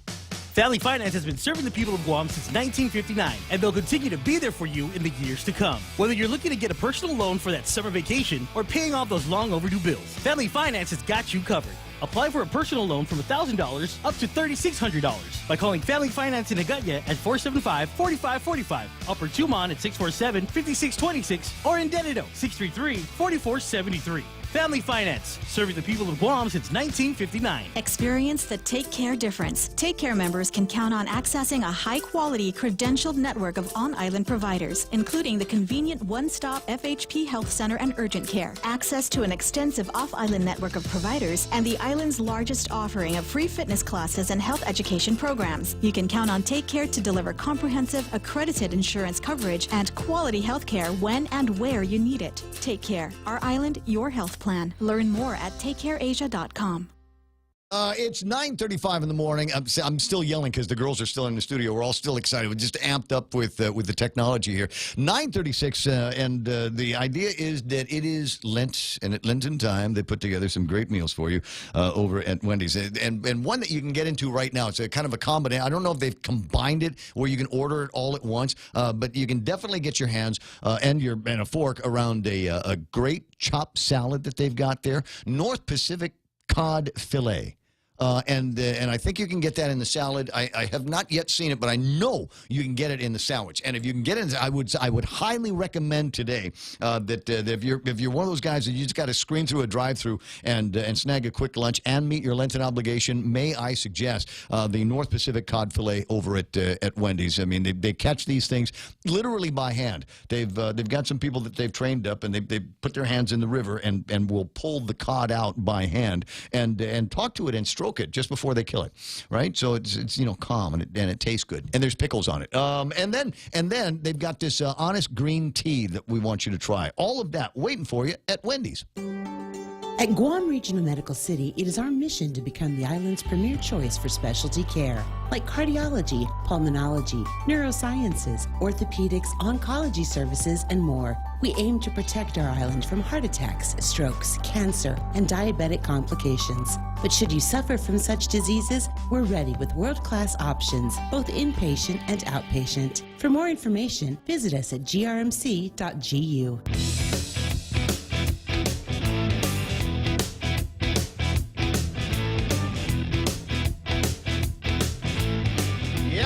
Yep, honey, can I borrow your phone? Mine is dying. And the husband says, power share. Nice. Tom Van Engen joined late. The guests were from GTA, and they've got the Samsung S10s. They got 3 flavors of them. I think there's how's it doing that? How's it doing? I didn't touch anything. Is that a reflection? Oh, it's the camera. Oh, that's cool. I've never done anything like that before on the show.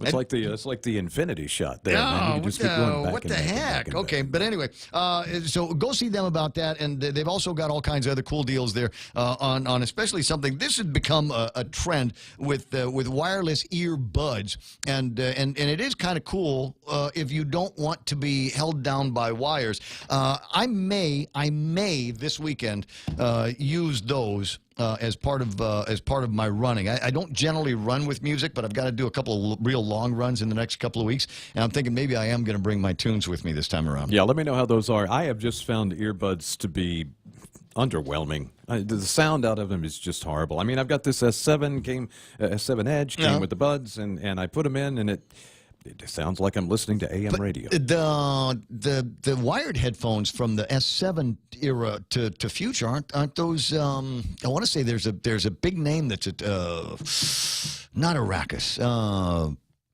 Not Harman Kardon, is it? No, it can't be Harman Kardon. Sure. But it just seems to me that there was one when I got the S8. It came with a set of headphones, and my recollection is they're probably the best sounding headphones I've ever gotten from the. I could probably with the phones. So get I'll give aftermarket. I will give you a piece of advice though. A lot of times, and especially with Samsungs, you get it will give you adapters. Small, medium, large things for your ear. Always try them on. The object of the game with a lot of these headphones is to seal out, to create a sealed space in your ear, so that one of it for primarily acoustics. All right, you want to have You almost want to make it so it feels like you got your finger in your ear, and you can't really hear much from the outside Same world. principle as these, but on the inside. Same principle with like the headphones that you'll see us wear on the radio station from time to time. So don't go. It's the medium one. It should fit my ear. A lot of times, take off the medium size adapters, put the large one on, stick it in your ear, and if it seals out the outside world, that's when you're going to get the best audio out of them. That's right. And if you wore a medium at 30, you'll probably wear a large at 50 because your ears and your nose continue to grow throughout your life. I knew that about my ear, but I didn't know that about my ear hole. Nah, the whole year. Yeah, everything. Yeah. Interesting. 20 away from 10 o'clock in the morning. On Facebook Live, what do we got people chiming in on? Rudy Magallanes. And I was talking last week, or was it this week, with the guy from the Department of Revenue and Taxation who's in charge of tax refunds. And he told me then what I think he's told everybody else in the media since then. It ain't time for 2018 tax refunds. We've got about $370,000 worth of old 2017 late filers, et cetera, and stuff that maybe just got squared away. Those are going out, but those are the only things that are going out. Rudy says he was able to talk to somebody at RevTax and told him the timeline on release is probably not going to be until June or July. And so if you were waiting on a tax refund, don't hold your breath. It's going to be a couple more months, 3 more months, 4 more months, depending on when you got yours in. Remember, it's first in, last out with the Department of Revenue and Taxation. But the clock on that, I don't think, is going to start tolling until April the 15th at the end of business day. 9:41, so there's that. I got a note from a buddy of mine who was trying to get rid of some trash. And so he writes to me. Sorry, I have to squint. So I tried to drop off cardboard and 3 bags of cans at the Harmon Transfer Station today at 0840, which military time, I'll translate for you, that's 8:40 in the morning. Not only would they not let me, they said I had to come back at 0900, again, 9 o'clock. Trash is a problem on island, and if citizens can't access the publicly funded resources, that won't change. That won't change. Can you help me get some traction on this problem? On a side note, I went ahead, dropped them in the right receptacles because it was already sorted, and I told them to call the police and left. So, and thank you for doing it right. That's the second time this week we've had that conversation. I think I was railing Monday or something about problems that we've got with trash in this community, and part of it, as relayed by now another listener, is that I'd use the transfer stations more if they were a little bit more accessible. So telling people that they can bring their trash over at 9 when lots and lots of people are already in work at school at 9. I mean, I got the trash, it's ready to go, and I can drop it off on the way to work, and then I'm not going to be the guy that's throwing this in the boondocks. I'm not going to be like the lady last weekend. You remember that viral video that everybody was railing about, the Micronesian woman throwing cardboard in the ocean near Mike's house. Yeah, that was crazy. I've never even heard of a dump that wasn't open at daybreak or shortly thereabouts. Yeah. So more needs to be done about that. And I haven't yet had a chance to talk about what's going on with the solid waste receiver. There's a couple of in both newspapers, I think, did an outstanding job of the coverage of this. PDN front page, an end to receivership? ? And the Guam Daily Post talking about on their page 2, no end date yet on GSWA receivership. And it sounds like they're different stories, but the truth of the matter is there's still some open questions about some open projects that need to get taken care of. The recognition that, as they say, time is of the essence with another cell being constructed at the Luzon landfill, and it's not so much that we've got to build a cell. Although maybe there is something to that. Mike started a riff in my head the other day, and I do want to finish it. Is that we got to get the money to be able to build another cell at Luzon. And so here's my comment on that. Brace yourself for a loan. Brace yourself for another loan. Maybe to the tune of $25, maybe $35 million. And they're pretty sure they need about 20 for this new cell. And they're going to need, 30 years worth of maintenance money, about $15 million, to make sure that nothing evil comes out of the old ORDOT dump. So those are some of the continuing parts of the conversation. What is scariest to me, though, is, and you'll read about it in the PDN's version of it. What is scariest to me, though, is there was originally the plan was to put a trustee in charge of the old dump. And why would we want to do that? Exactly, because we don't trust the government of Guam to do it. right? We don't trust the government of Guam to do it. And so everybody and their brother, though, in the government of Guam is saying, no, we can do it. Don't worry about it. We don't need to bring up a bank and have the bank oversee a trust and oversee the spend of it. We'll make sure it's done, and we'll make sure it's done right. But some of the people that are saying, we'll make sure it's done, we'll make sure it's done right, are signing bills and voting on bills that I'm not sure they read. Not sure what the impact is going to be. So I'm all for confidence, but let's build some time in between the inauguration of new administrations, new legislators, new boards, and the time where we really got to make sure that there is no evil coming out from the bottom of that old ORDOT dump, deep in the valley. Who knows what could be there? Radioactive lizards that are going to turn into Godzilla kind of creatures, or it's going to be flesh-eating. What's the word? Spiders. Wow. I see where my head goes. That's heavy, man. Yeah. Well, you know, it's what's that police song? From the bottom of an old Scottish lake. Oh, yeah. Mm-hmm. Yep. Somebody on Facebook will tell us. DJs. Dude, we're at the end of our 4-hour shift. Yeah, I'm at the end of 20 hours worth of talk this week. I mean, if we were doing a music show, we'd already be standing in the break room, waiting on the next shift to get in. Neats wanted to say thank you, and Jerry, for an awesome time. Neats, I'm glad that you and Jerry were able to get together. I played a video of that a little bit earlier today because I thought it was interesting. And while I got some time, we're just small talk portion of the program here. Let me see if there's some other videos that I wanted to play here today. Going back to yesterday's cannabis conversation. Was I done with? No, I did finish the riff on what's happening over at the solid waste receiver in the government of Guam. It looks like they've got in the 10th or so of May, they're going to get together and find out whether or not between Gita and the administration and whoever else is playing, whether they'll be able to come up with a financing plan for the new cell. After that, I think we need to sit around and have a conversation about we're done building cells at that plant, at that Luzon landfill. Yeah, we're going to run out of room. We're going to run out of synchronicity too. Well, thank you, synchronicity. The beginning of that song, killer bass line was staying. Yo. Anyway, but Mike reminded me that one of the things that we really need to do is invest in some kind of waste to energy. That's going to run about $240 million. Yeah. A cost of about $20 million a year.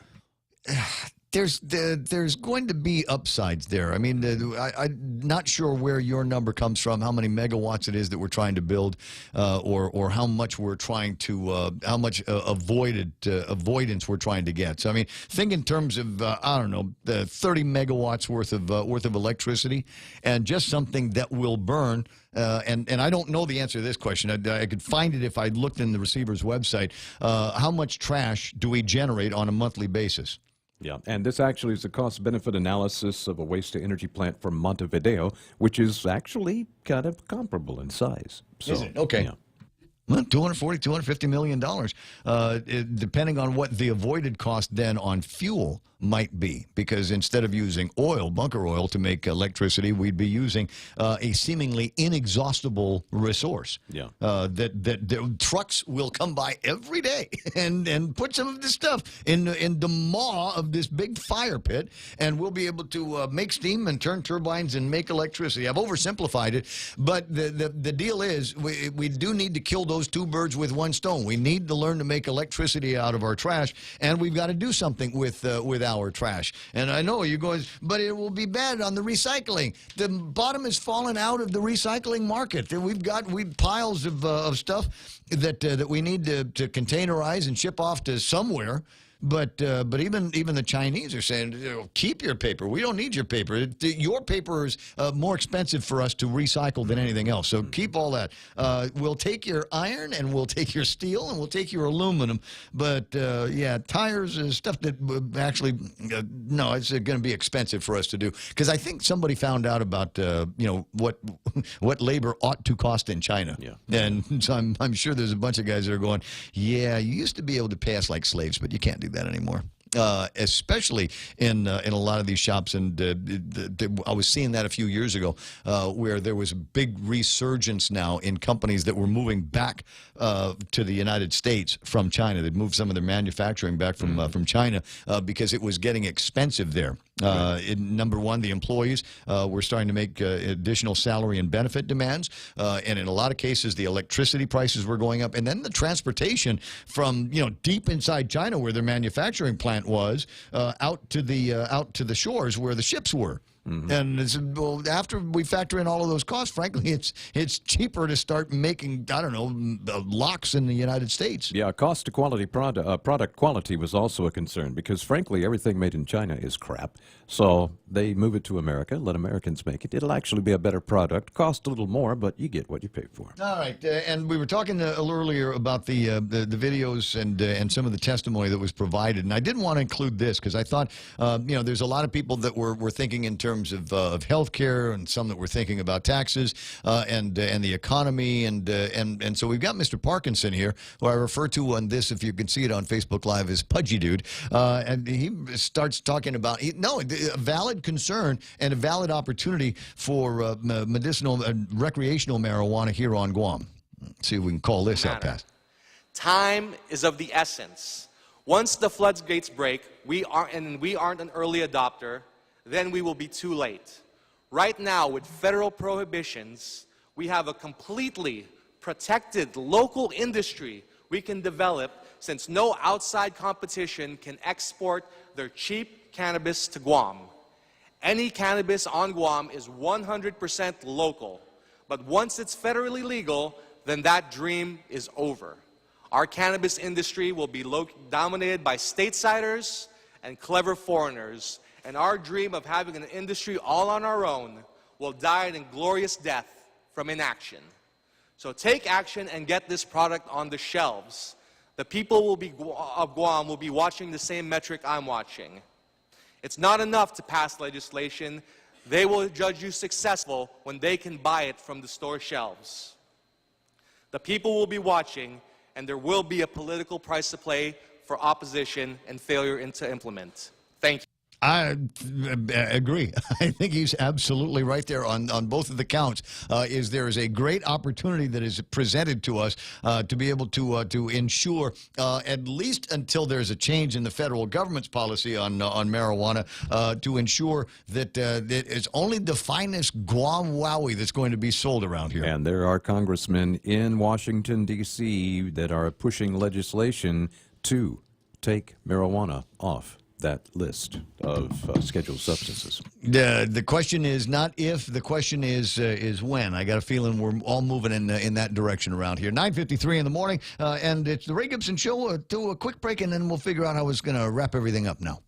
Save big. Save really big when you bundle up your insurance policies with Nanbo Insurance. Insure your home, auto, motorcycle, or business with Nanbo and enjoy great savings, up to 50%. When it comes to insuring your property, no one knows better than the company with over 50 years of service to the community. Don't compromise the things that matter to you most. Call Nanbo today at 477-9754 or visit nanbo.com for more information. Nanbo Insurance, serving you since 1968. Shrimp and guacamole for Lent at Subway. The all-new shrimp and guacamole combines generous portions of whole shrimp and a spread of guacamole served on freshly baked bread, paired with vegetables cut fresh daily in restaurants and sauces that are sure to excite your taste buds. Hurry in, it's only available for a limited time. Other fresh Lenten flavors include the classic tuna or the mouth-watering greatness of our seafood sensation. Don't forget the Veggie Max, a delicious and tasty vegetarian patty. Visit any of our convenient locations today. At Subway, you make it what you want.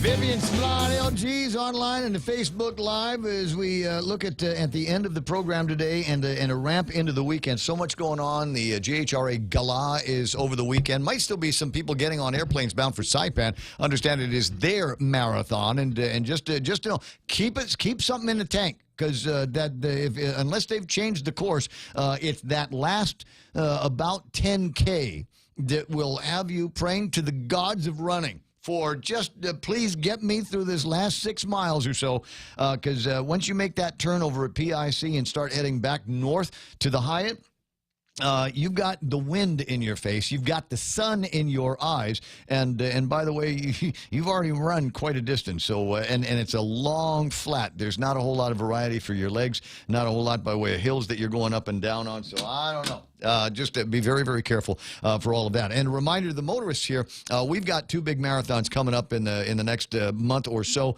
The 24th will be the Guam Running Club's 48th. Marathon, and then the Guam International Marathon that United and now AK are a part of is going to be taking place on the 14th of April. There's a lot of runners in their marathon training now that will be doing longer runs. In fact, tomorrow morning I intend to be out there at 4 o'clock. Unless I'm out partying until 4 o'clock, in which case it'll be 4 o'clock on Sunday that I'm going to be out there. But watch out for me and a whole bunch of other people that are going to be trying to get those last long runs in before they're all finished with the deal. 9:56, my buddy Bob Kelly's on the line. Bob. Yeah, very quickly on waste energy. I think people need to go and look up on Google Honolulu and what they're doing in Honolulu with waste to energy for years. It's amazing. It's been working well, and it's clean, and it's something we should be modeling. It's another island. Yeah, well, the urgency in my mind is number one, we've got all this waste that's piling up. We're going to have to build another expensive cell, and I think it ought to be the last of the expensive cells that we build. I think the next technology that we put in the Luzon landfill is going to be something that would handle the waste ash that would come off of the waste energy systems. Agreed, and that's the direction we should go. And one quick thing on your marijuana discussion, I heard it but wasn't able to call in.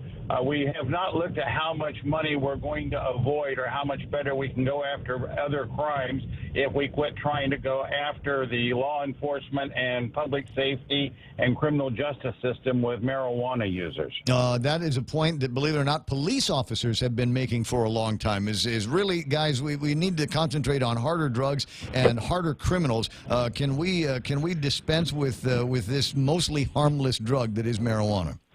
And it'll also unclog the courts, which is not, look how long some cases have to take. If we can get rid of that particular part, it will free the courts up also. I don't know how much they're doing that, but I would make a case for clogging the courts just a little bit on a number of procedural moves. And if we turn it into something that is no longer a criminal act, then I'd like to go back in time to the 60s and the 70s. And all these guys that got pinched on marijuana crimes that are still on their permanent record, I'd like to see those crimes get expunged. For something that in heretofore is going to be legal, it seems to me that they shouldn't be prohibited from participating in society. Let's clean off that part of their record if we can. I concur with you totally. Yep. All right. Well, good. Listen, have a great weekend. I'll be on out there, and I'm sure we'll have an opportunity to chat up again soon. What was the name of that beer place you said we're going to? I just know it's down in the Blue Lagoon. I'm trying to remember the name, but it's a craft brewery. They make it down there very good, and I am going to be there probably tonight. We'll see what happens, my friend. Closing in on 10 o'clock in the morning, the radio station is KUSG. Got you. Hey, listen, I hope you have a great plan for the weekend. Well, you've got all kinds of crazy fun things that are going to be taking place. Did I already tell you it's GHRA Gala again? Over the weekend? That's fun. That is a fun time. And they've asked me and my beard to be the MC, and the answer is going to be yes. So I'm going to be knocking around at that thing down in the Tumon area, and hope I get a chance to see you, and you can tell me a couple of things. And I already told you how much I enjoy it when somebody comes up to me and tells me they love the show. Also, like when people come up to me and tell me, "Oh, I didn't know you were on the radio. Are you still on the radio?" Yeah, I'm still on the radio. Share the information. You're here with me all morning long, every morning, and thanks very much. Share the love. Let people know about something that you heard on the show here at 93.3. Don't just say, "Oh, I heard on the radio." No, I heard Ray Gibson on 93.3 The Point say this. That way they know I'm back on. Okay, that's enough time for me and for Blake and Mike and Kevin. Thanks so much for listening, and I'll see you Monday morning. Love you. Mean it. Bye. Fox News Alert. Facing a judge. I'm Lisa Lacera. The sentence now in for former Trump campaign manager Paul Manafort. Fox's Steve Rappaport has more live. Lisa, Paul Manafort told the judge the last 2 years have been the most difficult he and his family have ever experienced. Manafort adding it would be a gross understatement to say that he's humiliated and ashamed, but he also wants the court and the world to know who he truly is. The former Trump